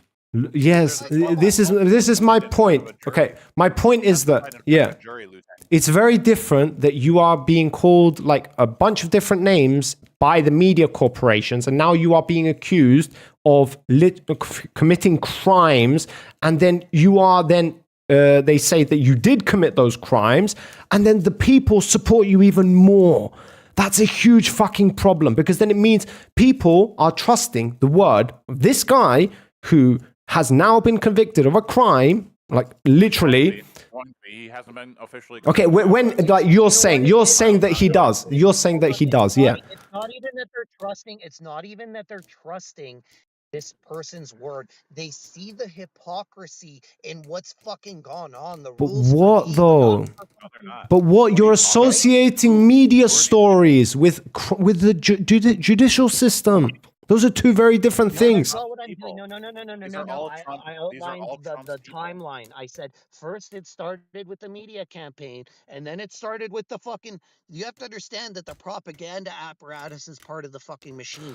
You have to get the public perception to fucking think a certain way. You program people's minds with that fucking tool, right? They all hammer the same talking points that people like Talon fucking eat up like garbage. And so Liu Tang, of course, is delusional. What happened is that Trump knew that he was going to get about to get charged last year. He knew all the charges You don't were have coming, intuition, and so he bro. announced You can't read his run between for the president. lines. So Like you have to understand that, like, because you he wouldn't. Yeah, but intuition isn't always a good thing. Intuition isn't always a good thing, especially when you're dealing about crimes. I'm not saying it's always a good thing, but dude, look at these fucking politicians' yearly salaries. Look at their net fucking worth. Yeah, but then your problem is with all politicians. It's not with fucking Donald Trump. Yes.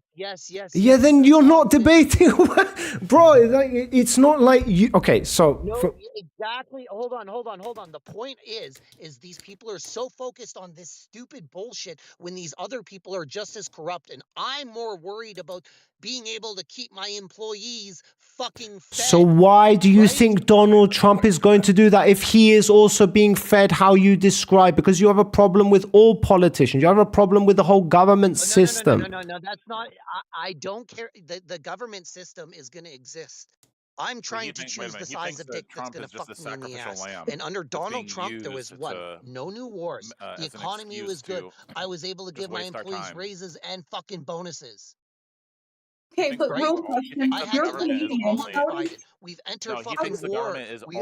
Everything seems to be falling apart. Yes. I work in the trucking whether or not industry. he I is get going to to have see more truck drivers. how much people Like, are both things are consuming. happening at the There's same more time. work for me out there in terms of working on trucks and trailers if people are buying and the economy's moving. I have Trump's a direct golfing. pulse on the economy. I can And guarantee you under Trump's golfing right now. fucking Trump, it was pumping like a motherfucker. It's dead right now under Biden. Okay. Biden's killing it. Okay, bro, you have to That understand. was Obama's economy, by the way. Bro, you have to understand that the same thing can be said about every two previous presidents. So you hear this all the time. President Trump and Biden collectively created more inflation or more money than Bush and Obama. And then you can do the same thing with President Trump. So you can say President Trump and Obama created more money than Bush and whoever the fucking president was before him. So this is a inconsistency within people's mind. You think that somehow these things are interconnected. So my argument to you is, what if you are wrong about the economy and actually, no, that isn't his strongest argument, or maybe it is his strongest argument. If the economy is Trump's strongest argument, I would be very skeptical of him, okay? If the best thing your president can do for your country, okay, is the economy, even though, like, you have literally the Federal Reserve. You're not just like any other random company, country that has their currency pegged to the dollar. Like, you are the guys who issue the currency, and then that's what has ripple effects onto every other currency. So, like, your issue is not. Do you have something to add, my guy, or what? Chill. I'm just trying to change the show now. You have to understand that, like, there are a lot of forces at play in this fucking world, right? Yeah, we understand that. It's not Yeah. it's not as binary as fucking Donald Trump and Biden. Well, right now it is. It seems. Donald Trump committed crimes. Right, but that's all the that thing happened. is materially speaking, you know, I don't think that the Russia war would have broken out if we would have had another Trump presidency. Why? Bro, I literally live in Russia. What are you talking about? Honestly. Honestly. Does that have anything to do with it? Okay, right. It doesn't have anything to do with it, but I'm saying that you're talking. Hold on. Yeah. Everyone looking at the United States with Biden who can't even fucking put a sentence together. The guy, like, there is no business running at this fucking point. Like, the guy Okay, so wait, let me just, because the guy called me out and he says basically, just because I say I live in Russia, to a certain extent, it doesn't have anything. Just because I live in Russia doesn't have anything to do with it. But at the end of the day, I go out, I see what life is like here. So I get it's a personal opinion. It's not really relevant. I get your argument, but at the same time, it's like, yo, you can't seriously be thinking that who was the president at the time would influence like Putin's decision to invade Ukraine. Like, You can't. That's witchy. I think the United States was a lot more postured, and a little more aggressive under Donald Trump. I think he was a little more hot-headed, and I think people fucking saw him as a bit more of a wild card. When you're playing poker against someone and you don't really fucking know how that person plays, you can't bully them on the fucking poker table. But when you know that they're passive and they'll only play good cards, you can push them around and scoop up the pot. That's basically what's fucking happening here. We know Biden's weak. We know he's not going to move his hand. Donald Trump was more of a wild card, and I think that's more beneficial. Speaking of poker, jump in. Biden got Ukraine. No, let's just hold on, So- guys. Have I pivoted the conversation? If I have, you can go back. Yeah. No, wait, I don't want you guys to get too pain, like, your brain to get too pain. I don't want too many brain cells to be lost. So Yeah, Biden okay. literally passed Ukraine aid and sent a bunch of money to Ukrainians, and we're now just taking out Russians with our with all those Biden bucks. Yeah, I know. Yeah, that's true. Tepe, a ty говоришь по-русски? Tepe? Who's Tepe? А ты говоришь по-русски? Нет, брат. Очень мало. Suka блядь. Hey, speaking of poker, jump in. Everyone should jump in, man. Почему ты вопрос меня? I don't play poker unless it's fucking $100 hands, bud. Wait, somebody was talking Russian to me. Why are they talking Russian to me? Just because I live in Russia, do I sound like I'm from Russia? Yeah, not really, no. Yeah, здрасте. No, I seriously don't think there would have been any fucking. I don't think. I don't really think you should think that you know that. Hold on. What you have to understand that their countries wait for the opportune moment, right? I don't think that Russia would have not done this eventually, under the right circumstances. I just think the circumstances became right for them to fucking do it, right? So, and for all you know, this could be one large fucking game, and we're all fucking idiots. This is one big charade. They're getting ready for the central bank digital currencies. They've already bought all the farmland. Okay, before we go down there, before we go down the rabbit hole now, right? Okay, one second, my guy. Okay, so you literally got Biden. Yeah. Okay. No, don't go down the rabbit holes. Let's stay above ground for now. But yeah, as far as Ukraine goes, you really think that you have one president, okay, who literally openly stated that I will end the Ukraine-Russian war in one day. How do you think he's going to do that apart from saying to Ukraine, hey, adhere to every single one of Russia's commands and pull back your forces and give Russia exactly what they want? How else do you think you get to end the war? You don't. So the idea there is based. Okay. So, I understand that. I'm not finished though. I haven't finished. It's only half of the statement. It's only half of the statement. I know what you're saying. Okay. No. I haven't even started yet. I haven't.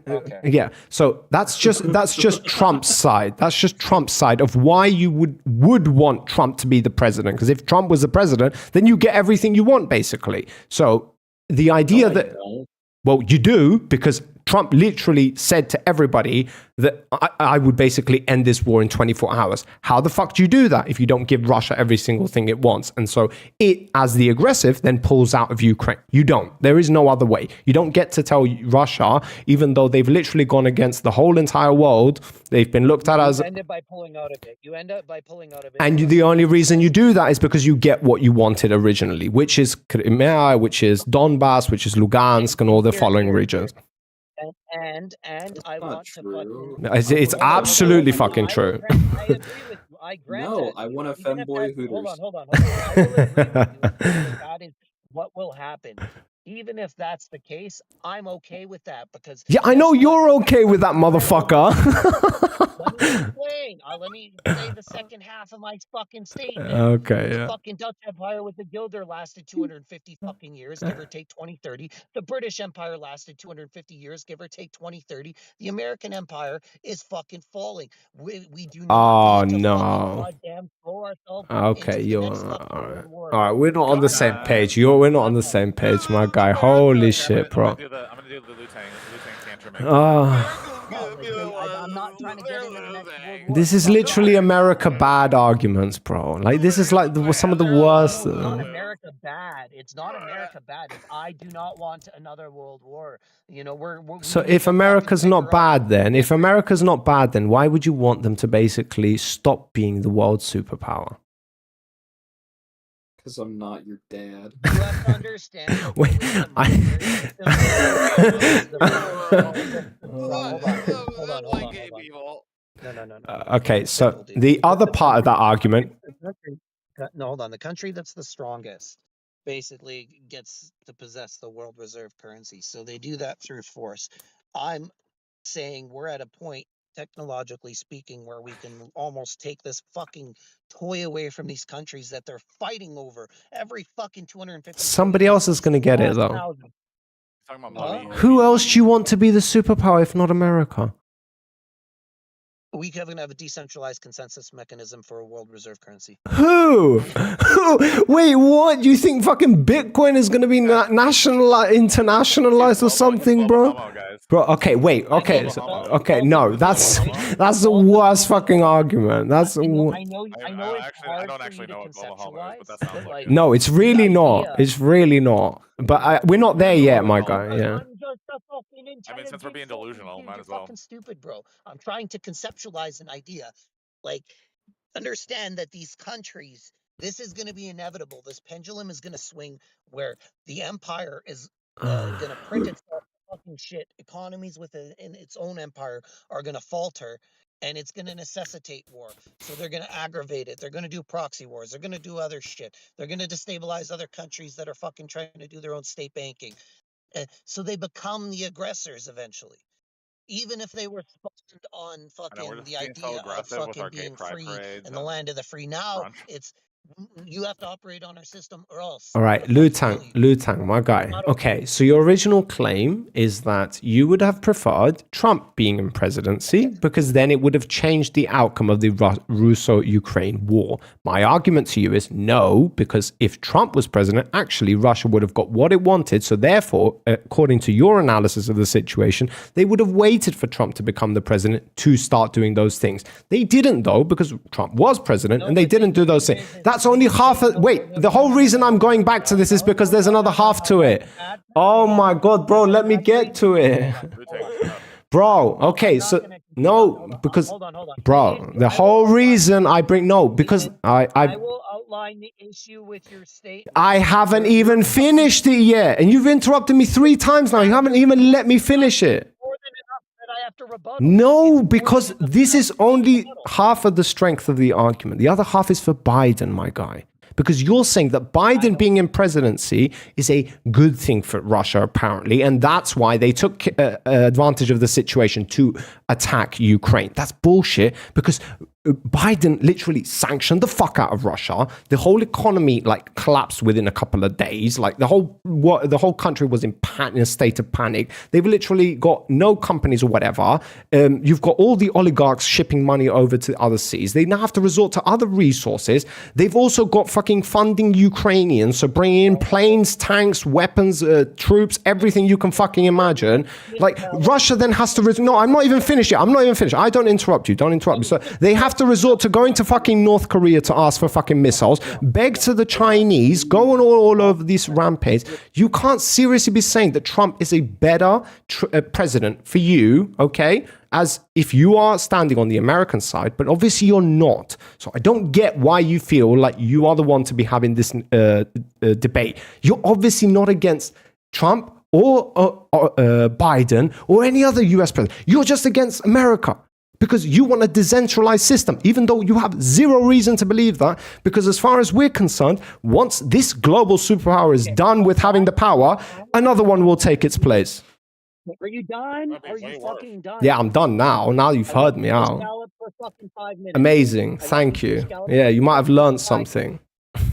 No, you just said a bunch of nonsensical fucking bullshit. The first issue is you're fucking saying, oh, if Donald Trump was president, he would have gone in anyway and gotten it. No, he wouldn't have. I'm saying he wouldn't have gone in the first place. No, because no, that's not what I said. Why are you gaslighting the fuck out of me? You're strawmanning my argument. That's not what I said. I said Russia would have gotten everything it wanted, so it wouldn't have a reason to go in because they got everything they wanted. My argument is that's not a good thing. Your argument is I'm totally okay with that because I want a decentralized system. They wanted. They would have had to go to war. They wouldn't have in the first place.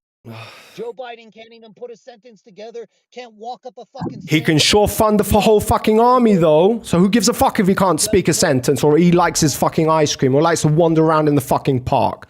Yeah, I'm gonna speak over you because I'm losing my fucking boyfriend. He gets to have sex with his wife, guys. Remember, Joe Biden gets to bang his wife. Keeps global peace, but he likes ice cream, guys. I mean, come on. Seriously, you really gonna support this guy? I'm not fucking engaging with. Okay, I'm done. I'm Lutang. Okay, I'm done. I'm done. I'm done, bro. I just can't. Okay, I'm done. All right. Talk. Okay, all right. It's okay. Chill out. You can talk. Shut the fuck up. Okay. Like, let me fucking reply. Don't let me fucking. All right, just engage with what I'm saying and don't gaslight me. I'm not gaslighting you. You're gaslighting me, bro. My position. Holy shit. So like, and it's not hard to understand that I think that it wouldn't have fucking happened under Donald Trump. I thought that his foreign policy was a lot more fucking strict than fucking Biden's was. Yeah, and Biden, to me, wasn't even cognitively there. So you have the super PACs and all the other fucking people that really pull the fucking strings, fucking wanting this fucking war to happen. Because guess what? That just means money for them. Cha-ching. So let's make it fucking happen. Let's sanction these people. Let's fucking make the fucking war happen, bro. Like, that's the way I fucking see Okay, the only problem with what you're... with impunity, not impunity, but with autonomy and not being beholden to the fucking super PACs. That alone allows that president to be able to make a choice in the right direction. He may not be the best president, but he's not beholden to the fucking super PACs. He's the only one that can make decisions to better America. People don't realize this. It doesn't... How does Russia having control over Ukraine better America? You've literally... Russia, I don't care about this fucking... Like, it's just... Again, you don't care about it because it doesn't suit your agenda. That's about it. All this fucking shit in Israel, all this other shit, ever since fucking... All the shit that they... Trump literally openly supports Israel. Every claim that they made towards Donald Trump, that he's going to start new wars, that he's going to fucking destroy the economy, that like everything they fucking said happened under Joe Biden. Oh my God, bro. Okay, so your argument... Why are you upset for me from fucking saying, hey, life because I'm upset. And I would like when it was good because I could pay my fucking employees. I didn't take a fucking salary for almost a year because of fucking Biden. Okay, we understand that, bro. Okay, you're Canadian. Biden has nothing to do with you. You should be fucking directing your anger at Trudeau. Okay. This is like Okay, so the problem here is you're saying, all right, you're saying that I want Trump to be president because then Russia doesn't start a war with Ukraine. The only problem with that sentencing or that wording of the phrase is Russia gets what it wants. No. That's not what I said. I said, I think in my own heart that I don't think Russia would have invaded Ukraine if Donald Trump was still president. I didn't say fucking how you worded. I said, bro, he's been in there since fucking 2014, like 2011 and shit. Was there any new wars under Donald Trump? Bro, Crimea's literally been annexed since fucking 2014. What the fuck are you talking about? We had 7 wars under Trump. I'm saying, was there any new wars under Donald Trump? No, we were maxed out on wars. Dude. We had 7 wars going on. Oh my God. Okay, so 7 wars.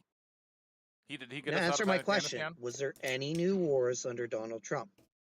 Okay, do you understand that ongoing wars, all right, are also an issue, right? And was there any new wars under Donald Trump? No, there were no new wars. Does that satisfy you? Can you now sleep tonight? Was there any new wars under Obama already got us out of Iraq?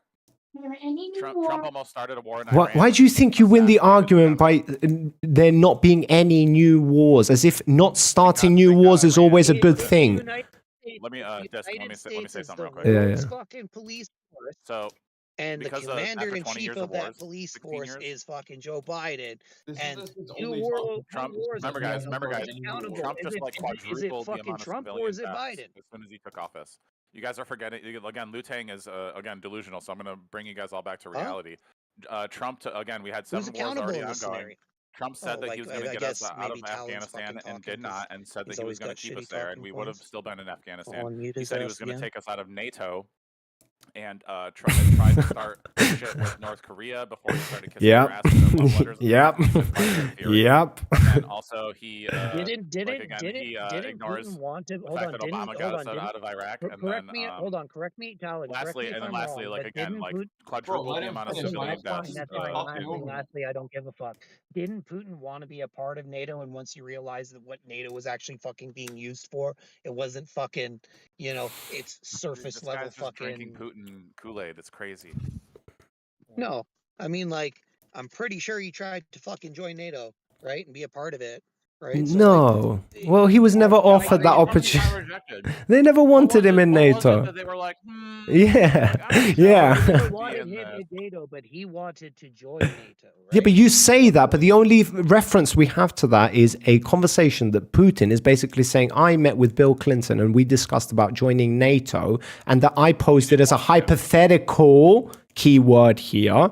And Bill Clinton says, that's interesting, and then came back to me in the evening and told me no. All right, that's the only conversation. So Putin doesn't even have the balls in that situation to basically say, no, I requested to join NATO. No, what he wanted to do was pussyfoot around the conversation. And in the event that they would say, yeah, you're totally welcome, then he would be in a position of power. But in the event that they don't welcome him, he can look like, oh, I never asked anywhere. So yeah, as far as I'm concerned, that's about as pathetic as it gets. This is like 2000. I mean, you're right. It is pathetic, but like you're still trying to fucking understand where what the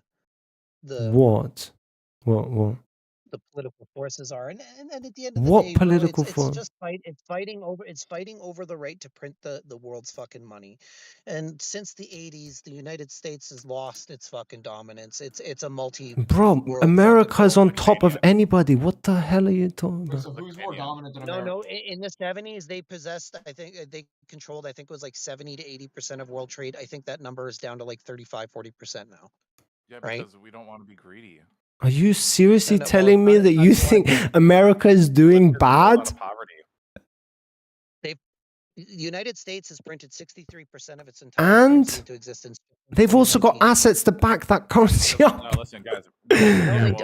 What do you mean? What about all the oil they fucking export? They're literally the same. You understand that the system failed in 2008. Oh no! The monetary policy was to debase the currency. There's literally not one graph that doesn't go to the upside. No, guys. So what he's really talking about? That's the problem. Money. The problem is like, I'm talking about purchasing power. When asset prices go up, purchasing power goes down. Does it not? Not necessarily if you still have more money. What he's leaving out. Wait a minute. So Disc, give me 1 second. So what he's talking about is technically true. Like we did, like quote unquote print, but we didn't really like print the money physically. We basically just took a massive $12 trillion loan out with the Federal Reserve 30 because of the pandemic. Because basically we literally paid the bad $20 loans. trillion. You got to remember that Donald Trump paid the bad dealt loans. a- They basically the paid biggest the bad GDP loans. drop Talon, in they American basically history. paid off the bad loans. Money printer go. So yeah, they weren't really printing money. It's just that the economy would have literally cratered into a black hole if we didn't magically just take $12 trillion and pretend that it was there so that way the economy could continue doing its thing without killing everyone and killing all the jobs. Like it would have been a mess. So like this idea that they're like, oh my god, now we that printed you're all this muted, money. I'm Like just no, gonna we speak just over you. saved So the they economy bought by back. pretending They that we didn't buy didn't back, but they lose basically $12 paid off trillion all the fucking bad a fucking mortgages. month. But all money is the issuance of fucking Oh no! Oh no! Oh no! Right? So the largest, Suddenly, the like largest we lost issuance like of debt is a 120 fucking million, house. So like it was like millions the, of jobs. the Businesses money that's in just circulation instantly that was destroyed. supposed to be pulled out of circulation is indefinitely in circulation now because It was never no. they, So that's the they thing, though. did that Is once the quantitative real easing. once So the real money came back and they were replacing like that, that's the just the fake fundamental truth imaginary because money money's that not he being pulled out supposedly of the, said the is being system printed anymore. is gone. That's just Like, how it because it was works, just a loan. right? It was just If an you're IOU not paying that we these, were if like, you're not paying these you know, they loans were back, like, we know you're good for it. Like we're cool. Like the Federal Reserve. no, but That's here, that's what we do as an talent. economy. I'm is to trying to make be sure good that faith. I want to be things good don't faith here. fucking I go literally agree with you to a certain extent. into What I'm Fallout trying to style. say is when they basically paid off all the mortgages, right? All that money for the creation of that mortgage that paid for that house, that paid all those workers, that paid everything, like that money technically is supposed to be paid back almost double some by the end of that mortgage. So you create money and you pull money back out, right? When you didn't pull the money back out and you just paid the bad loans off and you put the assets back on the market, what you done is you didn't pull the money out of the economy. So now there's more money, base money just circulating around. It's a debasement of currency. And after that, quantitative easing, we've required more and more printing since. So much so that in 2019, I know COVID's a one-off, but we printed 63% of our entire currency. And since the beginning of time, until fucking 2019, 63% of it we printed from 2019 to now. So like, don't tell me that the monetary policy is sound. It's downward spiraling since 2008.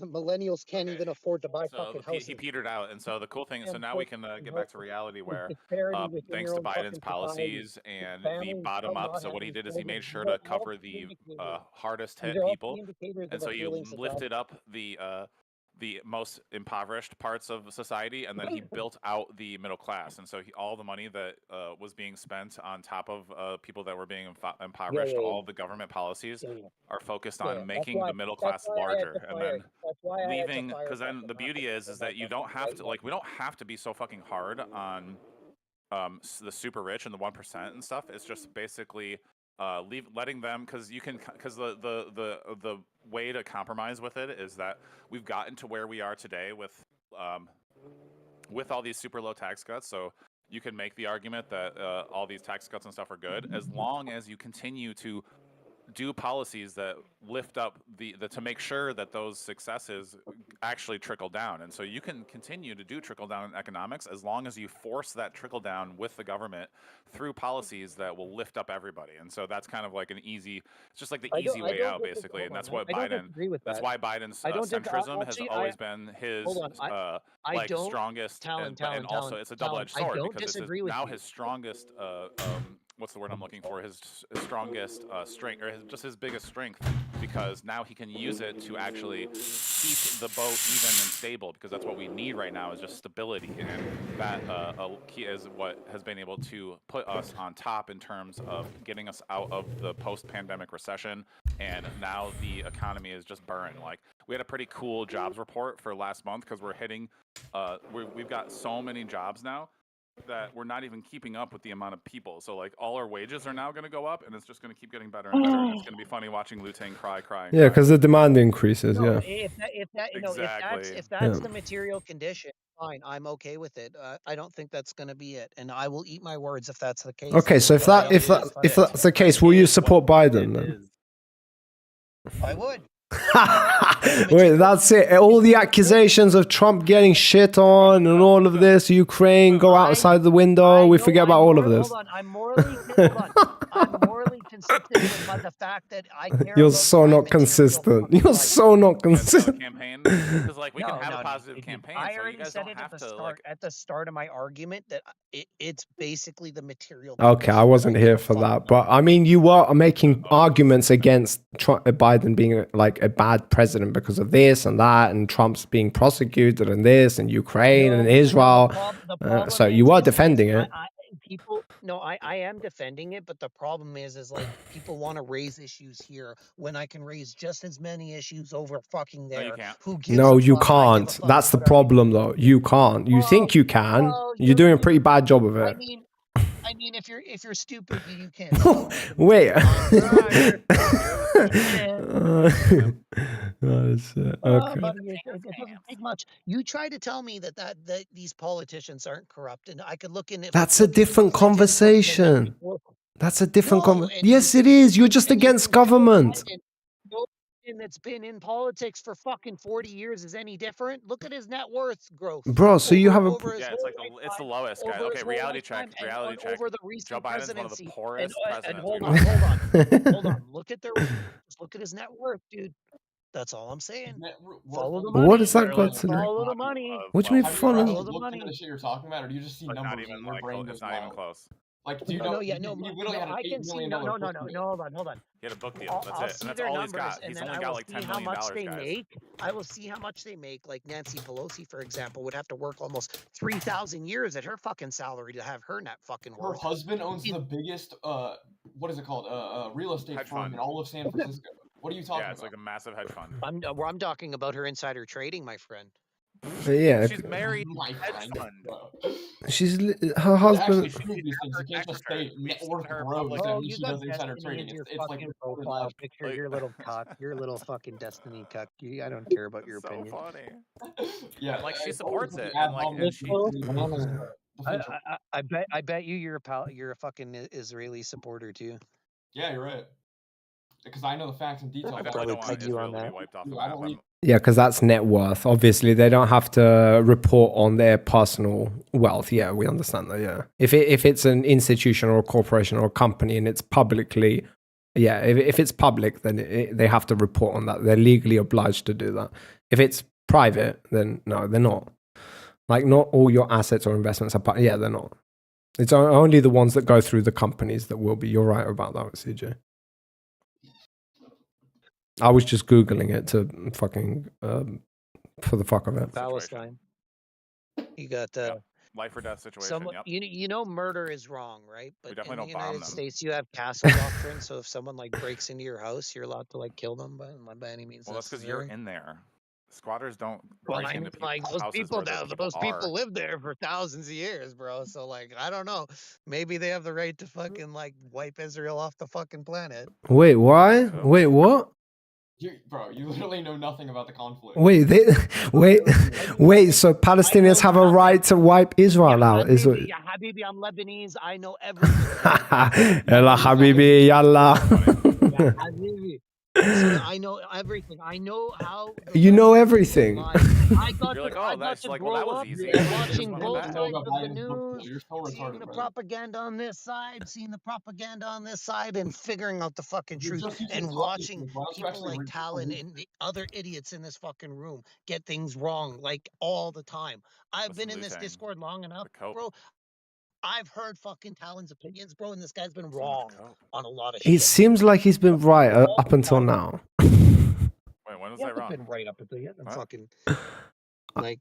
I've heard him for the last hour now. It doesn't seem like he's gotten anything wrong. He's not making any wild accusations. He's not reporting on any like sketchy fucking website that he just crawled out of. It seems like he's taking things from reputable sources. Like, yeah. Yeah, that. I mean, wait, so we have a problem with that as well? Do you not like reputable sources? Do you like sketchy websites and like conspiracy theories? I do. You have to understand that, like, you have to know who's speaking to you, and when you see an apparatus, a media apparatus, all saying the same talking point to the point where you can overlay 50 of them, and it's like they're all talking like robots saying the Yeah. same word at the exact same fucking time, bro. Like, come on. You So, can't and do I'll research give you to a find out if it's true or not? I'll give you an example. I'll give you a To prime verify it for yourself?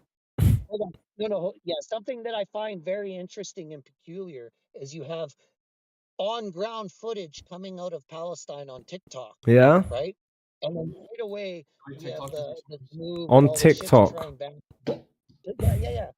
Because the media's got to get out one way or another. So if you can't see the atrocities through the propaganda media stations, it's going to get out. Information transfers over the internet. So if you have information that's transferring over the internet and instantaneously you're trying to block it, that's mighty fucking convenient, especially when I see the narratives and the lies. It all adds up. I have decades of fucking looking at this shit. Wait, so we're looking at like a minute worth of TikTok clips to assess a situation that's been going on for the last 100 years, are we?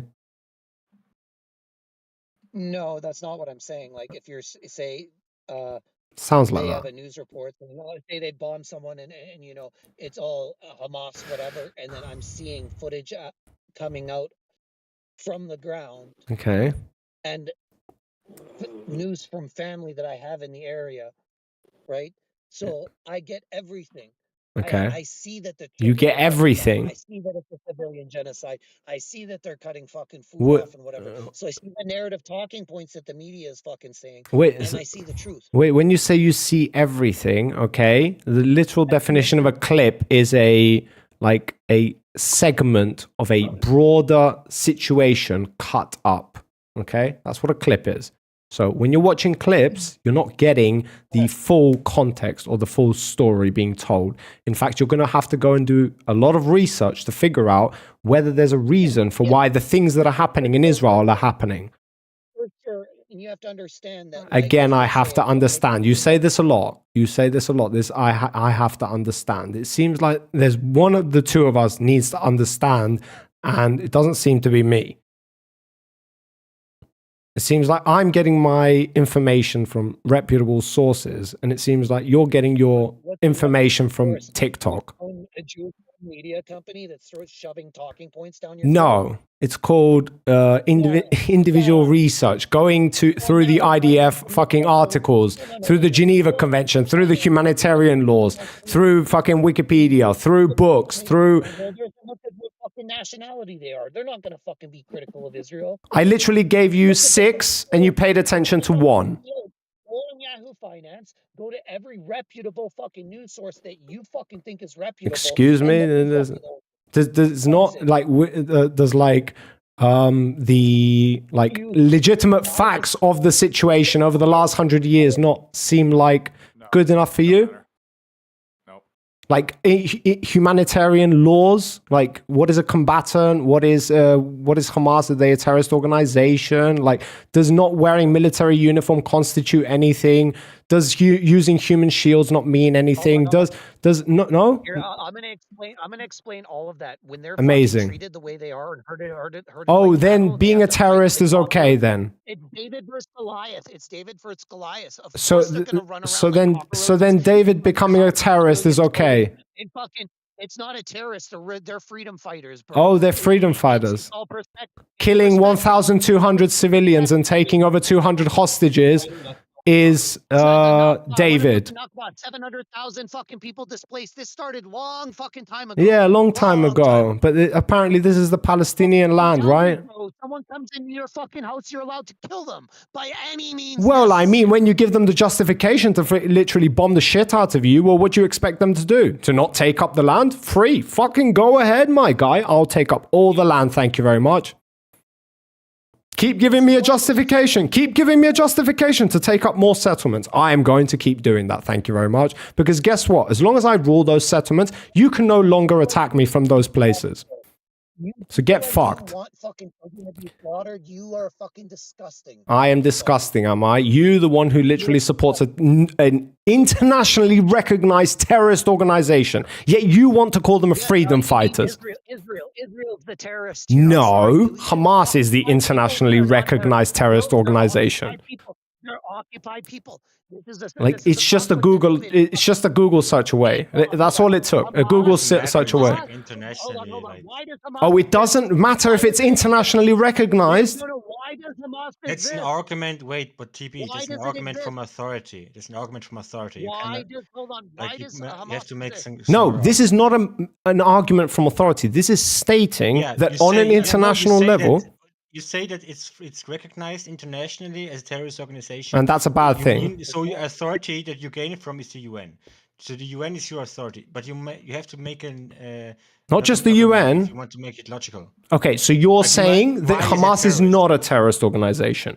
You're saying that all these. asking you, why Okay, is it terroristic? so I'm Like, saying how is to it you, all right, my answer to you is you have these professionals, okay, these people who are specialized in that aspect. I don't need to be the UN to be able to listen to what they're saying and come to the same conclusion as them, which is you have an organization that does not wear combative, meaning military uniform. So they don't separate themselves from the people, first of all. They Then aren't. give Palestine tanks and weapons and let them fight on the battlefield. I mean, They your can't. argument is They're absurd considering the October 7th They're attack. literally being fucking herded like cattle in a fucking open air prison with the United States funding this other military to the tunes of billions of dollars. This is David versus Goliath, motherfucker. Again, you keep going to the David versus Goliath. You want to make them seem like a nice people. They've literally been propped up since like forever by the surrounding nations to be able to do the things that they're doing. Like they have no reason to surrender in their minds. After this fucking Iran missile strike, everything changed. They showed that Israel can be fucking touched. Put up the best defense that you fucking can. We're gonna telegraph our fucking move 72 hours in advance, and we still hit the fucking air bases. Yeah, We yeah. didn't harm civilians. One was a accident. It is what it is. But we can still touch you. So now the dynamics changed in the West. Israel can't act without impunity at this fucking point. Shit's gonna fucking change. Trust me. What's And gonna guess what? change? Why would it I'm not gonna change? I will keep my mouth shut when fucking Jews get slaughtered. Jesus Christ. Holy fuck. You think Jews are going to get slaughtered? You think Jews are going to get slaughtered, even though, like, you literally have one of them being supported by a terrorist organization. And I know the other guy doesn't like the characterization of them as terrorist organization. They're saying I'm appealing to an authority. Hey, listen to me. I don't need to be a lawyer. I don't need to be a lawyer. You that they're a fucking terrorist. I'm still gonna fucking dunk on you. Okay. I'll say, okay, fine. I'll give you that argument. I don't believe it, but I'll give it to you. What? You'll give it to me? Hamas in the first place. Wait. What are the conditions? What are you giving me, bro? I still don't understand. You said you're giving me something. What are you giving me? Oh my God, just shut up. I'm saying, okay, I will give you the calling Hamas terrorist. But why does Hamas exist in the first place? This conflict started long before Hamas came to fruition. Hamas is a direct result of living under occupation. And why are they living under occupation? What? By definition, it is a resistance. Okay, why are they living under occupation? Bro, it's a resistant force. You can't hear the God, you stupid. I muted you. I'm not engaging with this. I'm already upset enough. I've had to bury fucking family members directly from this conflict, bro. So you can eat a fucking dick. I know what's fucking going on, and it's fucking personal. Okay. To eat a fucking dick. Wait, me? Biden's definitely a criminal. Yeah. Okay. Fucking Biden, fucking. I bet you're. What, do you want to continue? Do you want to continue? It seems like you want to continue. I stopped talking. Do you want to continue or not? Seems like you don't. I don't understand. Do you want to stop? I got this guy muted anyways. Wait, what guy? Can you not hear me? So fucking frustrating. Anybody record that, by the way? Wait, am I muted? Oh yeah, record it. Send it to the fucking mods. Yeah. That's the typical. That's the typical thing people like you libtards do. Let's get him canceled. Yeah, show me more of that evidence of Biden crimes. Like, Wait, what? Wait, am I muted? I can't tell. Everybody on the call was a pedophile. How much money? Yeah, that's not like. No, I bet he's a pedophile supporter. This guy Joe this guy's Biden's a business big wouldn't last pedo. 10 fucking seconds. Sniffing fucking children. Yo, Talon, am I muted? No, you're not muted. Okay, fine. Okay. So who was muted? Who got muted? Somebody got muted. He said somebody got muted. Violating TOS. Omniliberal? Yeah. Yeah, I mean, he's muted. Oh, wait. Destiny's in the chat? Which Destiny? Well, the Omniliberal. Is that what he is? Yeah, apparently. That's his name, isn't it? Wait, Destiny, like the streamer guy, yeah, the cock. It's in the chat. At least fucking Mr. Palestine over there would say so. But yeah. Yeah, Destiny's a fucking retard. Yeah. Yeah, we knew that. Because of the profile picture, I thought like, what the fuck? Yeah. I actually thought like Destiny's here. No, like Omniliberal is his handle on Well, Twitter. he's actually pretty intelligent, but I think he's paid. It's a paid fucking show. I don't. Can't be that stupid. I love how people you just throw out claims. Like, point you're like, oh, he must be paid. Other than like. Yeah, I know. Yeah, they don't like it. They come on Discord, the public fucking application that anybody can join, and spew bullshit, and then get called out on it, and then they cry.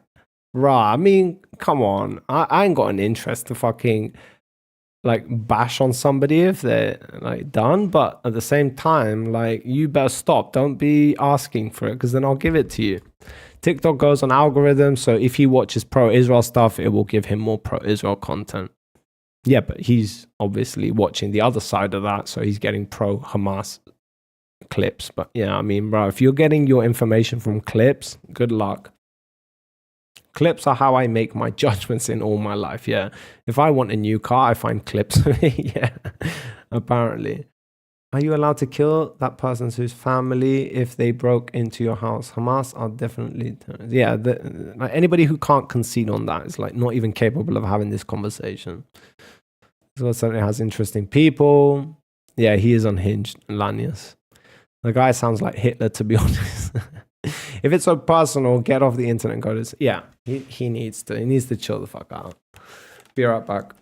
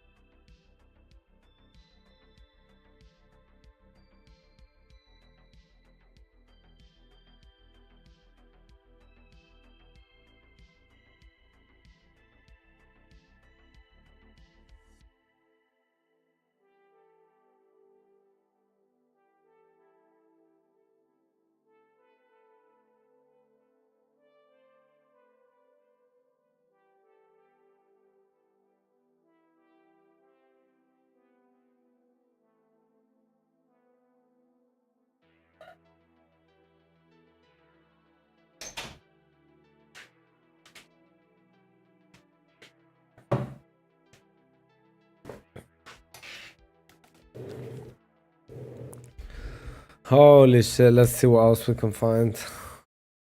Let's see. Oh, they've all gone. Okay, good.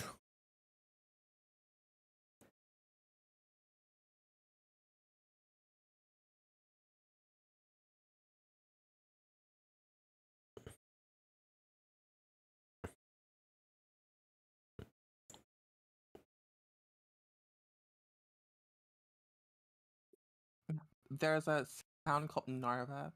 It has like maybe 50,000 people. It's where a lot of the Russians are concentrated in Estonia, and yeah, so many people there, they literally want to be a part of Russia. They want Russia to like invade Estonia and take Yeah, that literally city. fifth column. It's usually a fifth column. Yes. This is supposed to be trans women equals women. They're talking about Russia, bro. Like, are these people trying to get me killed or something? Let's see.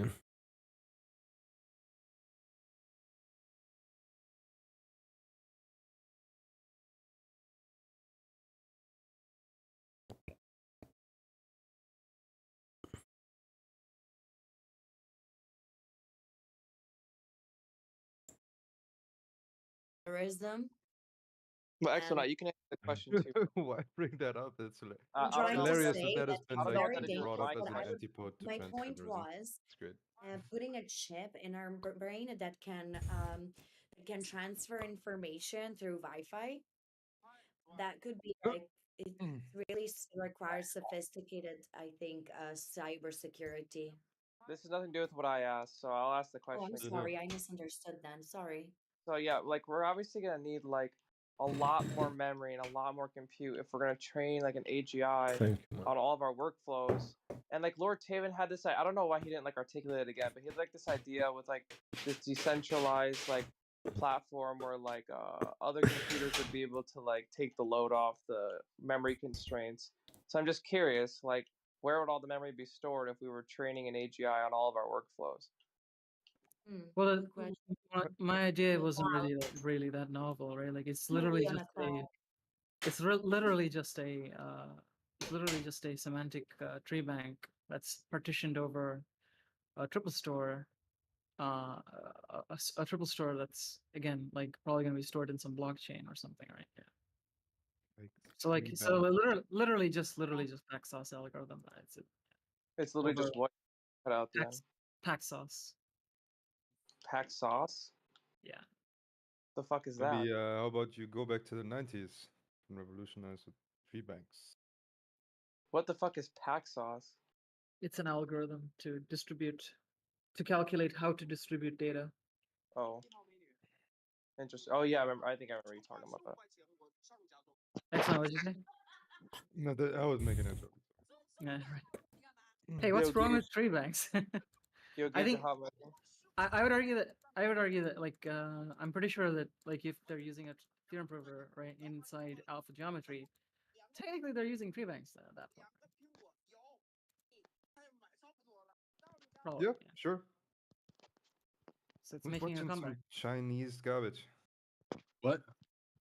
You? Is that you? There's a black dude, African dude that speaks fluent Chinese. He's popping off. Really? Which channel? I don't know. It's just he keeps randomly popping up. You look up black dude speaking Chinese. It's just African dude's fluent and it freaks everyone out because they're racist. You're stuck in the short video loop. Oh, it's the one.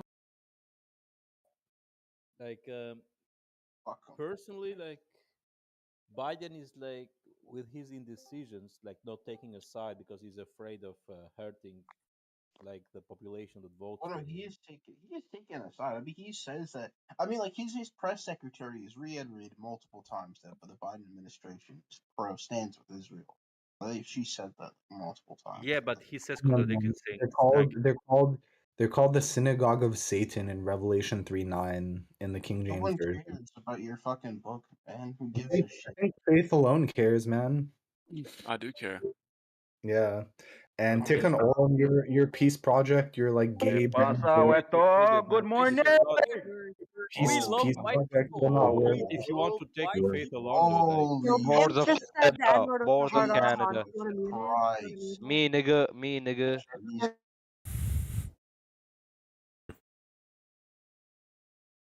Jesus Christ.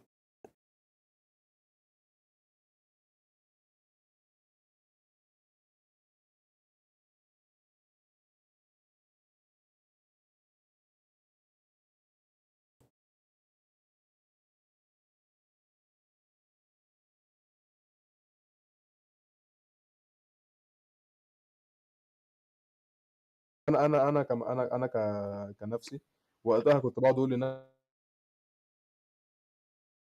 وكنت فقدت الامل وفعلا هو ده احيا القضيه. I have no idea what's being said there, but okay then. I did not need to know. Don't send it in chat. Please don't send it in chat. What the fuck? It was like you could see my bone and like. Yo, you could did you sue him? Oh, okay. Why are you telling me this? Please stop. Please stop. Nah, I got it. I got in an Stop being altercation. no, don't describe it, man. I'm not from No, the I'm not hood, gonna okay? tell I'm you. from the suburbs. I'm not gonna like tell you how it happened. I'm just saying like I got in an You altercation. just said your bones were showing. I did not need to know that. Nah, I just got in an argument with somebody Fuck, I'm actually numb. What the fuck, this nigga, bro? and they cut my face, so I beat the shit out of them. What the fuck, bro? For example, the exegesis of the hadith of the Quran, many of them were Ash'aris. Do you really think that we're going to claim that we're just going to excommunicate them? Like Imam al-Nawawi, for example? Here, wait, are you Ash'ari, by the way? No, I'm not Ash'ari. But I don't excommunicate them. Like, you're a Christian who's excommunicating the Ash'aris from the Ahlul Sunnah. Like, am I hearing right? Yeah, Ash'aris are not Ahlul Sunnah. Yes, they are. Okay, one second. Let me read According it. to who? Let me read it. Let me read You? it. Sheikh Ibn Uthaymeen said the term al-Sunnah Why would I includes the- care? Hold on. Why would I take his word? You don't believe in the scholars? Like, you don't believe in their No, words? I do You're believe in sorry? scholars, but not in all scholars. And by the way, scholars can make mistakes. They're not infallible. It's not pressure. Yeah, classic Nina. Let's definitely play again sometime. Yeah, definitely. You're on the list. Dude, hell yeah, dude. And now to get better with Leroy before that big ass buff. They're gonna buff. Life worth Yeah, living. you'd have to compete with me. Like, that's scary. Yeah, imagine He like never some s- fucking second degree immigrant from fucking Far East Asia, you know? Who wanna compete with that shit, dude? Wow. True, I agree. It's very, very hard competition. Imagine getting emasculated by an Asian woman. Oof. Oof. I mean, that is what you think we react to, right? But yeah, the empathy is interdimensional almost, or lacking is interdimensional. Do people unironically hire Indians though? Like for real? Come again? Thank you. My barber is Albanian, and I've gone to him since like 10 years. My barber to is get my hair- Palestinian. to get my hair cut, and Way you cooler. and That was really good. And like what? He's like actually a great guy, but he did the most autistic shit ever. Like I went to him last week to get a trim, and he's like, "Hey, look at what I have!" Like because he has like different for different clients, he has like different flags, right? Like in a boxing gym, like boxers from all over the world. Me, and I think hopefully I can represent this with high fidelity, is just like the way you come at her feels like passive aggressively like uncharitable and unkind. And she's like, I just don't want that. Like she's like, I can almost take it from some fucking like 90 IQ emotional cripple, but I'm not sure I want to take it from like some like above average IQ like But isn't that calm. dishonorable? What? Isn't that dishonorable? It's like I only want to be in an interaction where I feel I have an edge. That's sort Sure. of a bit Okay. cringe. Let me help you out with something. Women are dishonorable and cringy in that regard. You're Have welcome. you told her that? I think she would agree with me that women tend towards that. If we could de-individualize it very well, then she would realize that that's a pretty common thing for females. But I don't know. That's embarrassing. Sure, for Like, you, as a man, I would never want to come off like that, right? Like, I don't want to deal with that person. They're challenging me. You know what I mean? That's a bad man trait. But like for girls, I don't know. but I'm surprised. Would she be comfortable with that characterization of herself? Hello. Because Like I I thought said, her angle was, we're here to discuss and listen. You know, our sex isn't necessarily a factor. sure. Yeah. No, she'd probably squirm and evade a little bit, and maybe it'd take me an hour to persuade her and backpedal a little bit to put. You know, how girls are, they like to use the right words. Like, oh, you're not using the right words there. If we can just do some word management, I'm okay with this idea. And guys are a little bit more. This guy is doing some serious fucking grouping. What the fuck is this guy doing? Oh shit, what is he doing? Right, I know this. We need to research this. What is it? The sum is a part of the whole. The ad hominem fallacy. What is it? Someone attempts to describe Red herring? No. quoque fallacy. To quoque is a technique that intends to discredit the opponent's argument by attacking the opponent's own personal behavior and actions as being inconsistent with their argument. Division fallacy. Something that is true for a whole must also be true for all or some of its parts, affirming the consequent. Yeah. That's what he's doing. What is this called? For a whole must also be true for all or some of its parts, affirming the consequent. Division fallacy. Consequent is the fallacy of taking a true conditional statement, such as, if the lamp were broken, then the room would be dark, under certain assumptions like it is nighttime and the windows are closed, and invalidly inferring its converse, the room is dark so the lamp must be broken. Anecdotal fallacy. The anecdotal fallacy occurs when people use their limited personal experience to draw sweeping conclusions about a given topic.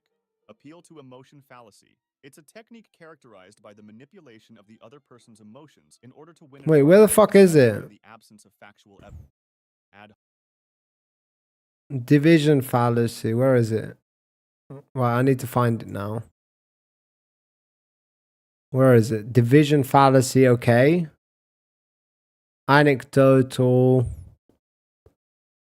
Ambiguity fallacy. Affirming the distinct middle ground. Faulty analogy.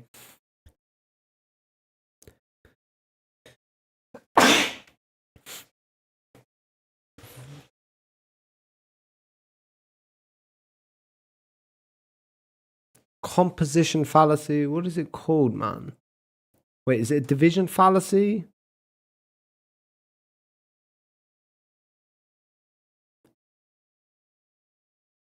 Composition. What is this?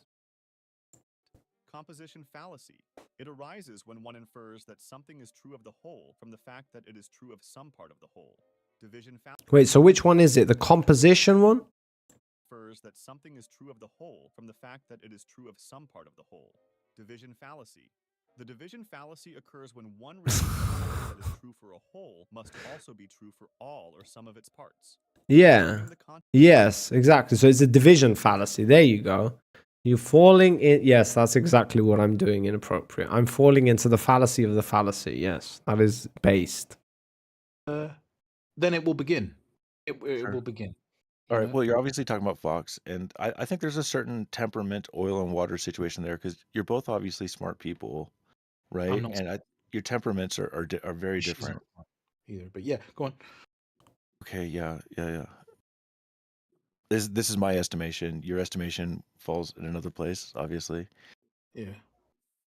But I think the hostility between you guys is a little bit unnecessary, personally. But The thing is, I'm not necessarily hostile towards her.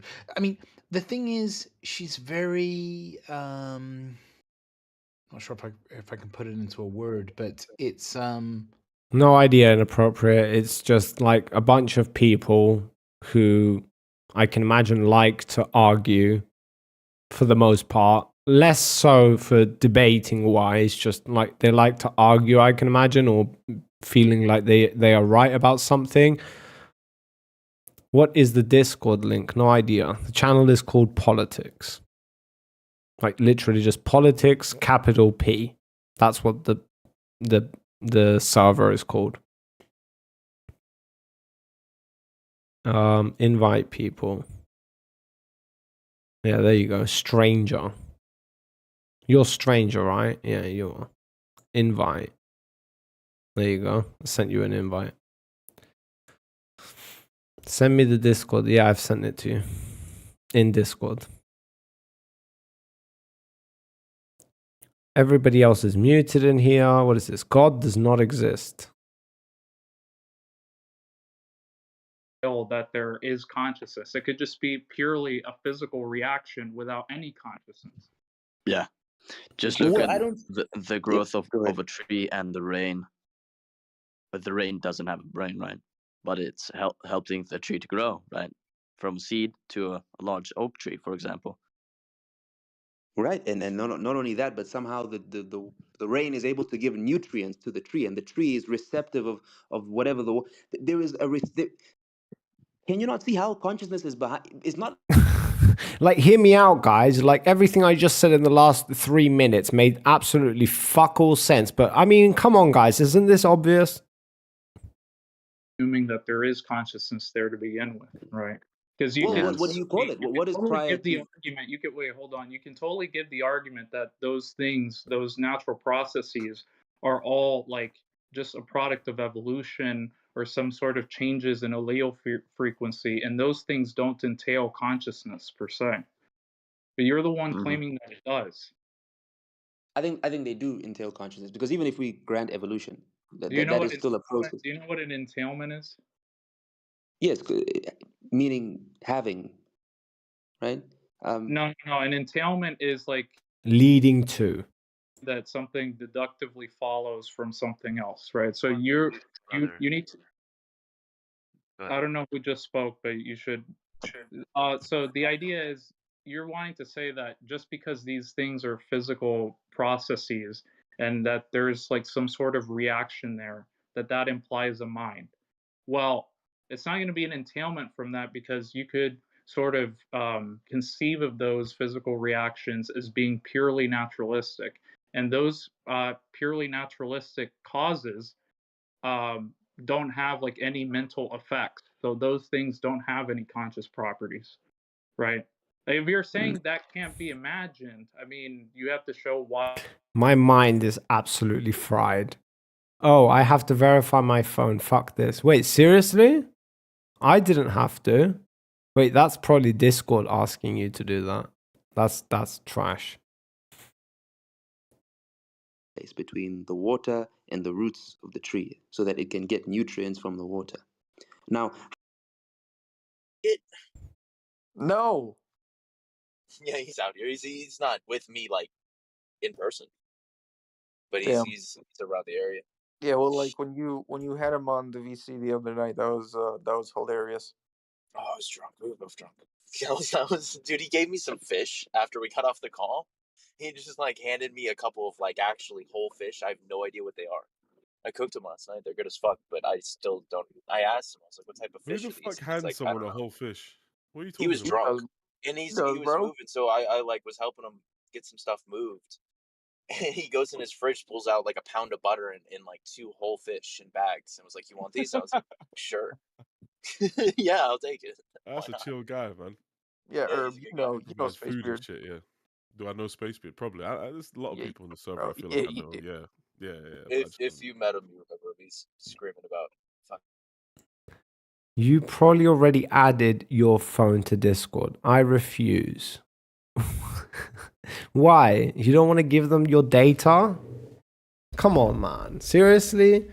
Like, you've got to give something back. Nothing's free in this life. Inappropriate. If you don't pay for something, don't know if you've noticed this. If you don't pay for something, or with a monetary transaction, then you are required, okay, by default, to provide them with some other form of payment. It can be a blowjob. It can be like your phone number, your name, your surname, where you live, who you like, how do you like to be fucked? Like these are various different things that you can provide people with. Like just to name a few. I don't get spam phone calls. I'm not going to start. I don't get spam phone calls either. I never get spam phone calls. Like, this is my phone, by the way. This is the phone that I give them. This is literally made in, like, I don't even know when this phone was made. In what year? This was probably this is probably older than both of us combined, okay? Like, that's my phone, all right? That's what I carry with me. That's the phone I give them. So yeah, it's a burner. I was in the Ethnostate channel. Now I'm a believer in Ethnostate. Yeah.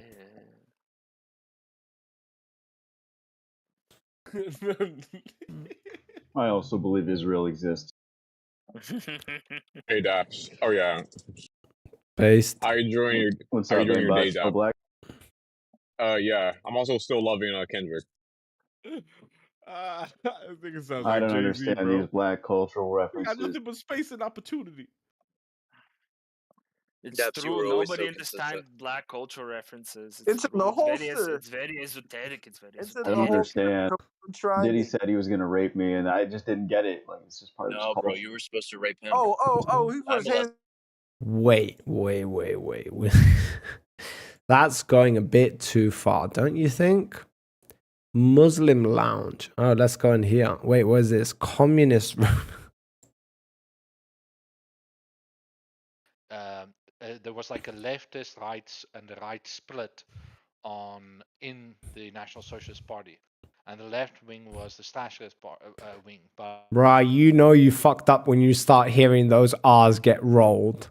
And all of that shit, bruh. Like, yeah, you know you're in the wrong place. themselves to do that anyway, which caused discontent. But it's more than that. Like, so the thing is, so there's a lot of contradictions. So, for example, there's this guy called Stefan George, right? He was a very famous poet, and he was homosexual, and the NSDAP wanted to make him their national poet. You know, so there were all these kind of they wanted to. There's like a lot of things that they don't actually know about the internal contradiction. And then you have Göring, who was spending. The original liars are all gone. These are descendants. Maybe they don't even know they're lying. Well, then it's not a lie, then, right? You have Well, to the know you're lie lying in was order to sowed be a once lie. upon a time. Okay, so what lie did they say yesterday? These horrible people at On NPR. NPR, I wasn't listening. Sorry. I know. I guess you haven't. I guess you haven't been listening for forever. I think you just lied right there when you said you listened for 3 decades. I'm guessing that's a lie. Yeah, okay. And so I think we found the liars. You guys. You lie about what you do. You don't listen to NPR. There's no way you listen to NPR. So how do I know about that football-sized quilt that Abner's wife quilted? I have no idea. He made it up. I think he made it seem Have like you ever heard of it? Dudes, this is a retarded argument, okay? Okay. Well, he started it. National public retardation. I agree. What is the best argument for the Earth being flat? No, that's not going to happen, man. What? This is literally called 24/7 flat Earth. I don't know. Maybe I've rolled up in the wrong fucking place, but apparently you guys think the Earth is flat. Well, not all of us. What the fuck are we doing in here? Talking to the flat earthers. He's hyping NPR. NPR was NPR. All right, who cares about NPR? He asked you why is the Earth flat. How about give him an answer? Yeah, give me an answer. Ever been around some water? I've been in water. Oh, okay, so you've had water around you. Well, Does the water around you show any similarities to the water ball that they've printed in textbooks? So you're talking about the difference between a 2D and different dimensions? That's what you're talking about? I'm asking if the water on Earth that you've been swimming in, Yeah. does that seem to comport with the water ball that's been hyped for a long time now? I am not reading what you're putting down, my guy. So you're basically saying if I open a book. Next time you're around water, Okay. perhaps just acknowledge the nature of it. Okay. And then see if it matches up with the water ball that's embedded in your psyche. The water ball? Embedded in your psyche. Yeah. It's sinking in. Yeah, so if I think of a water ball, so not the one that's in the textbooks as you originally stated. So what I should think of now, right? When I think of water ball, what is it I'm imagining? Is that what you're saying?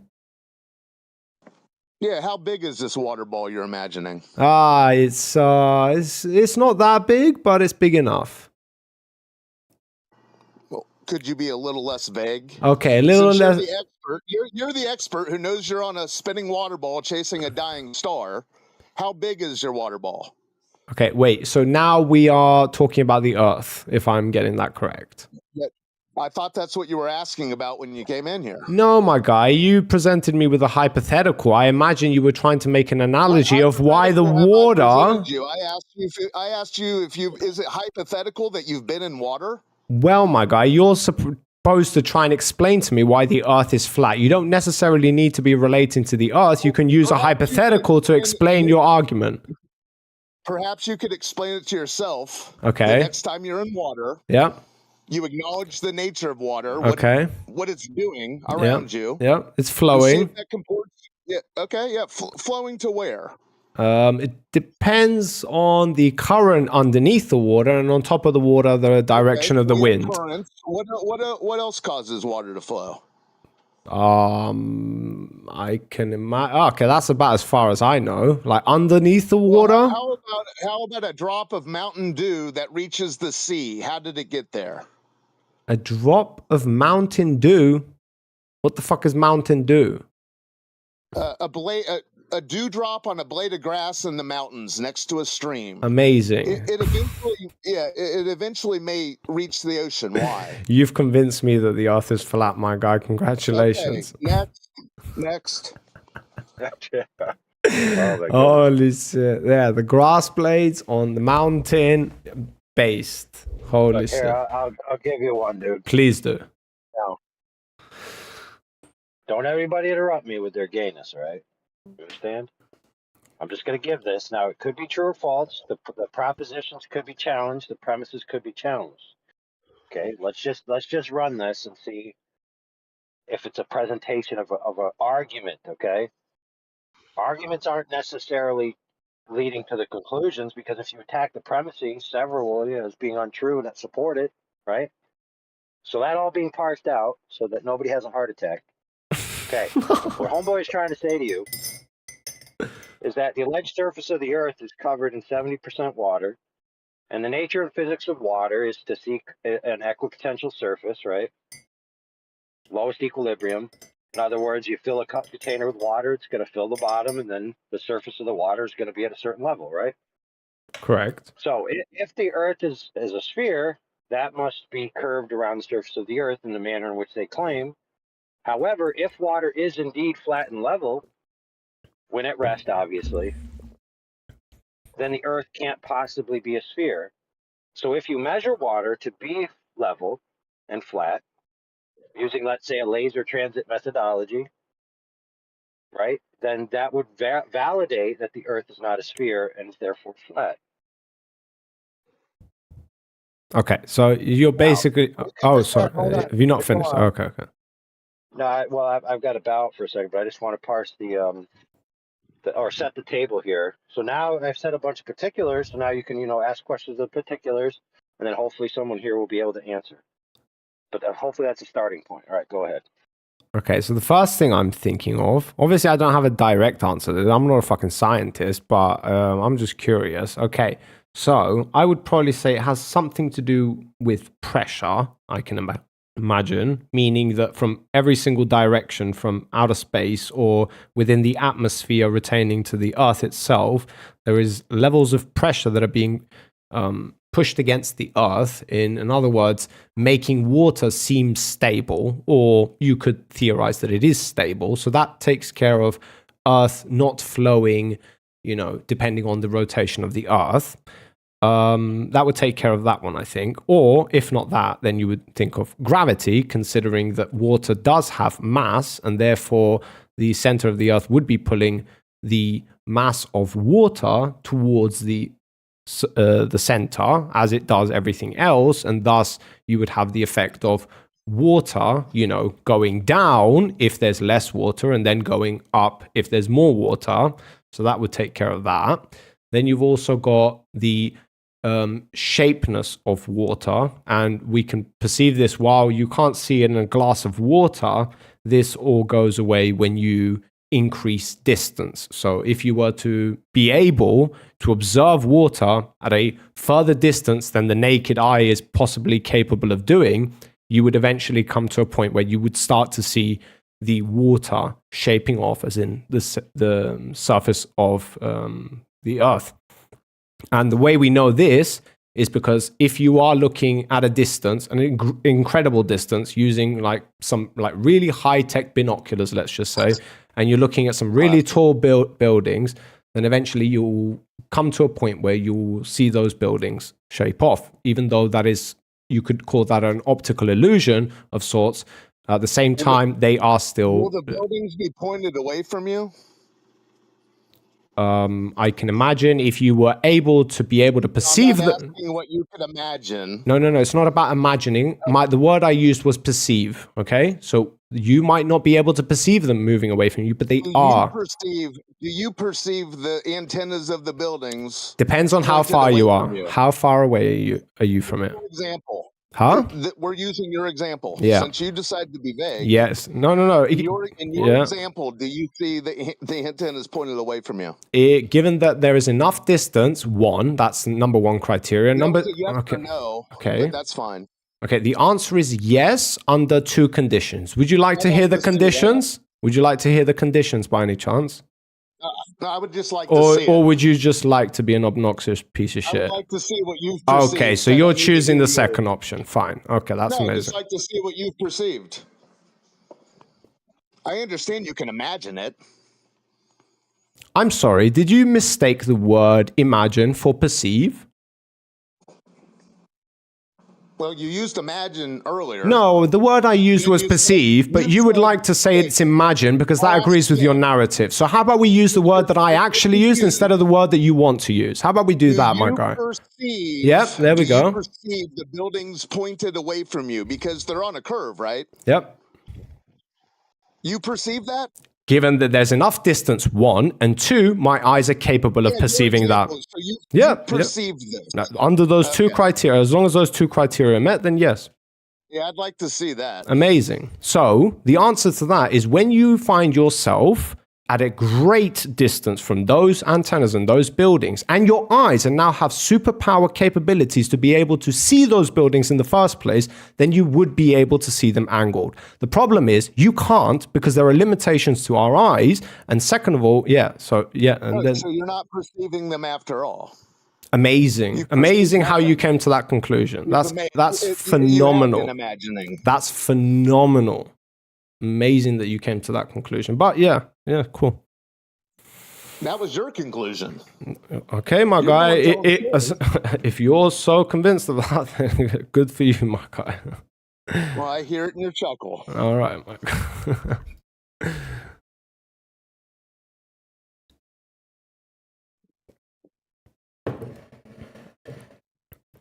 Interesting conversation. Thank you, guys. You've enlightened me. Yeah, it was a lot of wishful thinking on your part. Yeah. That was brilliant. A lot of gaslighting on your behalf, but let's not talk about that. Oh. No, we don't want to talk. No, we don't want to talk about that.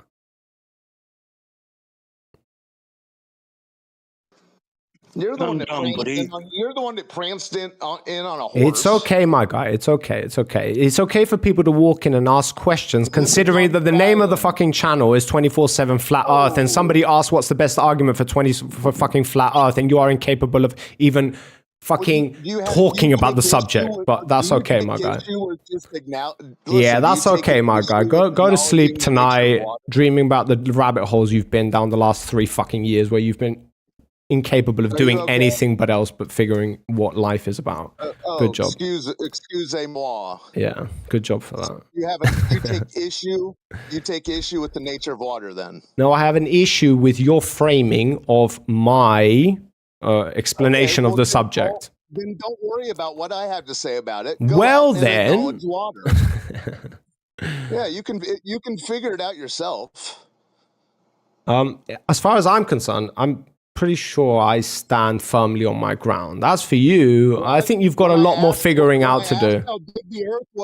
When I asked how big the Earth was, you got real vague. I mean, my guy, the moment you started talking about drops of water on blades of grass next to mountains relating to rivers and seas, at that point I'm thinking to myself, is this guy coming from a logical perspective, or is he just like trying to just like pose the most irrelevant fucking question ever?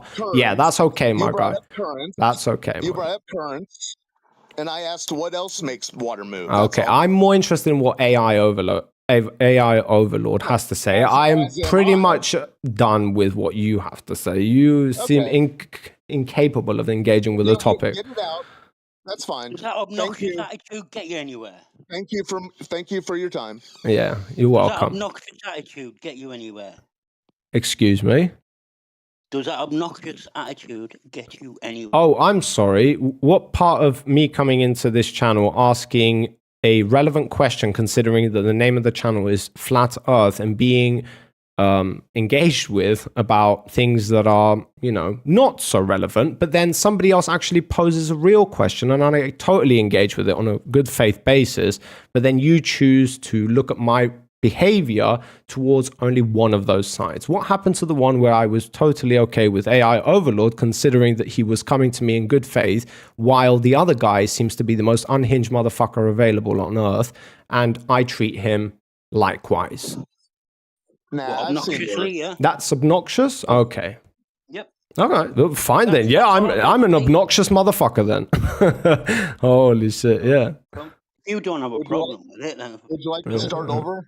Oh no, I'm pretty much done with you, my guy. Unless you have anything of substance to add to the conversation. Not with me. Yeah. Just can carry on. You were just admiring my capabilities of speaking. Okay, that's amazing. Yeah, I was just highlighting the fact that water seeks equilibrium. Okay, that's amazing. Reaches the seas. Yeah, it reaches the seas. Yeah. Okay, so that's all. No need to get upset about that. Nobody got upset, my guy. I don't know. Can you see me through the voice that you hear? I didn't know we could see things through like sound waves. Once someone says the most unhinged MF are available, that sounds sort of upset. Oh, okay. It seems like you talking. Okay, I'm pretty much done with you, my guy. You're just annoying at this. I don't even know if you're trolling, what it is, but yeah, I'm bored. Yeah, I'm bored. I'm bored with it. I was just trying to keep it simple. No, you're pretty annoying. That's about it. You were upset about. You just say, actually, I think that when you said this, that was unfair because of this. Jesus Christ. What the fuck, bro? Wait, what did I get? What is this? Cheer. 1000 it says. What the fuck's a cheer? Yo, based. I got cheered. Let's fucking go. Holy shit. This was hilarious, he says. Okay, I'm glad you had a good time, Lanius. Flat Earth is stupid as fuck. I know, that's why I'm asking what are the best arguments for Flat Earth.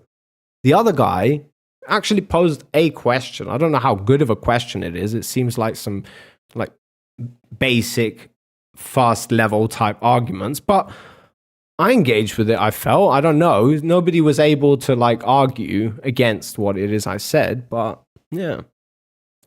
Thanks for that, Lanius. Oh shit, we've got an ad on.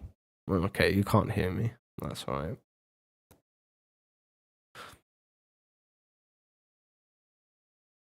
Words aren't sticks. Coffin show. Atheism versus theism. If there's a server full of atheists and somebody is arguing against it, it's more It's all good. We're back. Yeah, thanks for the fucking cheer, bro. I don't know what a cheer is, but yeah, thanks, man. Much appreciated. And sorry, I highly recommend this video. It's by Forrest Valkyrie. He does a YouTube video where he talks to a creationist about their views. This creationist actually created a movie about creationism and stuff like that, and I feel it's what you're talking about as doing a reasonable job, like a really good job at being like having a civilized dialogue. Mm-hmm. Okay. He does. And could you in the link main it? chat. Yeah, I was about to say, could you post it? Yeah. It's how Twitch labels giving bits. Bits? What are bits? Yeah, I have no idea, my guy. I'm as much of a noob as you can possibly be when it comes to these things. I have no fucking clue how to use emotes. I have no idea how to like even put like these things that pop up on your screen every time somebody does something. I have no idea how to do text to speech. I miss half of the Twitch messages because I rarely ever see them, considering that my chat is literally in the OBS and I have no idea how to get it outside of the OBS so I can see it all the time. Like, I must be the worst fucking streamer of all times, but I'm glad you're having a good time, my guy. I do appreciate it. Fasters and breeds. It's like there's like an identity problem in a way. There's like a really book. It's like how to talk to God, it's like something, how to talk to a pseudoscientist or something, but he mainly talks about flat earthers and talks to them, and at the end of the day they mainly identify with this thing as an identity group, so convincing them out of it is basically trying to get them to like reject their identity, which they're not going to do. So is that a book? I think I've been reading it. It is. It's by a guy. I wish I had the right title. Yeah, I think. At your computer, maybe. Oh yeah. I need to stop them like running into the table, because when they run into the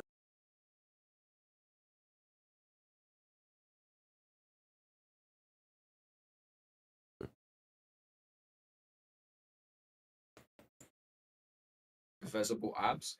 The rectus abdominis is behind that, which is more like a stabilizing muscle. So technically, you're right, it's abs, but it's General not. abdominal It's not what oblique. people mean when they say abs. Well, from the study I saw, I just isolated the core specifically, so I'm not going to die on this hill. Maybe you are right, but fucking... What I will say, though, is you will feel your core when you do it. Wait, am I getting raided again? Yo, let's go. No, actually, that's not. I remember that's the image you put when you guys raided me the first time. Holy shit. I remember that, Casey.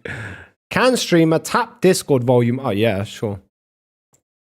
Every single day. And I do it, so I do cardio every single day, specifically. What exercises? What are they called? Planks. Okay, But then planks are good. Yeah, what I do is, That though, should is you help, stretch though. out your arms when you're doing the plank, and then you tighten your glutes, and it isolates If you your open core Stream Manager and specifically. create, If you arch your back when you do it as well, you'll feel your I core mean, more. I will say, If you you open still Stream need to do Manager and something for create a your lower dashboard, and you can upper pop abdominals. out the So, activity planks, feed, right? Planks is still 3 your dots at the transverses and your top, rectus, right? It's not, and your and then obliques just as well, keep that right? But it window doesn't do off your to lower the and upper side. abdominals. You need to do something for your lower and upper abdominals. Well, they've popped out, so I don't even know I what to say mean, about that. I mean, I'm doing something with them. you have a pretty active, fit lifestyle, but you could be doing more for them. You know what I mean?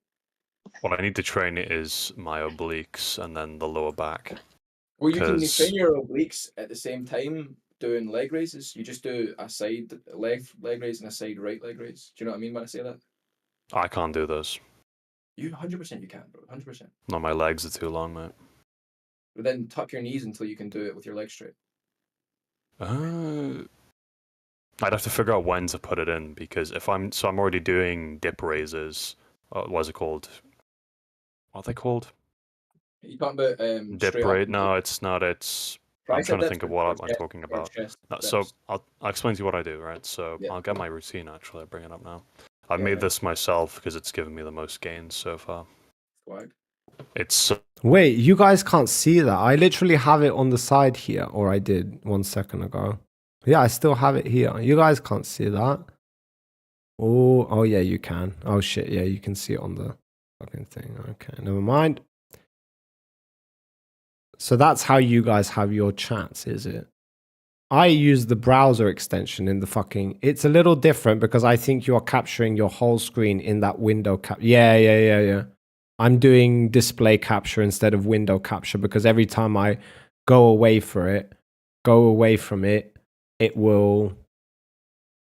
every time I go away from it, it will basically like blur the screen and I don't like it, so... But yeah, thanks for that. So that's how you guys do your chats. Interesting. Awesome. it's exercise. It doesn't affect your cardio gains. You have to do... So I Yeah. space out my cardio gains Brendan is specifically. cardio, bro. Yeah, you guys have 2 screens. That's why. Yeah, most people have like 2 screens and stuff, and like have one they stream on. Only the chat can see that, and then the other one for. Yeah, that's so OP, bro. I need a second screen. Holy shit! Then I can put my like chat on there, and then I can put like activity feed and like actually use the second screen like a normal human being. I got 3. Fuck you, Lanius. You're just rubbing it in now. This is not even funny at this point. 3? Why do you need 3, bro? What are you, like a fucking fly or something? Have you got 17 trillion fucking eyes? You don't need 3. You need to give me 1, and then you will have 2. I can have 2. That's how communism works. We are socialists. Remember, we share. That's how it works. Is the fact that the muscle fibers you're calling upon... Bro, these guys are just talking about getting fit and shit. They're probably all fat and ugly. What the fuck, bro? Mistakes in an industry where mistakes are not accepted. Yes, like spam classification. That's like Yeah, that's like the yeah, number very, one thing very, that AI. very low fault tolerance there. You know, low margin for error. Critical industry. Sounds like a good life, Lanius. It sounds like a real good life you have right there. That's lovely to hear. I'm really happy for you. If you can't tell, I'm real happy for you. I wish you all the best in life, Lanius. I didn't toss. That's a huge problem. Just set the threshold lower. That's what you do if you. That's Set the threshold lower, and more spam gets to the user's inbox. Yeah. And what's the problem with that? What's the problem with that? Do you have any fucking idea how much spam gets sent every day? I know, right? But I'm asking, what's the problem if a bunch of spam gets into the person? If it means that, let's say, important mail can get through. But there's no way like Okay, a GPT-6 wouldn't be able to recognize like a spam email from like a digital form. My God. How do you know what spam looks like? I'm going to ask you guys, what do you know what spam looks like? How would you think it's spam? What would you look for? I would train it on a bunch of people to like. I would do what you did, right? Essentially, like marking spam. Yeah. And then I would train a model and then set a threshold. That's what I do. You need to find Train a patterns. model, set a threshold.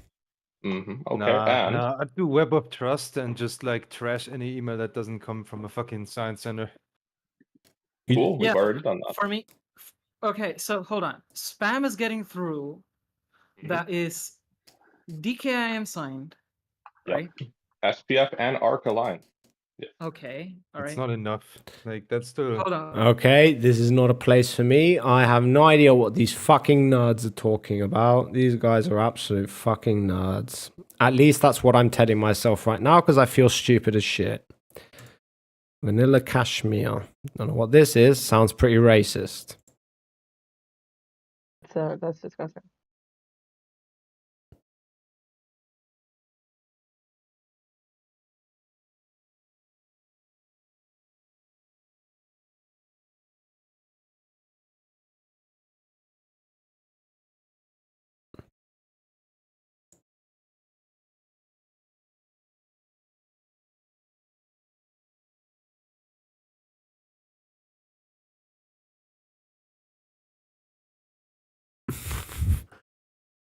Wait, yo, I just got banned. What the fuck? Why? Why the fuck am I getting banned? Yo, come on, bro. Look at my face there. What's my face doing there? Is this the DGG server? No. You're beaming, bruv. This is I wish it was the DGG server. I know, I got banned from that.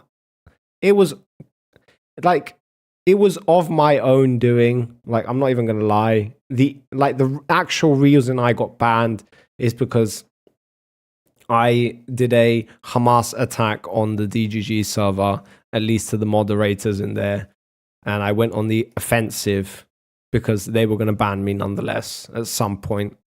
But to be fair, like, it shouldn't have ever come to that in the first place, and that's my justification for why I got banned. So basically, I'm Hamas, and the DGG server was Israel in that scenario.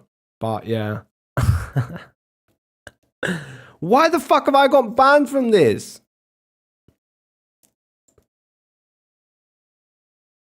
Wait, have I got banned from everywhere?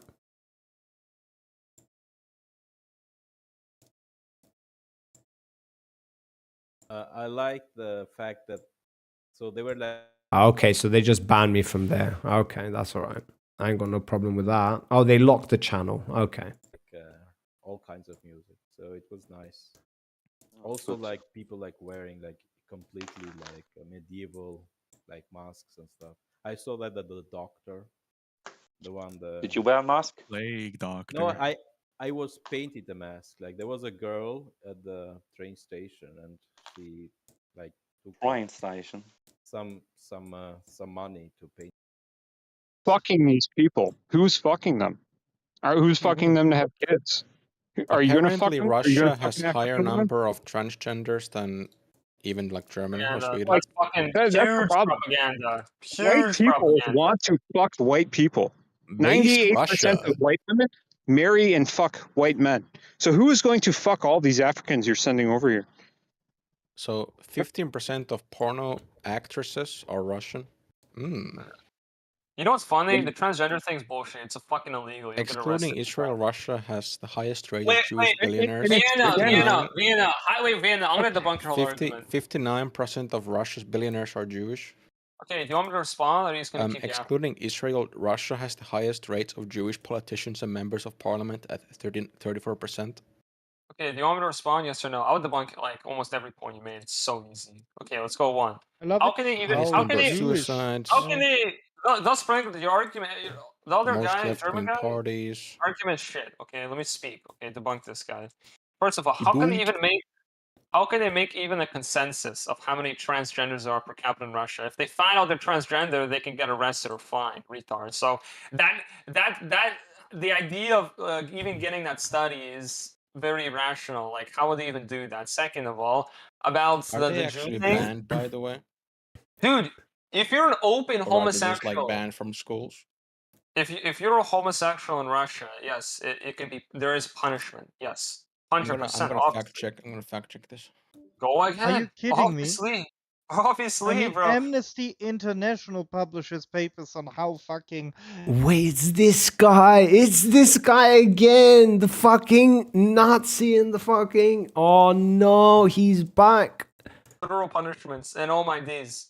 All my Dude, days. the problem, I think what he has is like he has a coping syndrome internally. Actually, I don't know if he's a Nazi. I'm probably just making false accusations at this point. But nonetheless, he talks like a Nazi. I don't know.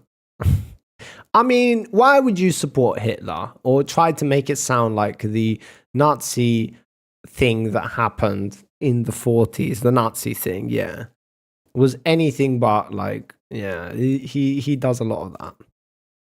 Thing. I already debunked it. It's almost impossible. Oh, yeah. Sign me a study. Sign me a study. Go ahead. It's impossible. Sign me a 'Cause- study. Sign me a Yes. study. Go ahead. And Go by the ahead. way, the West, they call I thought- everything homophobic. And it makes sense because Russia is global controlled opposition. That's what it is. Wait, You know bro. what's funny, right? I mean, they call Russia fascist for fuck's sake. and Wait, it's not bro. You fascist. understand though that you It's made a like- claim. It's like quasi-communism. Yeah, you made a claim. You about made no, transgender. no. You made a claim. Okay, so I'll just explain it. You made a claim, and then he counters it and provides you with a logical argument for why it is impossible, basically, or very unlikely for that to be the case, because they can't even come to that conclusion in the first place. Okay, and then you are asked to cite a study, or like, where did you read this? Why is it that you believe this thing? Source me. Okay, so wait, why do you believe this then? What is your reasoning Because for? Russia is a very degenerate place. I mean, fuck. So if some place is a degenerate place, do we just believe anything about it? Look at Sideshow, bro. You'll never find this in your Russia has been ruined by like communism for decades, so it's. I don't disagree with that, but you're coming to the conclusion that if a country is degenerate, then obviously they have a lot of transgender people. Yeah. Yeah. So that's your conclusion. He's just trolling, bro. Okay. That's. I mean, you're simping for Russia, so It doesn't matter. No, you can pivot to that to make it sound like somehow I'm unhinged. But in the end of the day, when I say that I believe something, there is a reason for why I believe something. The other guy's unhinged. Okay. Well, I'm just making clear of It's that. actually funny. It's actually fun. Look at Sideshow. Like, can you give me one picture of this, like in France, where they get arrested solely because they're gay or they're like openly proud of being gay? You will never find that. You will never find that anywhere. Like, just go, bro. Maybe in the Middle East. Oh, I said in West Europe, my guy, not Middle East. And I think the Middle East is actually kind of traditionally. They literally came out with the law. I don't know how long ago it was in Russia, where basically you're not allowed to stream like things like Netflix, which like promote like US propaganda and shit. Like what they say about propaganda is like about transgenderisms, gays, LGBTQ, all of this stuff. Also, there's a video of police officers raiding Russian porn stars doing webcam. Yes. There are literal videos. Well, okay. To be fair, the reason they did that was because there was one who was evading taxes, and then they cracked down on them after that. So I don't know if it's in association with being in OnlyFans or if it's about taxes or whatever. I don't know about that. Okay, actually, no. In Russia, let me Google this. Yeah, Google. Because I know there is a lot of trafficking. But yeah, I just wanted to point out, like, it's like you can say that a country is degenerate, but then you can't like say, okay, if a country is degenerate, then obviously they have transgenders. They can be degenerate in a multitude of ways. They can be like, they don't like schools.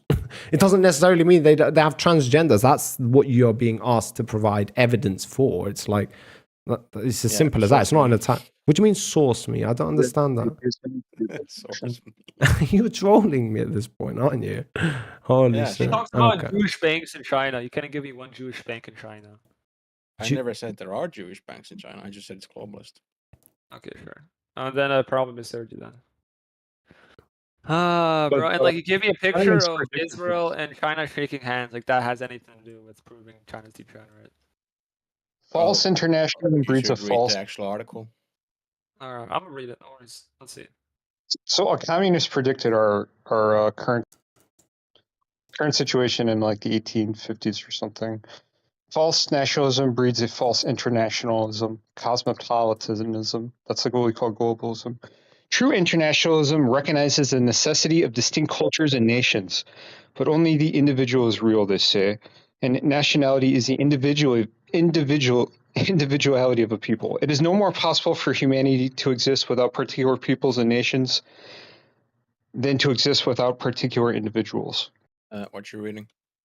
This is what a Marxist said in the 1850s. You see, that's an actual article. That's an actual study. The thing you were asked to provide earlier. Something of substance, something that somebody has verified, a real document, which can lead. Wait? So you're basically saying I'm allowed to believe whatever the hell I want, and I get to debate it. Like there is no foundation for why it is you believe the things you do. Bro, you have to recognize, man, you're just fighting for money. This is your nationalism. Actual verifiable trademark science. Like, if that's your argument, bro, is that I talk in a specific way. I love that. That's amazing. You just have a personal grudge towards Russia. That's what I think. Yeah. You need to put your it's not even that like, oh no, they attacked Ukraine. Wait, I have a grudge against Russia, bro. I literally live in Russia. Has been nothing but hostile in Finnish history.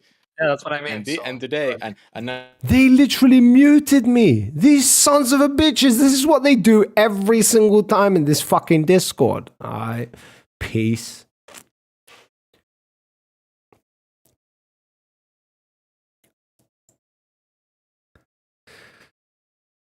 Of their own. Well, let me tell you about the USSR something. In the USSR, there was a law against homelessness. So Wait, each how old are person, you? I'm 18. So you're, So you're 80 years old and you want to talk about the USSR. That's my good. family came from That's there. pretty good. I have a family Wait, from there. so was I wrongful about what I said? So I don't know if you're wrong, but I just wanna make an analogy. So in the USSR, there was a law against homelessness. I believe you know, you're aware of it. I'm not. Oh, really? So there was a law against homelessness. Each person deserved a house and got one from the government. That's why the houses are really ugly, because you cannot build something Because beautiful hobos are for lazy. millions. Can you get to the point? Yes, so the number of rooms was up to your number of children. So each children usually got one room, but it depends. For example, if you had two boys, they could have So you what's could your get point? only one. So So it's still, not what's your point? only so a child having a room for himself is not only Jewish; it was also communist. Okay. So what's your point? How does that? That's it. It's not really Jewish. Well, I mean, That seems negative. yeah. So Why like, negative? my question is, did you ever get bullied in like So Islamic wait, hold school on. or like that? So you basically agreed with what I said, but said, oh, it's not just us; it was the USSR as well. That was your point. Well, I believe in most Western countries, people believe that a child needs a room of his own. Not a No. big room, but No, still a that's child. not the stand. That's again, I think you're coming from a very Jewish It's perspective actually and trying to correct apply though. it. It's not, because if in the It UK, for is. example, hold on, bro, hold on. In the UK, for example, you can apply for a house through the council, which is, I guess, the local government, and they give you one room per two children. Again, one room per two children. Yeah. Well, You guys are silly. You're it's generalizing everything. It's So silly. according to you, not British, that is unlivable circumstances. no, it is livable, but But Undesirable. So, Yeah. like, there are many. weigh out the two options. Have a mother gone all day, not having influence in how her child grows up, not being able to spend time with them, and having, two children share a room. Like, which one Yeah, matters no, I'm no, more? not no. saying that But two let me children. throw in a rigmarole into that, like, little question. What if she, like the mother, right, is bipolar? Like, that's...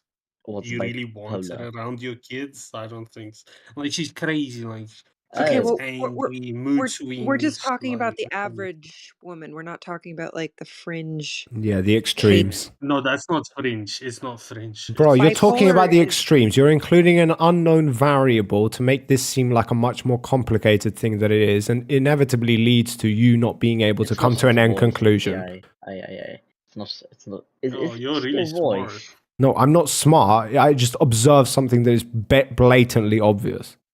There are many Brits in here. I'm not British either. Yeah, he's Why do you Welsh. Can't sound you hear British the guy's then? Welsh? Yeah. Yeah, I'm not Welsh either. I'm Greek. Well, Greek. Yeah, I'm Greek. So stop making Greek, assumptions. Yeah. if you're Greek, Να μου right, θέλει να σου when μιλήσω you ελληνικά see για να καταλάβεις να μου σου λαλώ. Θέλει να σου μιλήσω ελληνικά για να καταλάβεις την ελληνική γλώσσα. Okay, there you go. So yes, I'm Greek. literally say the Alpha, same Gamma, thing Delta. twice. Yes, basically I says to you what you want, That's like me to saying talk to you in Greek. That's like me saying malaka, malaka, makaka, makaka. Like, Do oh, you I'm even Greek. know what Malaga means, first of all? Yeah, it means I love you dearly. No, it means you're a wanker. Okay, gentlemen. Okay, Let's so now get we've back gotten to the- past that. Yes. So how about we don't include unknown variables? Okay, so forget the autistic shit, whatever it is you're talking about. Let's get back to what the girl was talking about previously, or the woman was saying. I don't know. Somebody. Okay, so to You address don't to your know, but you want to go question- back to it. Yeah, I have no idea what the fuck was being said. I just realized that you were just making the conversation a lot more complicated by saying that she's bipolar. Like, what? You don't need to I understand never that. said that. All right. I never said that. Okay. Okay, so to address to your question, of course, it would be better for the mother to be with her children rather than, I mean, you got These fucking guys. Lanius, where... Where do I find these people? What the fuck is going on? Holy shit. Every single time I find some of the most unhinged motherfuckers on earth. Can I please get some people which actually have some genuine opinions to be able to debate? Like, I don't want to win debates. I need to be losing right now. Like, now is the time where I need to be losing constantly on a daily basis. Not be coming up against these fucking morons. Bruh. Like, I'm uneducated as fuck, bro. They can't... Come on. This is a disgrace to humanity. the average groceries and checking the average. It's completely doable. I know so many people Yeah, that do. this isn't even a topic of discussion, not Completely British. doable. Yeah, like again, you're Yeah, just but- coming from a Jewish perspective. You also believe you also believe it's doable. You also believe it's doable, but you just don't think that kids sharing a room Not is not by the like, average acceptable. person.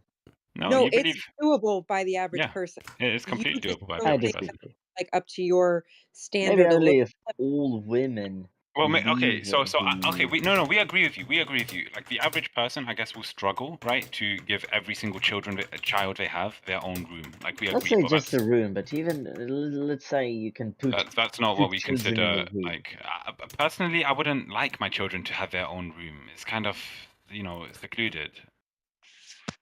Yeah, but like, what if you have like a brother and a sister kind of thing? That's Yeah, like then a we'll bit separate bad, them. you know? Then of course we'll separate Yeah. them. But for example, I grew up like, okay, so my family had, okay, yeah, this is actually a really good example. My family had one income, right, throughout most of my childhood. My dad, right, and he was an immigrant with no official education. He was very educated, but no official certificates and stuff, right? So he struggled to find a good job, and he settled for a very low-paying job. And he had five children. I'm the second oldest. 4 daughters, 1 son. That's me. Okay.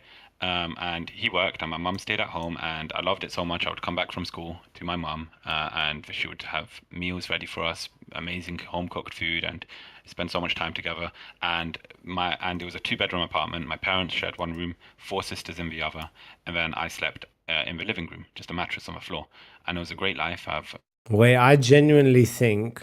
Okay, no, wait. I might be wrong, but I think like I'll be upset if I'm supporting the guys who are literally saying that feminism is a bad thing. Like Trauma. It's not traumatic. No, I'm saying I loved it's it. trauma. What? Never mind. there's also a Mikey, benefit if to you that, by continue the being way. stupid, I'm just going to mute you. I The- don't understand what you're saying. There's also a positive to children sharing their bedrooms. By you not understanding, that makes me stupid. You're the one not understanding. Yeah, because I don't understand where you got trauma from. I never called it traumatic. I said the opposite. It can actually be Saying it benefit. sounds traumatic. It can actually be beneficial for children to live in the same room as well. It's not just looked at as a negative. There are also positive side effects to it instead of looking at it. You figure that. Bro. Well, Yeah, that's what I was saying earlier. Like he sees it as You can- he sees like the Jewish boy. But the Jewish boy sees it as like every child should have their own room, and that's like the minimum standard. Listen, But I for me- understand you're a for me, Muslim and I'm everything. uni, Don't but call I'm him uni, a you're Jewish joking. boy. So, That's but for me, like insulting. when I have children, I would actually prefer them to Aisha share a room. rapist. Like I wouldn't want them living like in their own rooms because I find it kind of closed off and home becomes kind of separated, in my opinion. So that's why I personally wouldn't. Yeah, like it. given the option, I think at some point I would choose to put the children into their own room, but they're not children anymore. They've already gone into teen years. But as children, there is a genuine benefit to having children live together in the same room because they can socialize. You become more emotionally mature. You connect with your siblings. You are able to understand. Wait, I'm still talking, bro. You can still understand concepts like sharing and how to manage your own territory and how you shouldn't be imposed. You don't need to have to live in one room to understand those things. Well, it would benefit it. It would accelerate that process. But you could get to it without living in one room. You And can't anyway, get it to that extent, is what we are saying. We're not saying that you are entirely why wrong. do you need to get to this extent? Okay, my guy, we're trying to explain that there is a benefit. Considering that happens, okay, then you have that as a side benefit, okay? If you want to call it that, if that makes you feel better, okay? Nonetheless... What is the benefit? Okay, I've already explained it. If you have a rebuttal for why actually children will not get those things that I named, then go ahead, my guy. But your argument can't come to, oh, yeah, but children who don't live together can get that. Nobody's saying that can't. Yeah. Okay, so living in one room could also have negative impacts because they would always fight for That's territory. not a rebuttal. territory. They would always. They don't always fight. I'm not not. always, but they don't always benefit from it. That's not a rebuttal. That's not a rebuttal. So again, in order to come back at me, you're going to have to explain to me how everything I just said, or some parts of what I said, are inaccurate.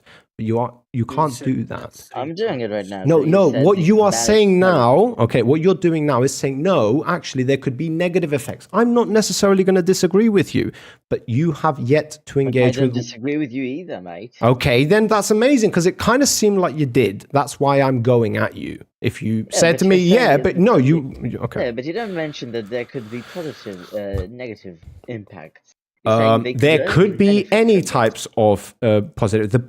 The end conclusion should be there are more pros than cons. Like, is that the question, or are there more negatives than pros? Is the question here? Which one is better? Is what's being discussed.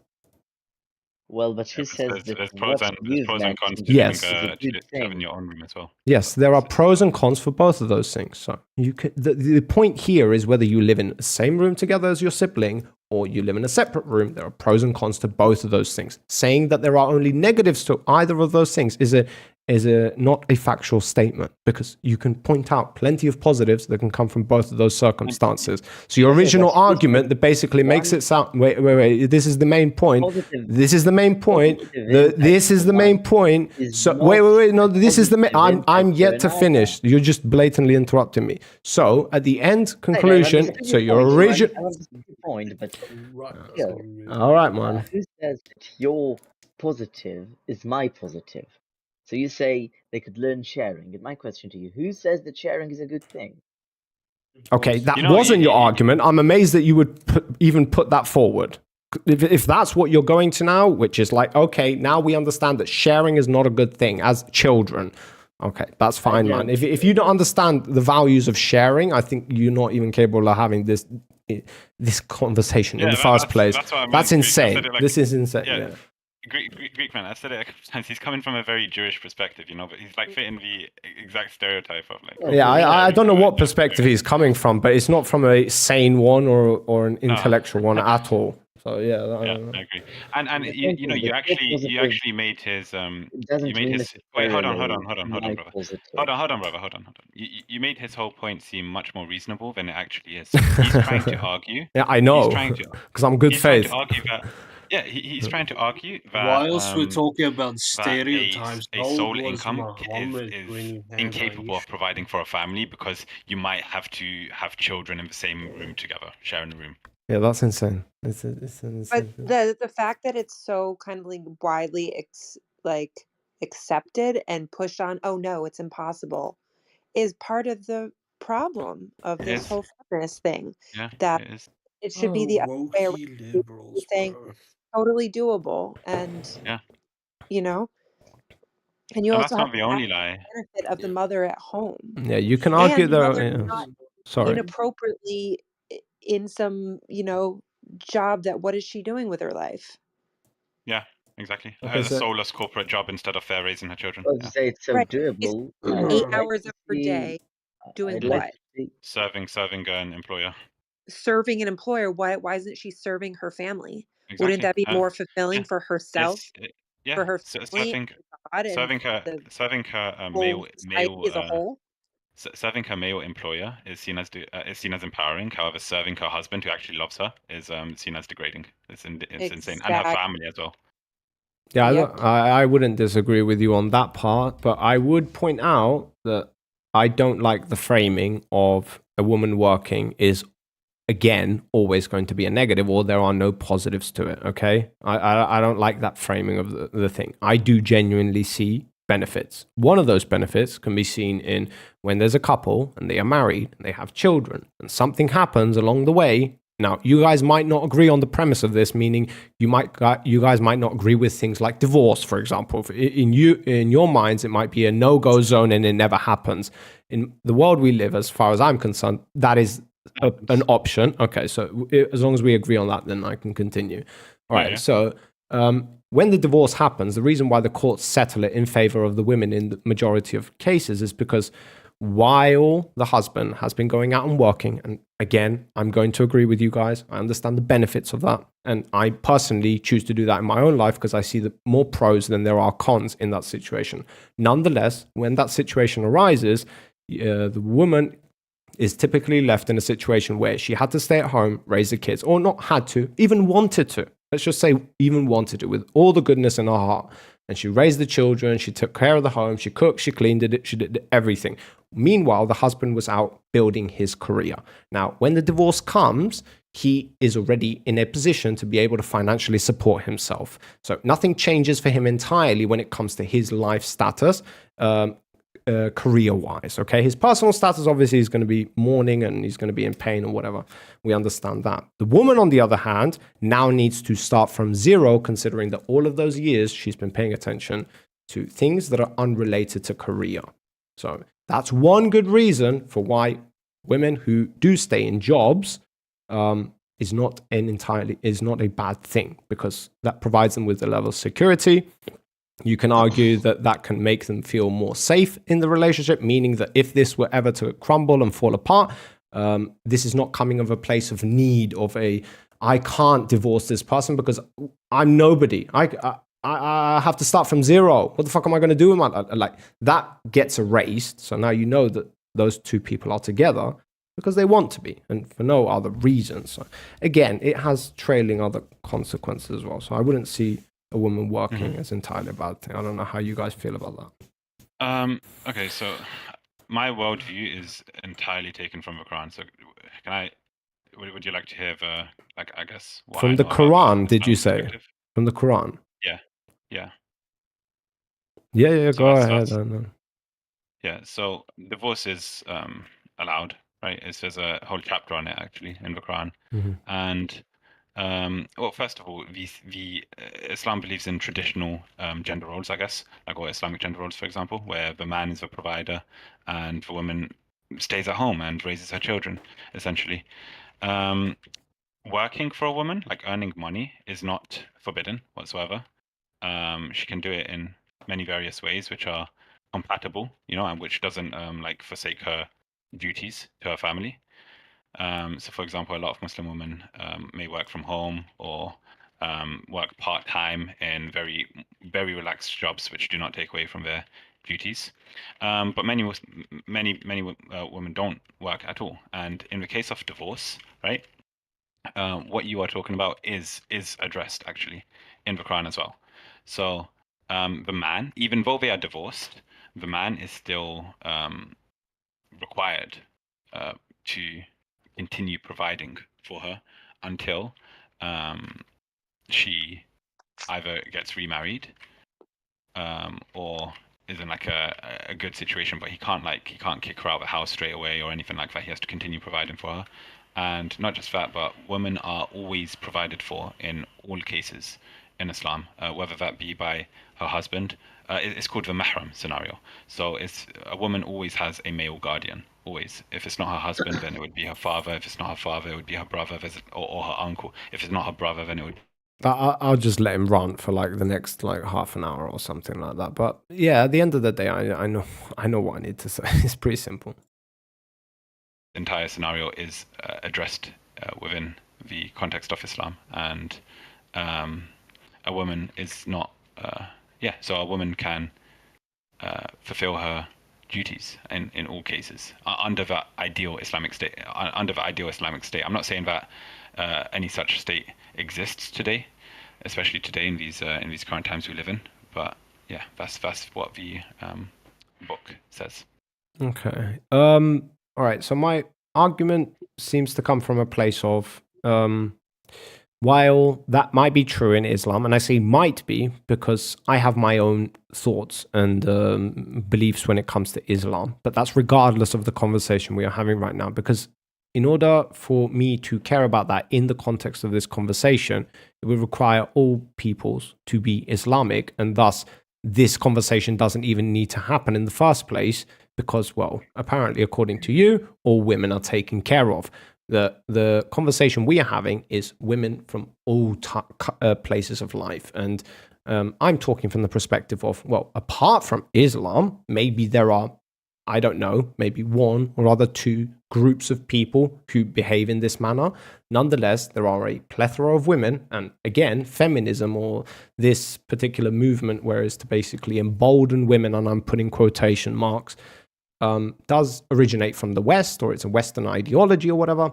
And so I'm probably going to be looking more towards Western philosophies, which is why I brought about the example that I did previously, because it does apply to those types of women. Now, I'm not talking about Islamic women per se, because you guys have your own beliefs, your own structures. Again, I have my arguments against Islam, but it's not relevant to this conversation.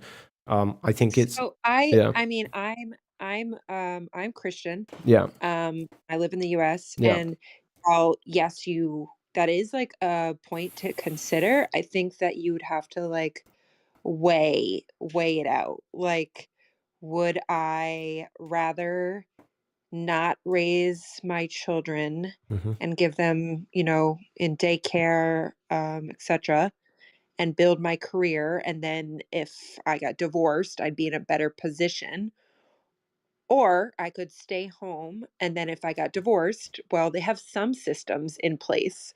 Child support and is a percentage of his income, and alimony. So those are, that's already built in. I know it's everyone doesn't get a fair shake on that, but at least it's something. And then, yeah, you would have to reconfigure your life, start at a low paying job, adjust your lifestyle.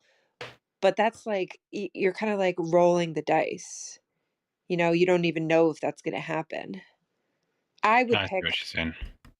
Yeah, I think it's a fabulous point that you make. I would pick to stay home, roll the dice. And if we do get divorced, I'll get child support and alimony. And, What's alimony?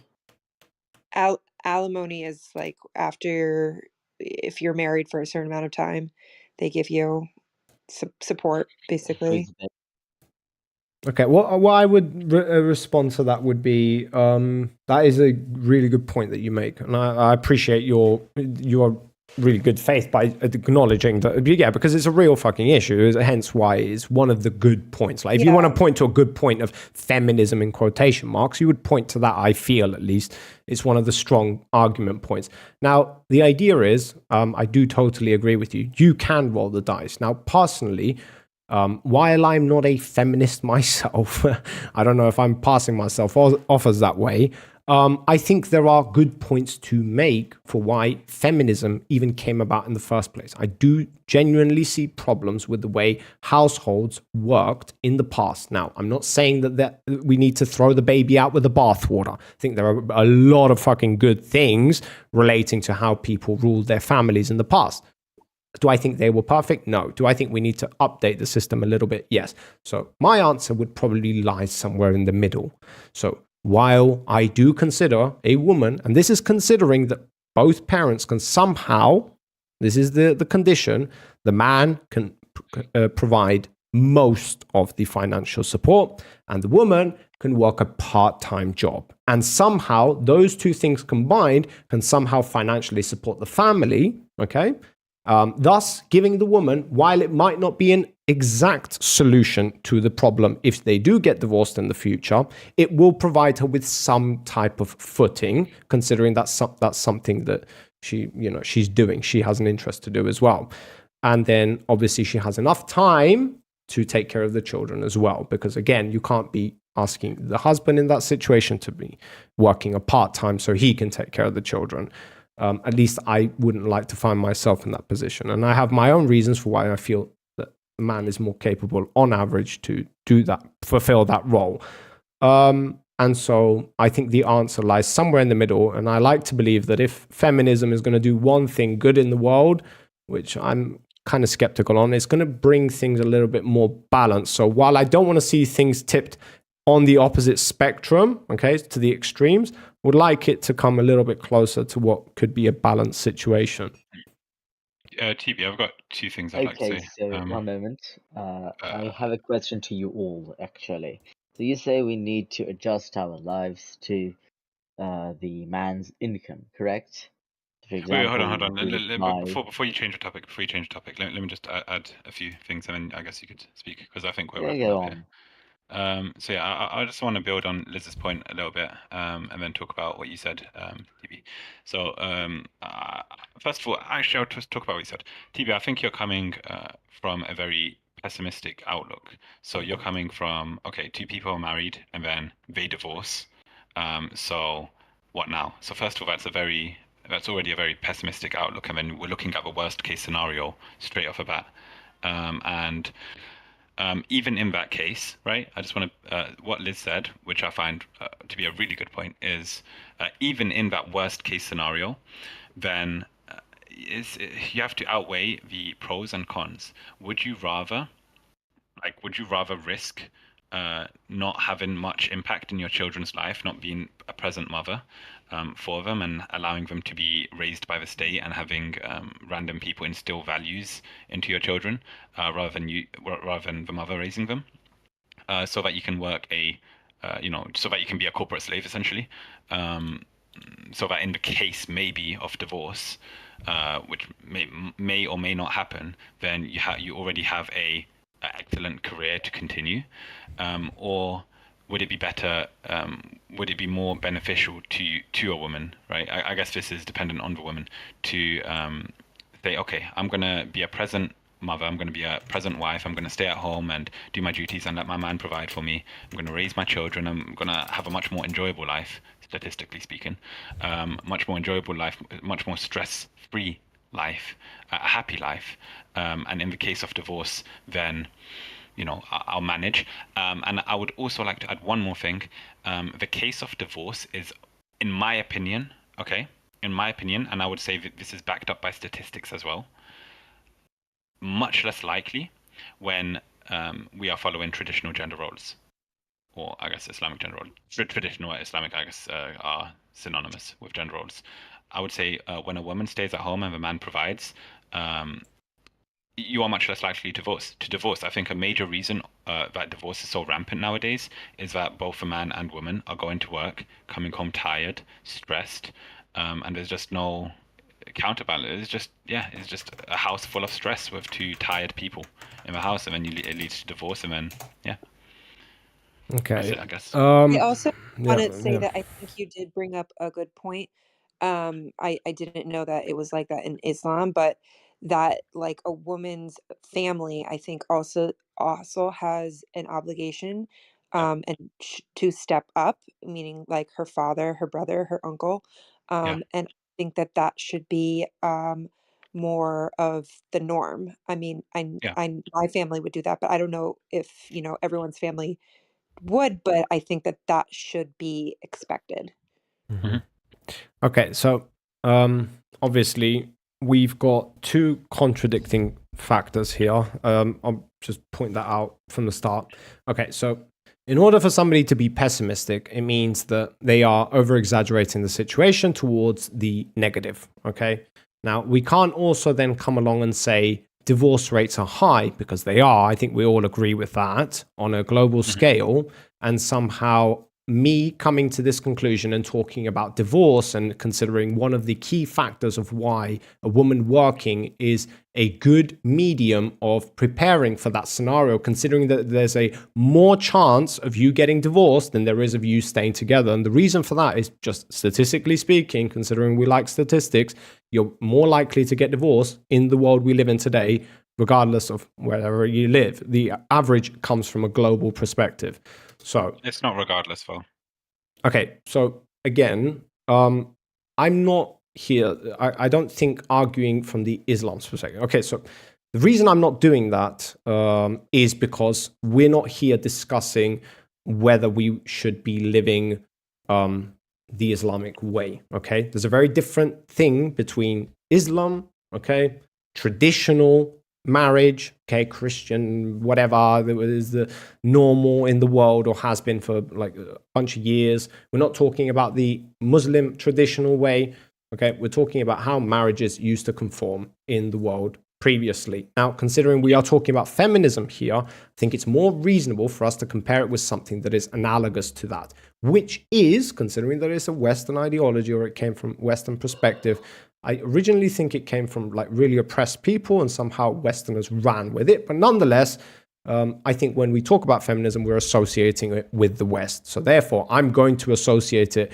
with, considering that these are the most people shouting about it, obviously these are the most people who have a problem with it in their minds. So I'm going to look at their lives and see what types of problems they have and why they are shouting and why it is they support feminism.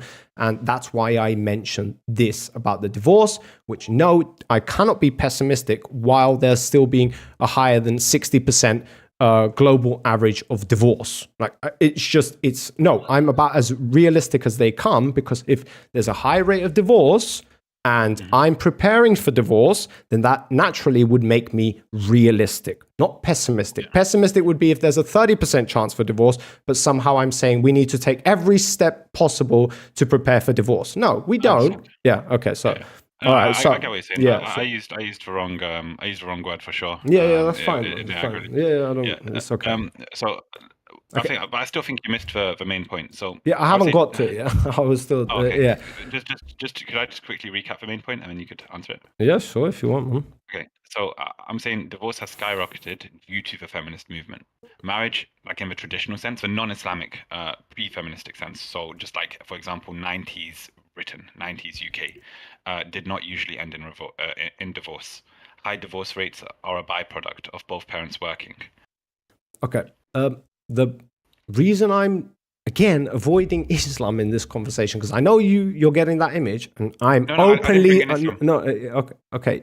All right. Can I just like make it clear? I'm not going to engage on the Islam thing as long as we're talking about feminism, because feminism to me, whenever anybody talks about feminism, we're always associating with the Western ideology. So I just want to put that out there, because you are Islamic, and you said yourself, I adhere to the Quran and all the teachings of the Quran, and that's how I run my life, and that's why I'm here debating on why it is I feel that feminism comes from a bad place, because I see how Islam does things, and I agree with that, and I see the downsides of feminism. What I'm saying is, in order to be, for us in this conversation to be able to have a debate on an equal level, we need to all adhere to either. So either we all come to the Islam side, or you join us on this side for this debate. This is a very common practice in debates. So we need to have a foundation on which we start. So just to make that clear. On the other, I wasn't talking about Islam, though. I wasn't. I was talking about 90s UK. I know. Oh, okay. But again, whenever you are saying feminism is bad, it's because you're looking at traditional Islam ways and you're saying that's good, and you're comparing it to what feminism is promoting, and you're saying that's bad because this is good, and you can see the differences between those two things. The reason I'm saying to you, you shouldn't be doing that. You should be looking at traditional marriages like the one the woman was describing earlier in the call. That's more analogous to what you should be aiming for, because if you look at from Islam perspective, like getting a divorce and then like getting a dowry or whatever the fuck it is, I don't know, where basically the husband supports them till the end of time. That shit doesn't happen in the West, my guy. All right, this is usually a ruthless battle in the courts to basically get alimony. All right, this is not an easy process for women in general. Now, even I know that. I come from a divorced family, so it's kind of obvious at this point. Most people do. So yeah, I do genuinely feel like the answer lies in the middle. I think that a balance is required. And the reason I think that is I don't think that you should not prepare for divorce. I think that that is a necessary thing, and I can see positives in when you do that. Now, again, with this corporate slave, you are insinuating that the only reason the woman is working is so she can accomplish that goal. That's not the goal. The goal is supporting the family financially. Like, most people cannot get by with just the husband working. That's just a fact of life in the entire world. Unless we're coming to... I disagree with that. Okay, we can look at financials of the world and we can assess whether this is a true statement or a false statement. So the way you're going to do this is, most countries, are they poor countries? Like, is the overwhelming population of Earth poor or rich, or like just above poor, or like, where is most of the population? Most of the population sits in under the 80%, okay? And they just happen to be at the top, above average, and then you start from average, and the plethora of people are in the fucking... So it's just a statistic. It's a numbers game, my guys, all right? We don't all live in... Even if you are low income, you can make it work on... Yeah, I know you can, but what if now 2 people are working? Would that not make the financial situation, considering if we don't have money to buy food, we are going to starve? And if we both contribute to that, therefore we're going to have more possibilities of surviving. So that's why both parents work in most societies. So when we say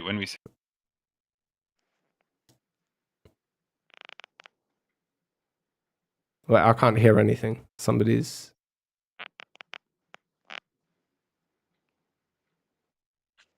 Oh, I don't know what's going on.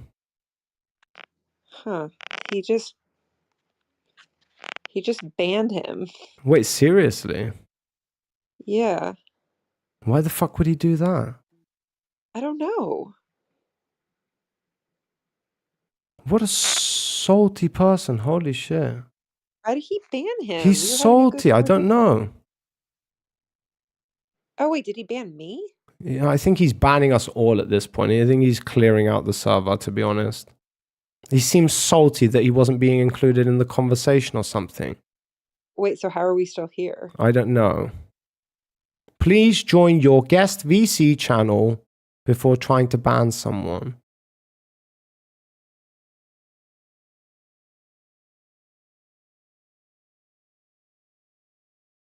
Jesus.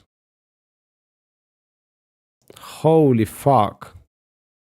All right then. I guess we got banned from that channel at least.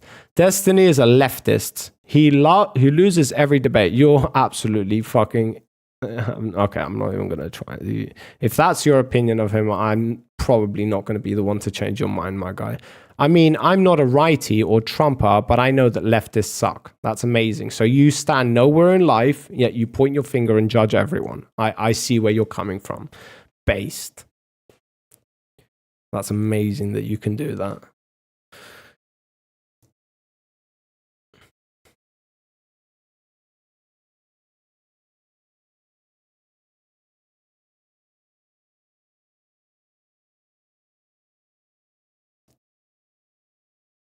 Blood Bowl.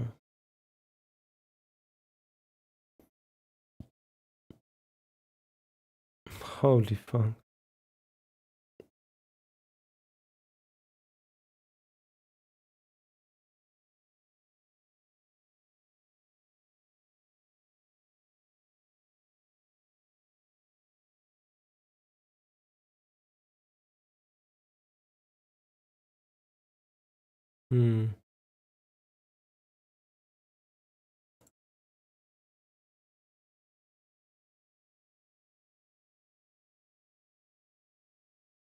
at this, you have to unpack a lot, right? In terms of like the geopolitical situation for each individual African country, then like political stability, then laws of the land when it comes to like establishing a firm, opening a corporation. What are you saying? Destiny lets his wife. He's a cock. Destiny is a leftist. He's a cock, lol. Yep, that he is.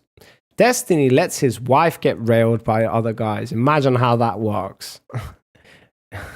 Lol, therefore he's leftist. Yeah, that's how that works. No one should listen to that. Amazing. He's a cock, lol.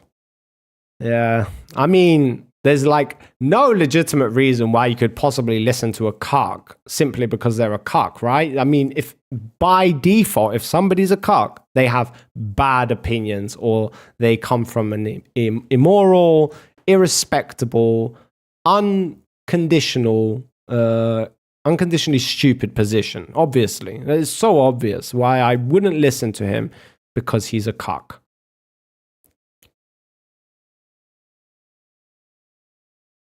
Pat's Pits Facts. You've got to love that. You've got to love that. Pat's Pits Facts.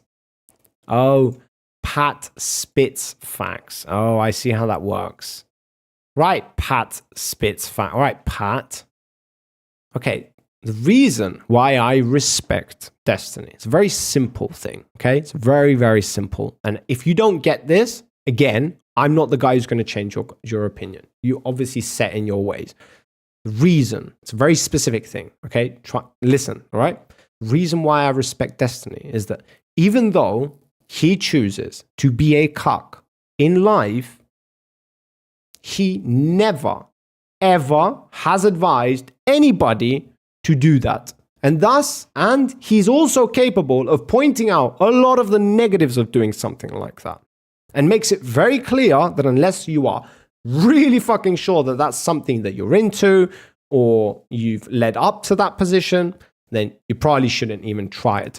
No, he says it's okay to try, just don't think that you'll be okay with this. So somebody like that is very valuable to me in my life, because what that tells me is that even though he has every reason to be biased towards his own beliefs, okay, the things that he adheres to in life, he is able to also look at the negatives of it and be open about it, okay, and be able to state those things in a very clear manner, okay, very clear and obvious manner.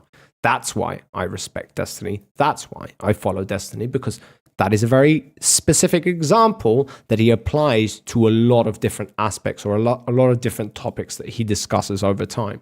He is able to look at things through different lenses. Even though he is poised to support one ideology, he's capable of looking at the facts and saying, yeah, I know, there are a lot of problems with this.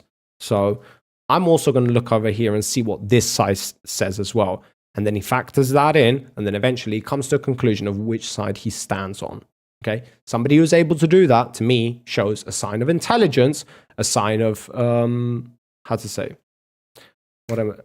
It's like he values, like, knowledge, or I don't care what the reasoning is. Maybe his reason is he just wants to be right all the fucking time and shut down fucking losers who think they know what they're talking about. Maybe that's his reason. I don't give a fuck. I'm totally okay if that's his reasoning for why he does that.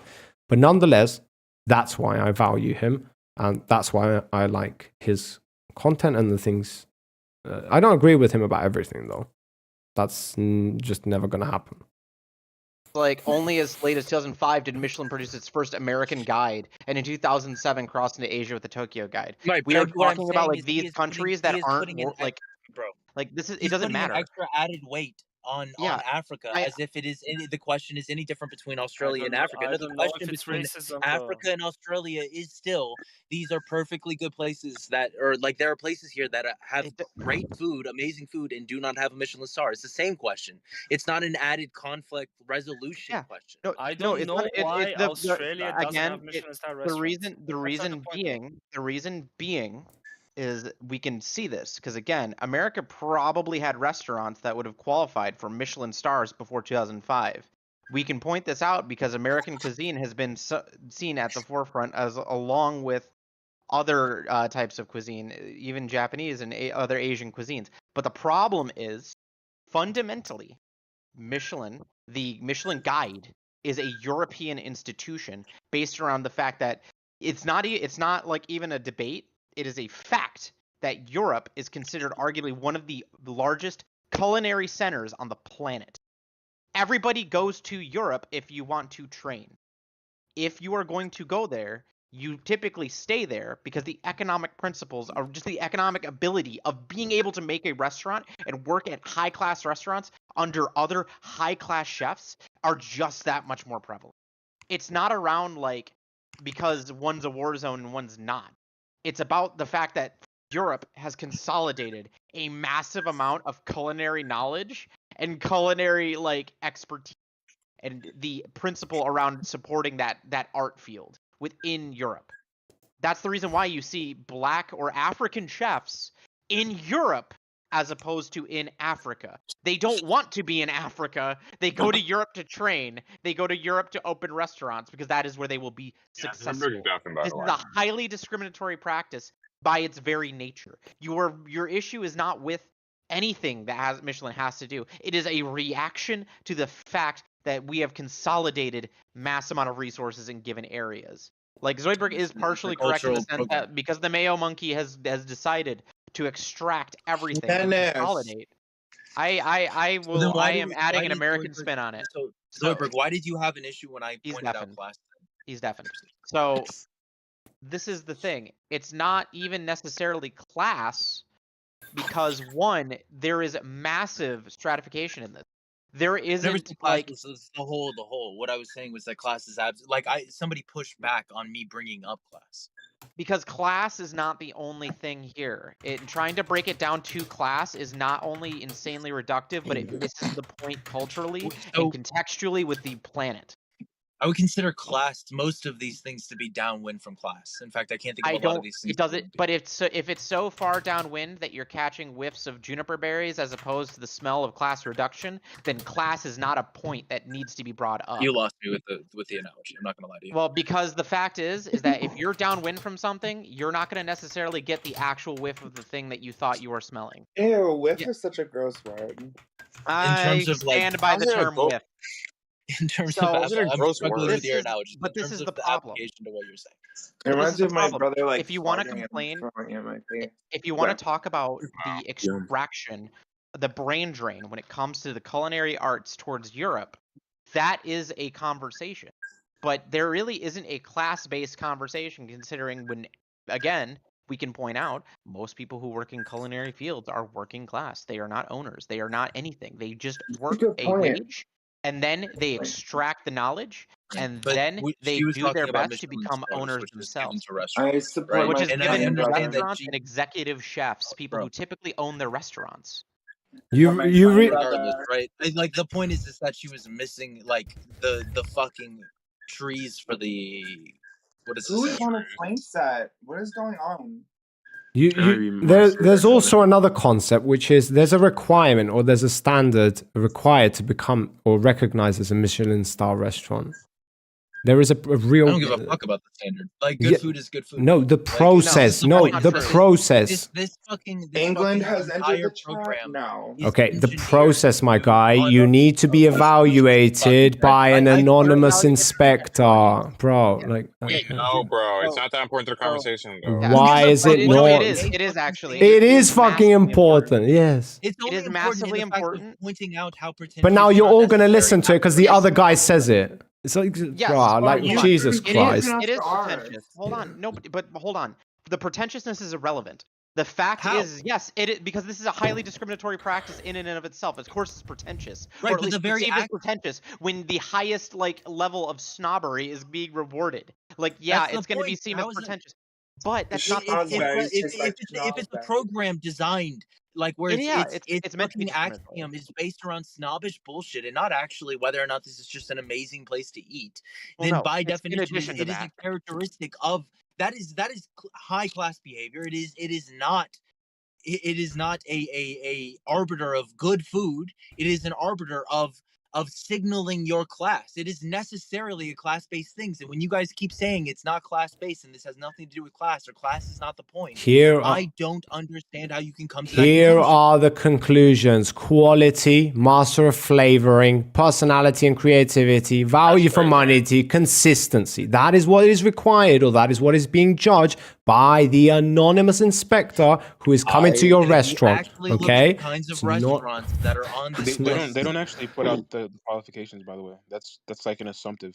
Okay, like is that assuming- average enough for you for us to be able to come to a conclusion of what is required to pass as a Michelin star? What did he just tell you? No, or is there an unknown factor? Do you know what he just said to you?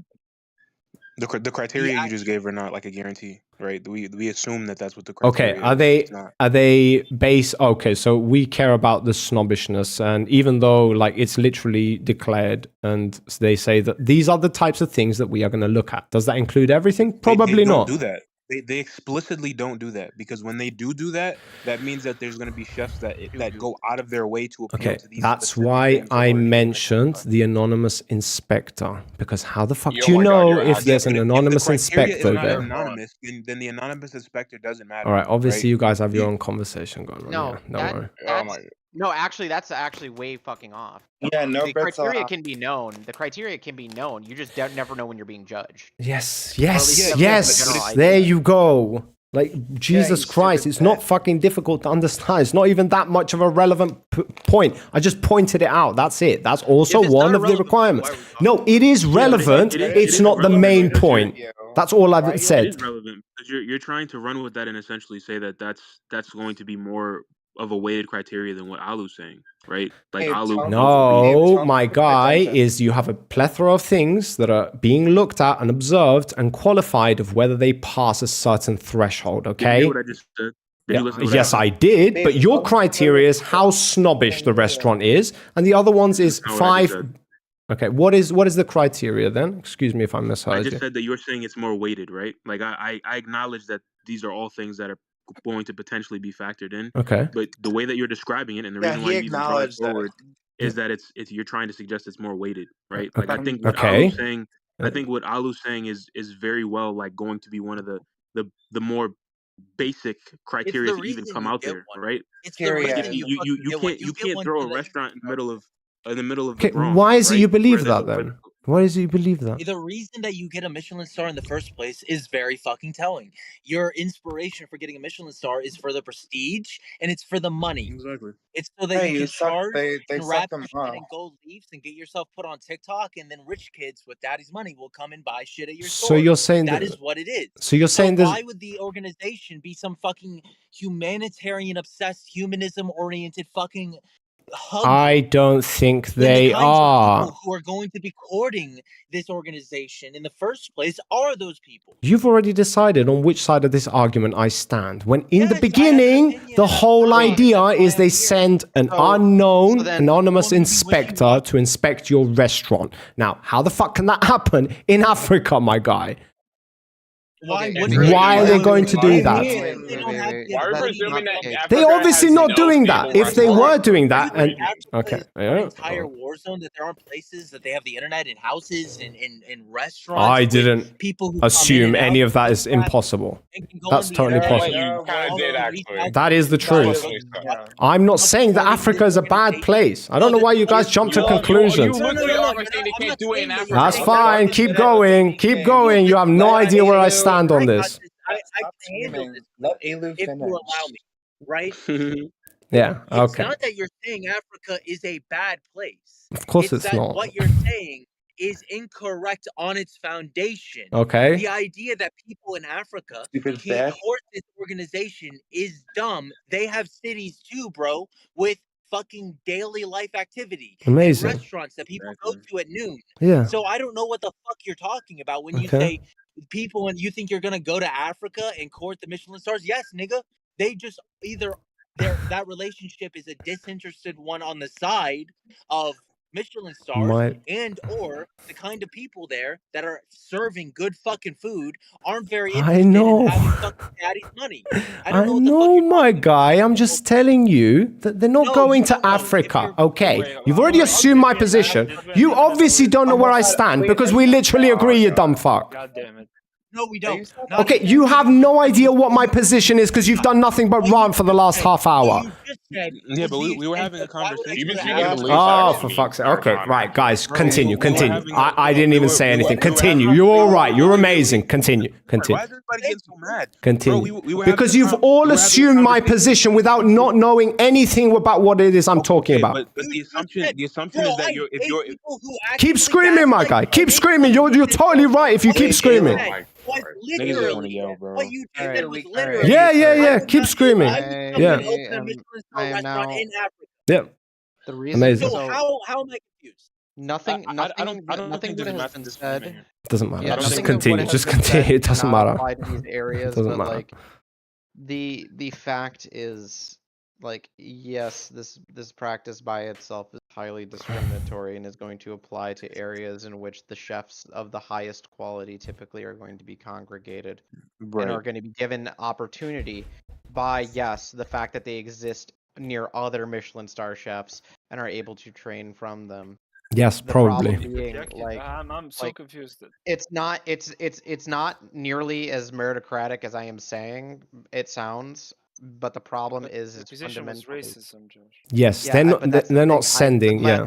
I am arguing against the fact that it is a racist institution fundamentally. I'm saying that by its very nature, it is highly discriminatory, and it makes that a point. Yes. This Oh, is for the sure. thing. If Yes. the point is to be insanely discriminatory, and we already acknowledge that yes, a lot of chefs from African countries or Asian countries and other countries just flat out go to Europe to train and then stay there. Why would and they don't go back to their countries of origin? Why would they have any Michelin star chefs at the ready? They don't. They literally just don't. I think The question would be asked if those people who went and studied there and then went back to Africa with the knowledge they have and opened up a restaurant and then tied it, did those restaurants become Michelin star? Probably not. So therefore, So therefore, it is discriminatory by nature. Yes. Yeah, we agree with Okay, that. I think exactly. That's my position from the start. University exam is discriminatory Jesus by nature. Christ. Fuck off.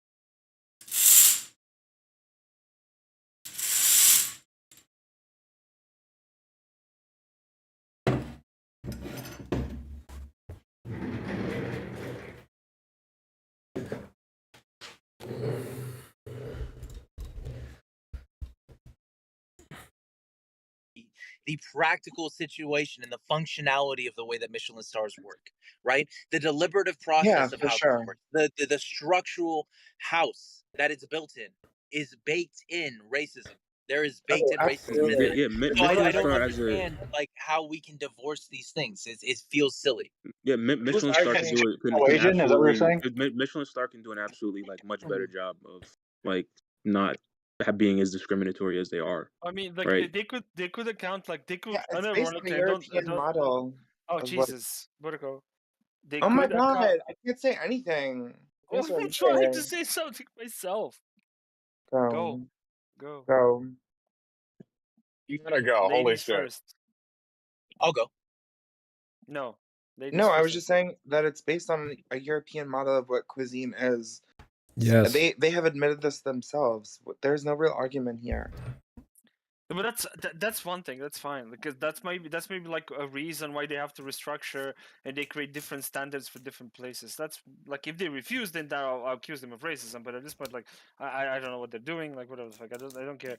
Like conceptually though, like it seems to me that one solution to this realistic one would be kind of like Bro, look at the map of where Michelin stars are. You don't think it's weird that there's no Michelin stars in Atlanta? No, you don't think it's weird that there's no Michelin stars in New No, Orleans? we just won. We just won one the other day. Oh, you did? Yeah, Oh, there was there you a go. Michelin. Well, hell, Nice. congratulations. Wait, what That's restaurant actually? Michelin know. coming to the south. Nigga, you don't. Yeah, this is high up on my priority list. Keeping up with the Michelins. Yeah, true. Yeah, but that doesn't make them racist, though. That's like discrimination because they're not taking into consideration. Would you agree that the Michelin star system is a product and tool of the bourgeois to oppress the proletariat man? You had me on the first half, but not the second half. The wrong question. I It's completely definitely agree with you. definitely a tool of the bourgeois, but white not man to designed the oppress nobody. The white Oh, man yeah? designed the Michelin star system to cope with the fact they don't know what seasonings are. Unironically, the white man can produce No seasoning. Unironically, the white man can produce so much seasoning that you'll be bleeding out of your pussy. Okay. Yeah, you guys don't use it. That's crazy. So We do anyway, use Neither it. do We do you, use it in Italy. We do use it in Italy. back to the Eat back your to the heart out. conversation. We do use it in Italy. No, Yeah, I but think you might be confusing the Brits Eat your with heart the other out. whites. Italian herbs and spices. No, Okay. but unironically, the Michelin star thing, I completely agree with Elu here that it is just an excuse for rich people to be like, yeah, poor food isn't good. Yeah, this Yeah, is but the French Brits cuisine. go in those restaurants and they make bank. Yeah, it's a selling system. It's a ranking It's a just like cultural anything else. program. But I It's do like agree that there's a bend towards European cuisine and that perspective because the Yeah, French obviously, it suck. started here. No, there's Everyone not a hates the bend. French. There's Who's not a here? You're in bend. Italy. You're It not started in in it started There's in not a Europe. That's bend what I'm towards saying. In Europe, European not Italy. cuisine. I Yeah, was the reading Europeans that, ruining everything, huh? There's Crazy. a very clear bend towards rich people food. Yeah, duh. But it does. Again, it doesn't. Look, my my only real personal gripe. And my it's God. delicious. Okay, I won't. Never mind. Zoidberg wants to defend the European whites. And I mean, like, correct. I'm not Well, saying it's- it's it's not, British but versus European whites coming are in out. correct position. I'll defend them because they're correct, right? And yeah, well, never mind. I'll let it go. But I'm not saying it's Oh, not. shit. But Oh, shit. but we both know there isn't like name me a soul food place that has a Michelin star, bro. Even though they that's what we came up with. or a Jamaican shit, right? place. Like they don't care about sorry, I just want to point out they don't care about like the Michelin Well, doesn't Jamaican care- food sucks. That's bad. That's Yeah, bad. sure. Yeah. Michelin doesn't care about like trying. Like they don't understand the difference between racism and discrimination, which is what my whole argument is about. They're not intentionally like the whole racism argument is that you don't like black people, you don't like or you think that all black people food is bad. That's not what's happening here. This is literally a system or an organization that is centered around European cuisines, and thus they are not taking into consideration African cuisine. That's it. That's all it is. And if they did include African cuisine, then they would aspire to go out into Africa and, decide who are the, good African cuisiners. Well, this conversation is insufferable. Michelin is a coveted status to achieve, and they will eventually work to expand their footprint beyond Europe. We don't have to SJW iffy every single fucking thing. Yeah, I know, it's fucking insane. It's just like racism. No, you can have discrimination because, well, discrimination is unintentional discrimination. It's not like they are saying, oh, we don't like African food. They're just not factoring that in. It's about as simple as it gets. Right. In Puerto Rico. Yeah, it would be the pagans. So no Jamaica. No, I didn't. I'm not even done reading the list. Why are you in such in a hurry? Oh, here's Jamaica. Pushcart, Negril, No, Jamaica. Stop Not it. too late. I already said the name. It went into existence. Cry about it. Wait, BVC, what kind of white are you? Bergie, you got one. The white guy who likes that, Latinos. There you go. But Borico, did you know that Japan has more Michelin star restaurants than Italy? It's crazy. Yeah, that's why I And, said earlier. When you said has the it's most racist, in are you the saying whole it's that too is, Asian? that is Because- racist against Italians. Racism against Italians. That's More exactly. Japanese, more Japanese than white Italians have like restaurants. That's crazy. We That's have crazy. literally Racism. fed, Racism. we have fed the Racism. world, and everyone is You're really... literally greasy pieces of pizza. No, and white it's literally we feed the world, and everyone is just so That's like true. That's true. That's true. fucked up and mean. That's true. Oh, damn. Like all of the good breads, all of the cold cuts. Yeah, Like Bear all of Jew. the ice, Hey, all of Amadi, the you ice know, cream, I'm all of the about ice to say, creams, all the chocolate, all of the desserts, all the cakes, all of the I'm soups. sorry, but like gelatos are mid. I'm uh, sorry. all of the I, carbs. Italian. I sent Bear Jew a nice song the other morning, and he responded and said, "Wow, the crackers finally did something." Yo. Bro, I can't say it, but you can. use That's- grease. Well, we That's all crazy. agreed to be we all That's agreed what to I'm be talking Mayo Menace. We all agreed to be Mayo Menace. Okay. No, I did not agree to that. I did not agree to that at all. Do you guys agree Hey, that man, you know, I'm up y'all's history. You know, I had a misfortune when it came to my finances. You know, I Okay, made an stop. investment. Anyway. Okay, first You know, of all, I got Alan, 50 what accent barrels are you of trying to wait? What is he trying to do? You Like, I want. You know, Does I'm a anyone New know what Yorker. he's You know, actually I'm trying out to here in do? New York. So that's That's what You New it is, always York? you know? fuck it up with like your That is not New York. special You accent. sound Again- like Bertology, by the way. Just so you Bro, know, you sound like Bertology. No, Yeah, me unironically. and he's not from- Bertology, you know, we're out here, you know, walking the streets of Bro, he's from Manhattan. You know, that's what Kentucky. we Like, do. why are you even sounding like that? Why? Like, it's Okay, anyway, making no sense. You know, I recently purchased 50 barrels of retard cum. I don't know what to do with it, man. It's Oh stuck my in my attic. God, I don't know what to do with it. I man. remember a Doesn't matter. time when It's just- Alu said he was gonna stop doing that.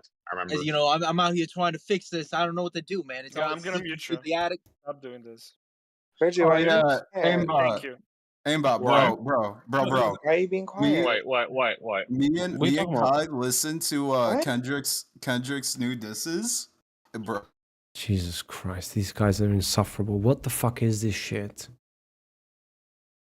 Shit. People are saying he's a minor, like a minor in the club, all standing to. Like, it's over. Like, It's there's no over, rebuttal to dude. this. They're playing it in the club, bro. Yeah, Oh, it's like look at dude. TikTok, bro. It's I over. went to Dude, it's over. This is some of the most shallow fucking comments ever. What the fuck? Wow, that's insufferable. Protocol. Like It's us? crazy how you just let Bear Jew overtalk you. I wouldn't take it if I was you, dude. Bro. It's just I know. shit. I mean, I'm used to it. I'm just really like submissive and shy. And they say black Oh my people God. don't abuse their spouses. I don't know what to tell you. So do you guys still think that basically Michelin is racist? We've already left the convo, bro. Like what? Like Bro, I Yes. am Yeah. racist. Yes, I'm like, this is what Britain. made me Yeah, racist I against think your Steve's people. dead. Australians. If anything, I don't keep up with this shit. I'm just saying random stuff. I am racist. Thank Before you I for got noticing. on Discord, I actually liked Australians. So you think that Michelin genuinely doesn't like African cuisine? Wait, He TB Disc, said before. TB Disc, where are you from? Are you South African? Huh? No, I'm Greek. He's not. You're Greek? Yeah, Why do you sound like that? I don't He know. lives in the UK. He lives in the UK. He literally lives in the UK. You can like tell by his Oh, yeah. I don't live in the Well, white UK. Greeks. You wouldn't even believe if I said where I live. Serbia. Wait, you live in. He was Sorry, close. I He was just- close. The first person who said was real close. The fast Bulgaria, Croatia, Bosnia. No, Macedonia, New Zealand. no. New Zealand. Albania. Herzegovina. Welsh. Okay, I Jamaica. live in Russia. You live in Russia? Fuck. Yeah, I live Why in do you Russia. have that accent? How's it going Why over do, there? like, did you live in the UK? Did you study? Okay, like, apart from that He's fact, one okay, of the ops they sent to study in the United Kingdom and come okay. back to Russia. So the way we understand whether Literally. something is discriminatory or racist is there an intentional thing to not include in African cuisine, No, or we are don't they really- just we not don't really including go it? by Russia. They're just Hold not on, wait, oh including my it. God, Is the we- argument? They're just not I've including been it. waiting to speak for a minute. Yeah, but we explicitly said racist Yo, outcomes, I right? need to know. Wait, hold on. I need to know. Why do you have that accent? Okay, so my mom's like Irish English, and we have a lot of Not bad. English tourists. So yeah, that's probably why. Mhm. Gotcha. Okay. Yeah, I know it's, Maybe it's it's fine. Wait, Obviously, he's lying, Tuxedo. right? Well, No, Yeah. that's the typical Tuxedo. European mutt. Like we're Were you all gonna like say this. something, Yeah, Tuxedo? but not Russian. yeah, I know. I live in Russia because I want to live in Russia. Someone was Oh gonna. my Oh, god. that's crazy. But I anyway, guess you like Okay, the you've just cirrhosis made a of the whole, liver but you and AIDS. you guys have just made a whole bunch of assumptions right now in your heads. You're probably all wrong, No, but I'm it's just saying, fine. I'm just saying, disc. I think you just like cirrhosis of the liver and AIDS, which is fine. Who's this? I mean, I can I don't know who this Disc isn't, is. this isn't particular to us. You are. Oh, You I'm could- I'm. you could Oh, say, okay. TB is I usually. prefer to live in Russia okay. to anyone in the world, and they would assume the same things about you. Yeah, you just. I don't know. I don't know. Are you incapable of figuring out a simple one reason We're why very you would capable want? of figuring out Okay, well, it something seems like you've all pivoted to the worst Hold on. fucking solutions. Are you asking what's one reason why someone would live in Russia over Ireland if they had? the I don't know, ability to bro. choose? Maybe they have somebody they love there and they want to be with them, and how somehow it's better for them to be there instead of the other But place. that's No, not but preferring to live in Russia. That's preferring to live with your loved one. yeah, but if you heard the end statement, which was it's actually better for them to be able to live here rather than there, then maybe they're making a sacrifice to live there. I want to hear that argument because that also seems objectively false. Ooh, get him. I mean, you could also say things like money. It's really cheap to live here.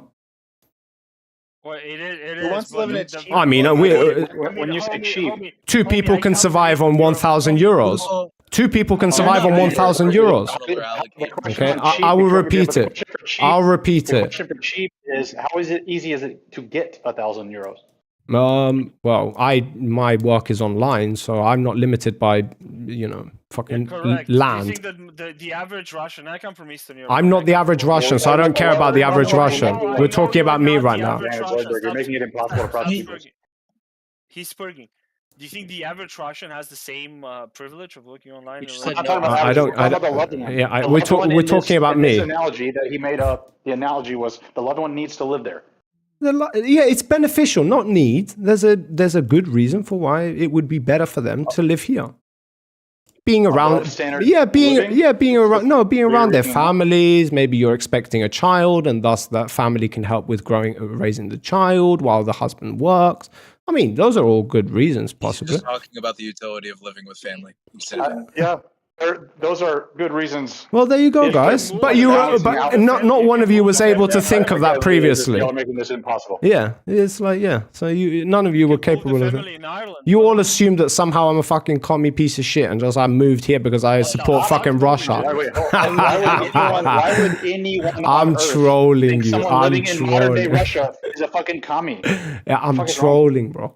I'm trolling. Chill out. It's okay. You'll be fine. No, we just think you're less than human because you I just think you're lying. So it's kind of boring. I'm lying. Yeah, really. Okay, well, I don't really know if I can prove that, so I'm not really bothered if you care if I'm lying or not. This is irrelevant, isn't it? the unprofessionalism of the West Coast is starting to get to me, BBC. I'm starting to feel the agitation. Oh yeah, get Yeah. the fuck out before. Yes, I know. No, I mean I like it here. I do like it here. It's just like I'm having to get used to like the people. Like I started this job. People suck ass. And I swear to God, I've never worked anywhere so unprofessional in my life. Like never in my life. Because they suck ass. Wait, Bro, I've given all my bosses rides at this point. None of the managerials have cars. I always bitch They're about the late West to Coast. everything. Justly. It's too hippie for him, is what he's discovering. Who's afraid of the It's West? very Coast? healthy. It's very strange. People are very Hippie. nice. I don't like it. Yeah, the hippies are real. But they're like downtown. I'm in like industrial. No, I just mean the general don't give a fuck about organization. No, they When it really come- don't. When it comes to Like, hippies, maybe are they wearing like anything. dirty, smelling, and long hair? Like, is that the case? Or what? I've never seen the mythological hippie. When I did my interview, the dude who was interviewing was wearing a Latinos are better lovers patch.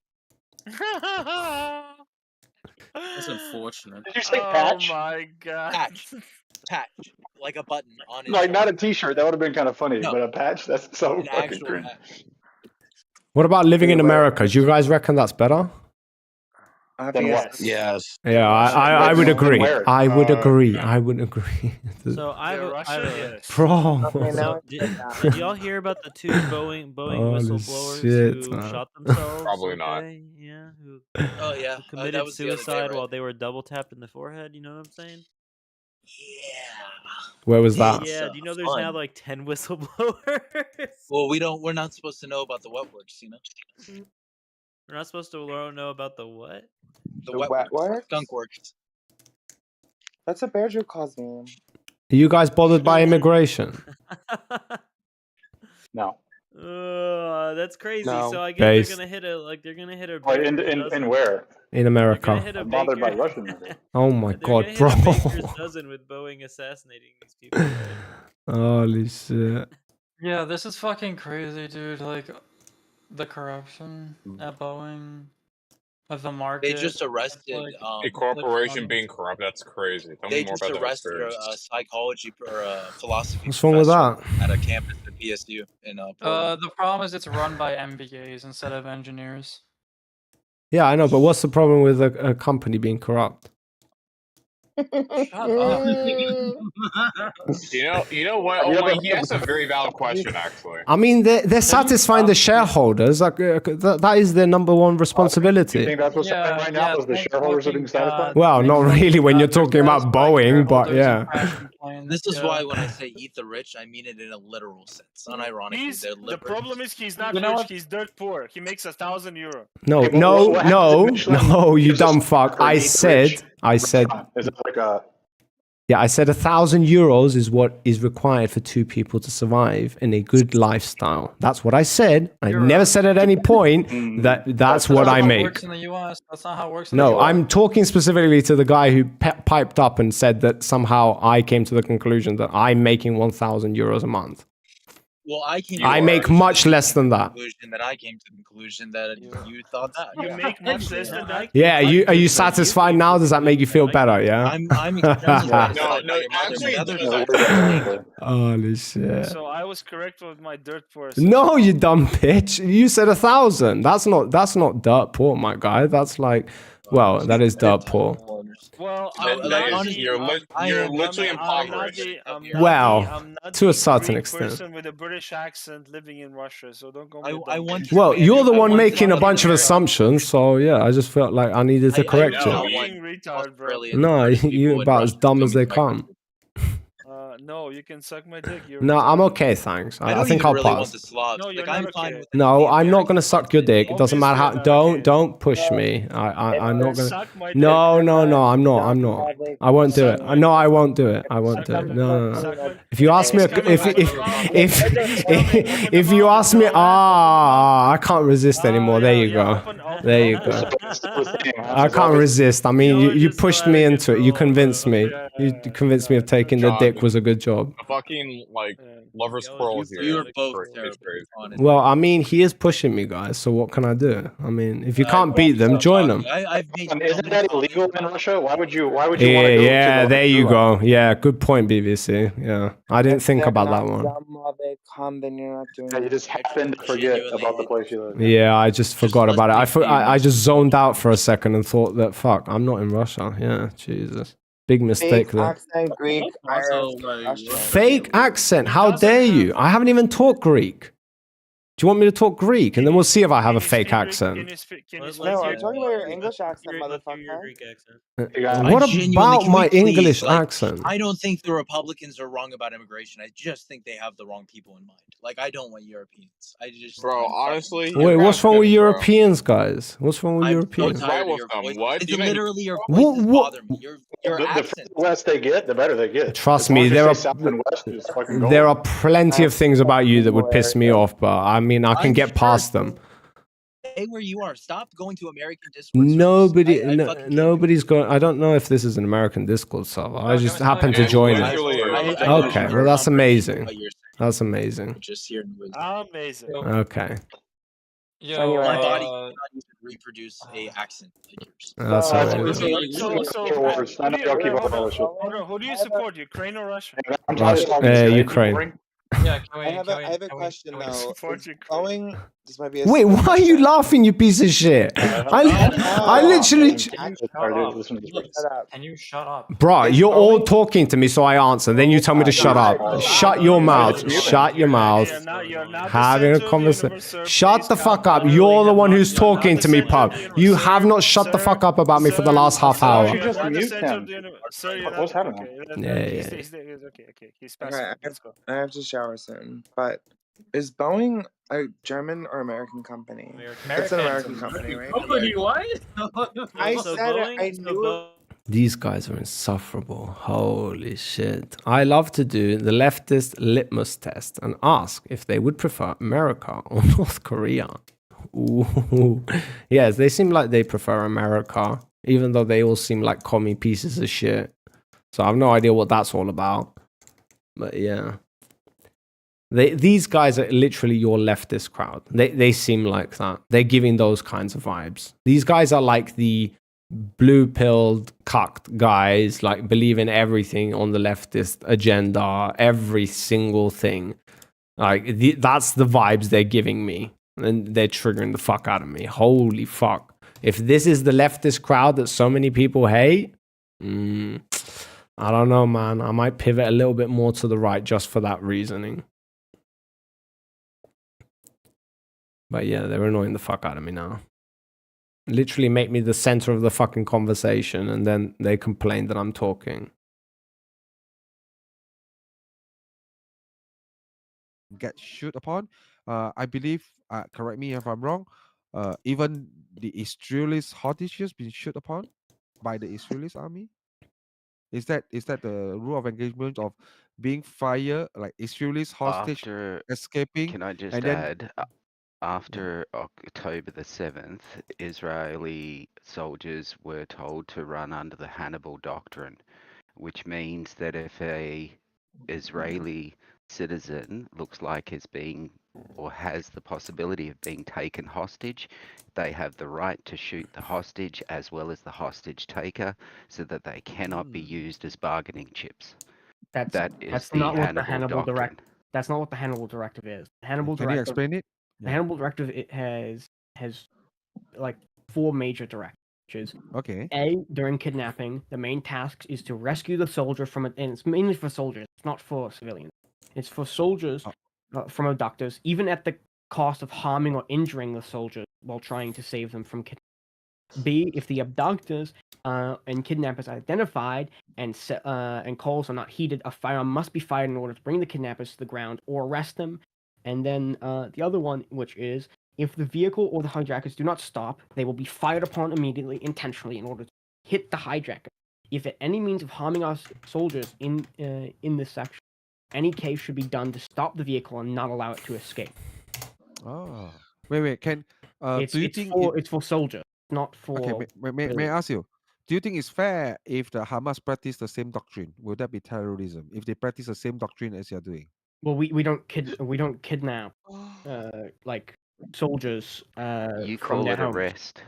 Yeah, You but don't we're call it arresting kidnapping, terrorists. you It's call not it a- an it's not a- arrest. it's not terror- I it's mean, not it's kidnapping, it's an one arrest. man's No, kidnapping is another man's It's arrest. You know what I kidnapping. mean? I see. Like, Yeah, you just go into Palestinian area and then take away their children, their men and stuff. The Israelis do it all the time. We don't arrest. It's a form of. It's a we form don't of arrest kidnapping. children. We don't You arrest do. children. Israel, we don't arrest Israel children is if an that's occupying force. we don't That's arrest not children. true. We don't arrest them. If you don't we don't recognize arrest as children Israel as an as long as occupying there is no force, if there's no then you're going direct to have evidence. problems. All these Discord servers consist of somebody making a claim, not even finishing their claim, and then a bunch of other people just listening to the first couple of words and then jumping in and not allowing them to finish the sentence. That's what these Discord servers consist of. That's why We I'm don't saying arrest children contradicting. unless they have something on them, which is Wait. a specific purpose. That's So, why like, you're. if they are That's why you're child of a contradicting the terrorist- statement. Oh no, if they're a child of a terrorist, normally we will also arrest them. just to make sure because they wait. indoctrinate their children as well. Zev, A child, you're a contradicting. terrorist. Give me a moment. Zev, you're You're not a contradicting your terrorist. statement. You remember? You remember what was your statement? Your statement was, "We don't arrest children," and then now you're Well, I walking wasn't allowed back. to finish and my statement. you say you don't arrest children, and then now you're walking back Only and if say they're that we are. terrorist children. We don't arrest children Only if they're unless terrorist children. we don't I arrest get in children their unless defense. they are involved next to terror or next to terror-related individuals. That's what Shin Bet always said. Zev, do you know that? Do you know that now what you're saying? You actually make me support Hamas because in Hamas and Palestinian view, You can't support Hamas on this server. Let me finish. I'm openly saying this. I'm supporting them because from his own You perspective. get it, Mod. Let me finish. Mod his just own- said he's openly supporting Hamas. He just said he's on openly his own supporting Hamas. perspective. Let him me finish finish. Let him finish. I want to hear It what he has doesn't to matter. say. You can't let him support Hamas. It's I a want to statement. know what he has to say. Moderator. Let him Hear finish. the full context. Go ahead. Okay, with full context, okay, the people in Palestine do see Israelis as the terrorists, and then now you open up the Pandora box that because they see Israelis as the terrorists, then now they are not committing any terrorist act because they are fighting against terrorists. It seems go for the very argument that you believe that as long as the Israelis believe that even the children is remotely related in the form of terrorism, that you believe so, you have the right to even kidnap their children. What's the difference between? I mean, this is pure hypocrisy. You're It saying gets a little bit more. It gets a little bit more interesting you know what there, Hamas- Ox, as well. Hold on. Let Do you me know what add Hamas this. teaches their children? Under the Hannibal Doctrine, when you kill your own citizens, I right, can't and get the then sound. It's not lie for about it, citizens. It's and only then for hold soldiers. on, let me finish, and then lie about it, right? You can then claim that these people are kidnapped, right, and then constantly demand their release, knowing that you've lied about killing them, right? Constantly demand their release and say that there will be no peace until all the hostages are released, knowing full well that the hostages that you want released are already dead. You now have an endless reason to constantly bomb Gaza and demand the release of the hostages, which are dead for all intents and purposes due to the indiscriminate bombing of the tunnels, the Gaza area where these hostages were suspectedly being held without even searching the buildings, indiscriminately bombing them and then demanding the release of the hostages. Do you see a flaw in that logic? Do you guys see the problem with arresting children? Okay, what is the reasoning behind those children are being arrested? Does that do any of you care? Does Ox? Does Ox care about that? Because it seems like he doesn't. He calls it kidnapping. I'm glad you asked. If you I'm arrest glad someone you with, asked. with the suspicion, he calls it kidnapping. Because it seems like the intent doesn't matter. The reason why we arrest children. I know that why are you do, related- and I agree with you. are related to terror or terror-related individuals is to get information from them, because we get sources like Musab Hantam Youssef, who's a great source for Israeli intelligence, because he was arrested very young and he was taught by his father, who is the co-founder of Hamas, to go and kill Jews from a young age. He was told that by his father, and then Okay, I don't know if at that's the 17 case. At 17, no, This this was the is case. silly. You can read him. Holy shit. He made the explicit statement. He wrote about his story, and his whole statement was when he was 17, he had enough of being oppressed under his word. So he went out, bought a gun illegally, and wanted to go kill Jews in Jerusalem. So he did this, and then he was arrested and picked up by Shin Bet. Shin Bet turned him into an informant, and we used him for several years to gather information about Sheikh Hantam Youssef, who was the Based. co-founder of Hamas, and he made several statements about what Hamas does, and what they do, and how they do it. And Based. he explains it very fairly. He still talks about it even today. And it's very clear that you are taught when you are around Hamas agents from a young age, no matter if you're in the West Bank or you're in Gaza, because he lived in the West Bank, he wasn't in Gaza, that he was taught to kill Jews from a young age. You're taught to hate Jews think of them always as your enemy, and you're Wait. ideologically driven. Let- You're ideologically wait. driven from a young age to hate Jewish How people. how how to can hate the Jewish how state. can they not hate you when you constantly occupy the We're not region that they are occupying living? Wait. And then you when army go in and bulldoze away their house, arrest their children, they We haven't occupied Gaza since 2005. They are being fucking That's not oppressed. an argument. How can they not be hate? I mean, I give you one simple argument. Let's turn the table around. Now the Israelis is the one taking care of their region, and then they do the same thing that the Israelis is doing to Israel. Do you think you will not fight them? You yourself is the oppressor, and yet you are treating them as the fucking terrorists. Do you know who built most of those houses in Gaza? You know who built most of the houses in Gaza? Force. In When you Gaza, don't the recognize that majority you of are houses the were built by occupying Israelis. force, you We will built never them also see it businesses clearly. that they could work And none at of this will after make sense. 2005. We left in 2005 and we There are offered three them this basic entire facts here that you territory need to to accept. govern for One, themselves. what They Hamas elected did Hamas. They elected Hamas. on What did October Hamas the do with 7th it was instead shit. of what did Hamas What do with Israel their is doing now? is Hold on. shit. And What did Hamas do with their with their self-governance and what they wanted to do?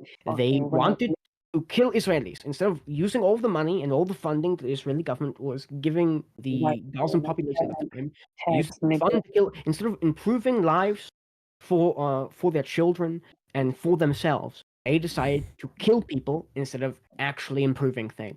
Exactly. The issue with this is the same statement that Golda Meir gave around 60 years ago, which is this conflict will end when the Palestinians start loving their children instead of hating us. That's how this this works. conflict would They end hated their children. when the Israelis IDF soldiers stop shooting civilians. That's not true, Ox. Okay. Ox still didn't engage with what I asked him originally, which was, do you care why the children are being arrested? Because if your answer is no, okay, because it seems like you don't, because you didn't engage when he told you that there's a real reason. Wait, I'm still talking. Okay,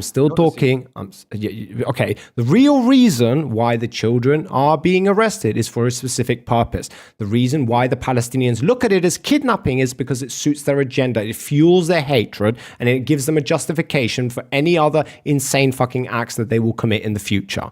This is the problem. TB, we do it very openly, very simply. Yeah, go for it. What country are you from? It doesn't matter. Keep going. It does matter. Keep going. Hello. All over. Hello. The truth will be known when the child. You're another VC. Yeah. Okay. Go for it. The reason why I ask you where you're from, because what we're trying to do is to establish a rule of engagement that apply universally. Okay. So Okay. if we are trying to uniquely create a separate regulation to treat Palestinian in only the region of Gaza that's being occupied for decades, okay, then I don't think that is a fair argument, because we are just seeing the Israelis trying to justify their action, but yet ignoring what we call the global norms. Then you would require And something that is when you ask me, analogous. I'm not finished yet. Thank you. Okay. So when you ask me, do I care? What's the reason? Yes, I do care. Okay. But at the same time, we do need to have some form of international norms, whereas children is being protected, and the way that they are being treated should vastly be different comparing to what we believe is a combatant.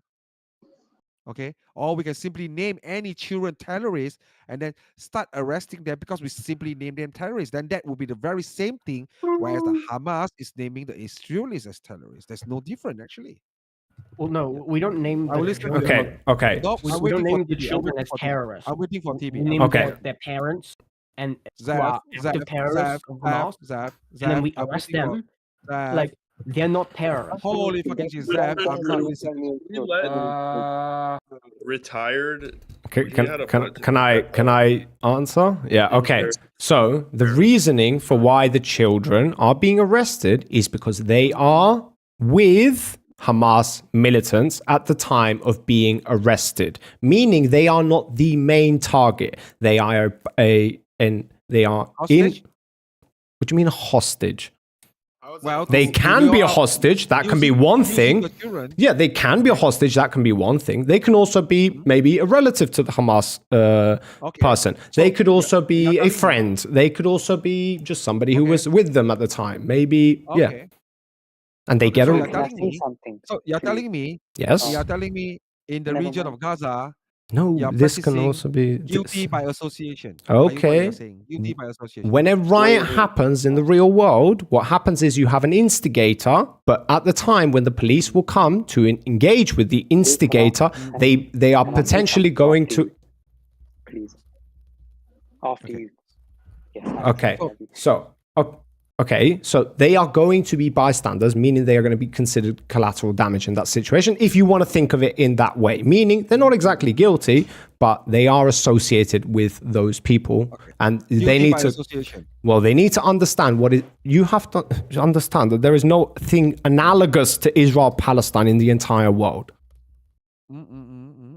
So in your world of rule, it would mean that example, right? Your neighbor killed someone, or your father commit a crime, and the law enforcement is okay to come in when they cannot apprehend your father, but they apprehend you instead, or because of association, because you're studying in the same school as some terrorists, therefore now I can treat you like a terrorist. Are you saying that? That's not how that works. What happens Because is you're exactly describing to me guilty by association. Okay. Well, no, that's not how that works. So when you go to a school in Gaza and you're told from a young age that Hamas is the rightful rulers of the entire state of Palestine, and that Jews need to die and you need to kill the Jews when you see them, and that you are taught from a young age that this is the way of things and that you should worship Allah, and Allah tells you to kill the Jews and these things. And That argument is not a good one. You're brought up. You're brought up in this life. You're brought up in this life, and then you start being seen No, with Hamas militants, It's and not- you're in Hamas secure areas. Yes, you are going to be arrested. Wait. if you're found in them. Trust me, Not, that's not if you're just randomly on the street. that's You not. have to be, you have to That's be not. filmed and Jesus. photographed and found in Hamas activities. Like, what are you talking about? Let me Okay. break down. Okay, how bad no, I need to say before you associate me with that opinion, okay? So no, I don't think that's the strongest argument for why this is happening. That is feels not like such a bad a weak argument. That feels like that gives you also a reasoning to arrest every single child in Palestine. That's not what we're saying. That's not my point, which is why I'm having the conversation with you. Mine comes from a perspective of there is an incident that is occurring, and the IDF it has information that there are terrorists within the region, whatever, and so they go to that region. I don't understand. Okay, so they I'm go. listening, I'm Okay, listening, I'm agreeing with So they go to that region to basically arrest the Hamas operative or whoever it is, and Okay. during that time there is a child with that person. Okay, it's very specific. That's how this happens. All right, and so while they are arresting the Hamas operative, they're also going to arrest the child because they don't know what association they have to the Hamas operative. When they arrest the child, they then question the child of who are you with, what were you doing here, blah blah blah. And once they have confirmed that there is no reason to be suspicious of this child, then they release the child. If they have reasons to suspect that this child was like a part of Hamas or could give them more information or whatever, then they could potentially try to, I don't know what other metrics they are using. I'm not defending those things. May I ask you something? Okay. Yeah. In the region there, is there any rule of law? You can understand that this is a very complicated matter, It's right? a complicated, but it's a simple Well, no, question. Hamas is the rule of law in Gaza. They have been since 2005. So Okay, so wait. they are the government. I heard your opinion. I'm No, asking TV. no, Do you believe in the region of Israel and Gaza there's a rule of law? Okay, so when Israel, there's not a simple answer because There's no Hamas rule is of law in Israel. there's a terrorist organization that does asymmetrical warfare. They do not abide by humanitarian international law. I can give you that. Okay. Okay. So does Israel have rule of law? Yes, Israel does have a rule of law. Okay, I would argue no, because if there's rule of law in Israel, all these people that get arrested will get due process. Do they get representation? What are you talking Zeus, are about? you looking into if you're hold on, if you're a foreign national and you're found in a country yes, you are given due representation, but And why are they us- not given representation? because The Hamas reason- isn't a country. No, wait, not- wait, wait, not wait, the wait, re- wait, wait, wait, wait, My wait, God, wait, why Not a wait, nation is this state. guy talking wait, wait, for wait, me? Zaev, you see, you are contradicting your argument again. No. You're telling me Israel There's is no a Palestinian country. state. They're given so- due process under fairness so due of process laws. under what law? Under I need the to UN say law something. I've been of waiting unceded patiently person. now. I've actually been waiting patiently. Can I speak after you guys? Just Yes, please, important. Randy. You can take the They're floor. a person without a state. You understand that, right? That's Man, how let they have to be treated. Randy speak. Because Can we they let Randy take the technically floor? have no state. Zaev, can we let Randy take the floor? Randy, I'm happy to share the floor with you. Please take the floor. I can't lie. Listen, Ox, I'm on your side still because you're just speaking facts, like straight away. I can't lie. I don't agree with anyone else. You're the only guy that I'm actually agreeing with right now. So like, and it's like a 1v3 in it. You're winning still. Yeah, so Zephyr, I just want to make sure I understand your position, right? If, Yeah. for example, a Hezbollah soldier or agent. Right, I'm calling it there, boys. I need to go to bed. Holy shit. These people are unhinged. These people are unhinged. Yikes. Right. Love you all. Hate you all. You dumb motherfuckers. A lot of you. But I'll be here tomorrow to spend more time with you. So, peace. Good night. War to all of you. And welcome Massacre into your lives. Good night.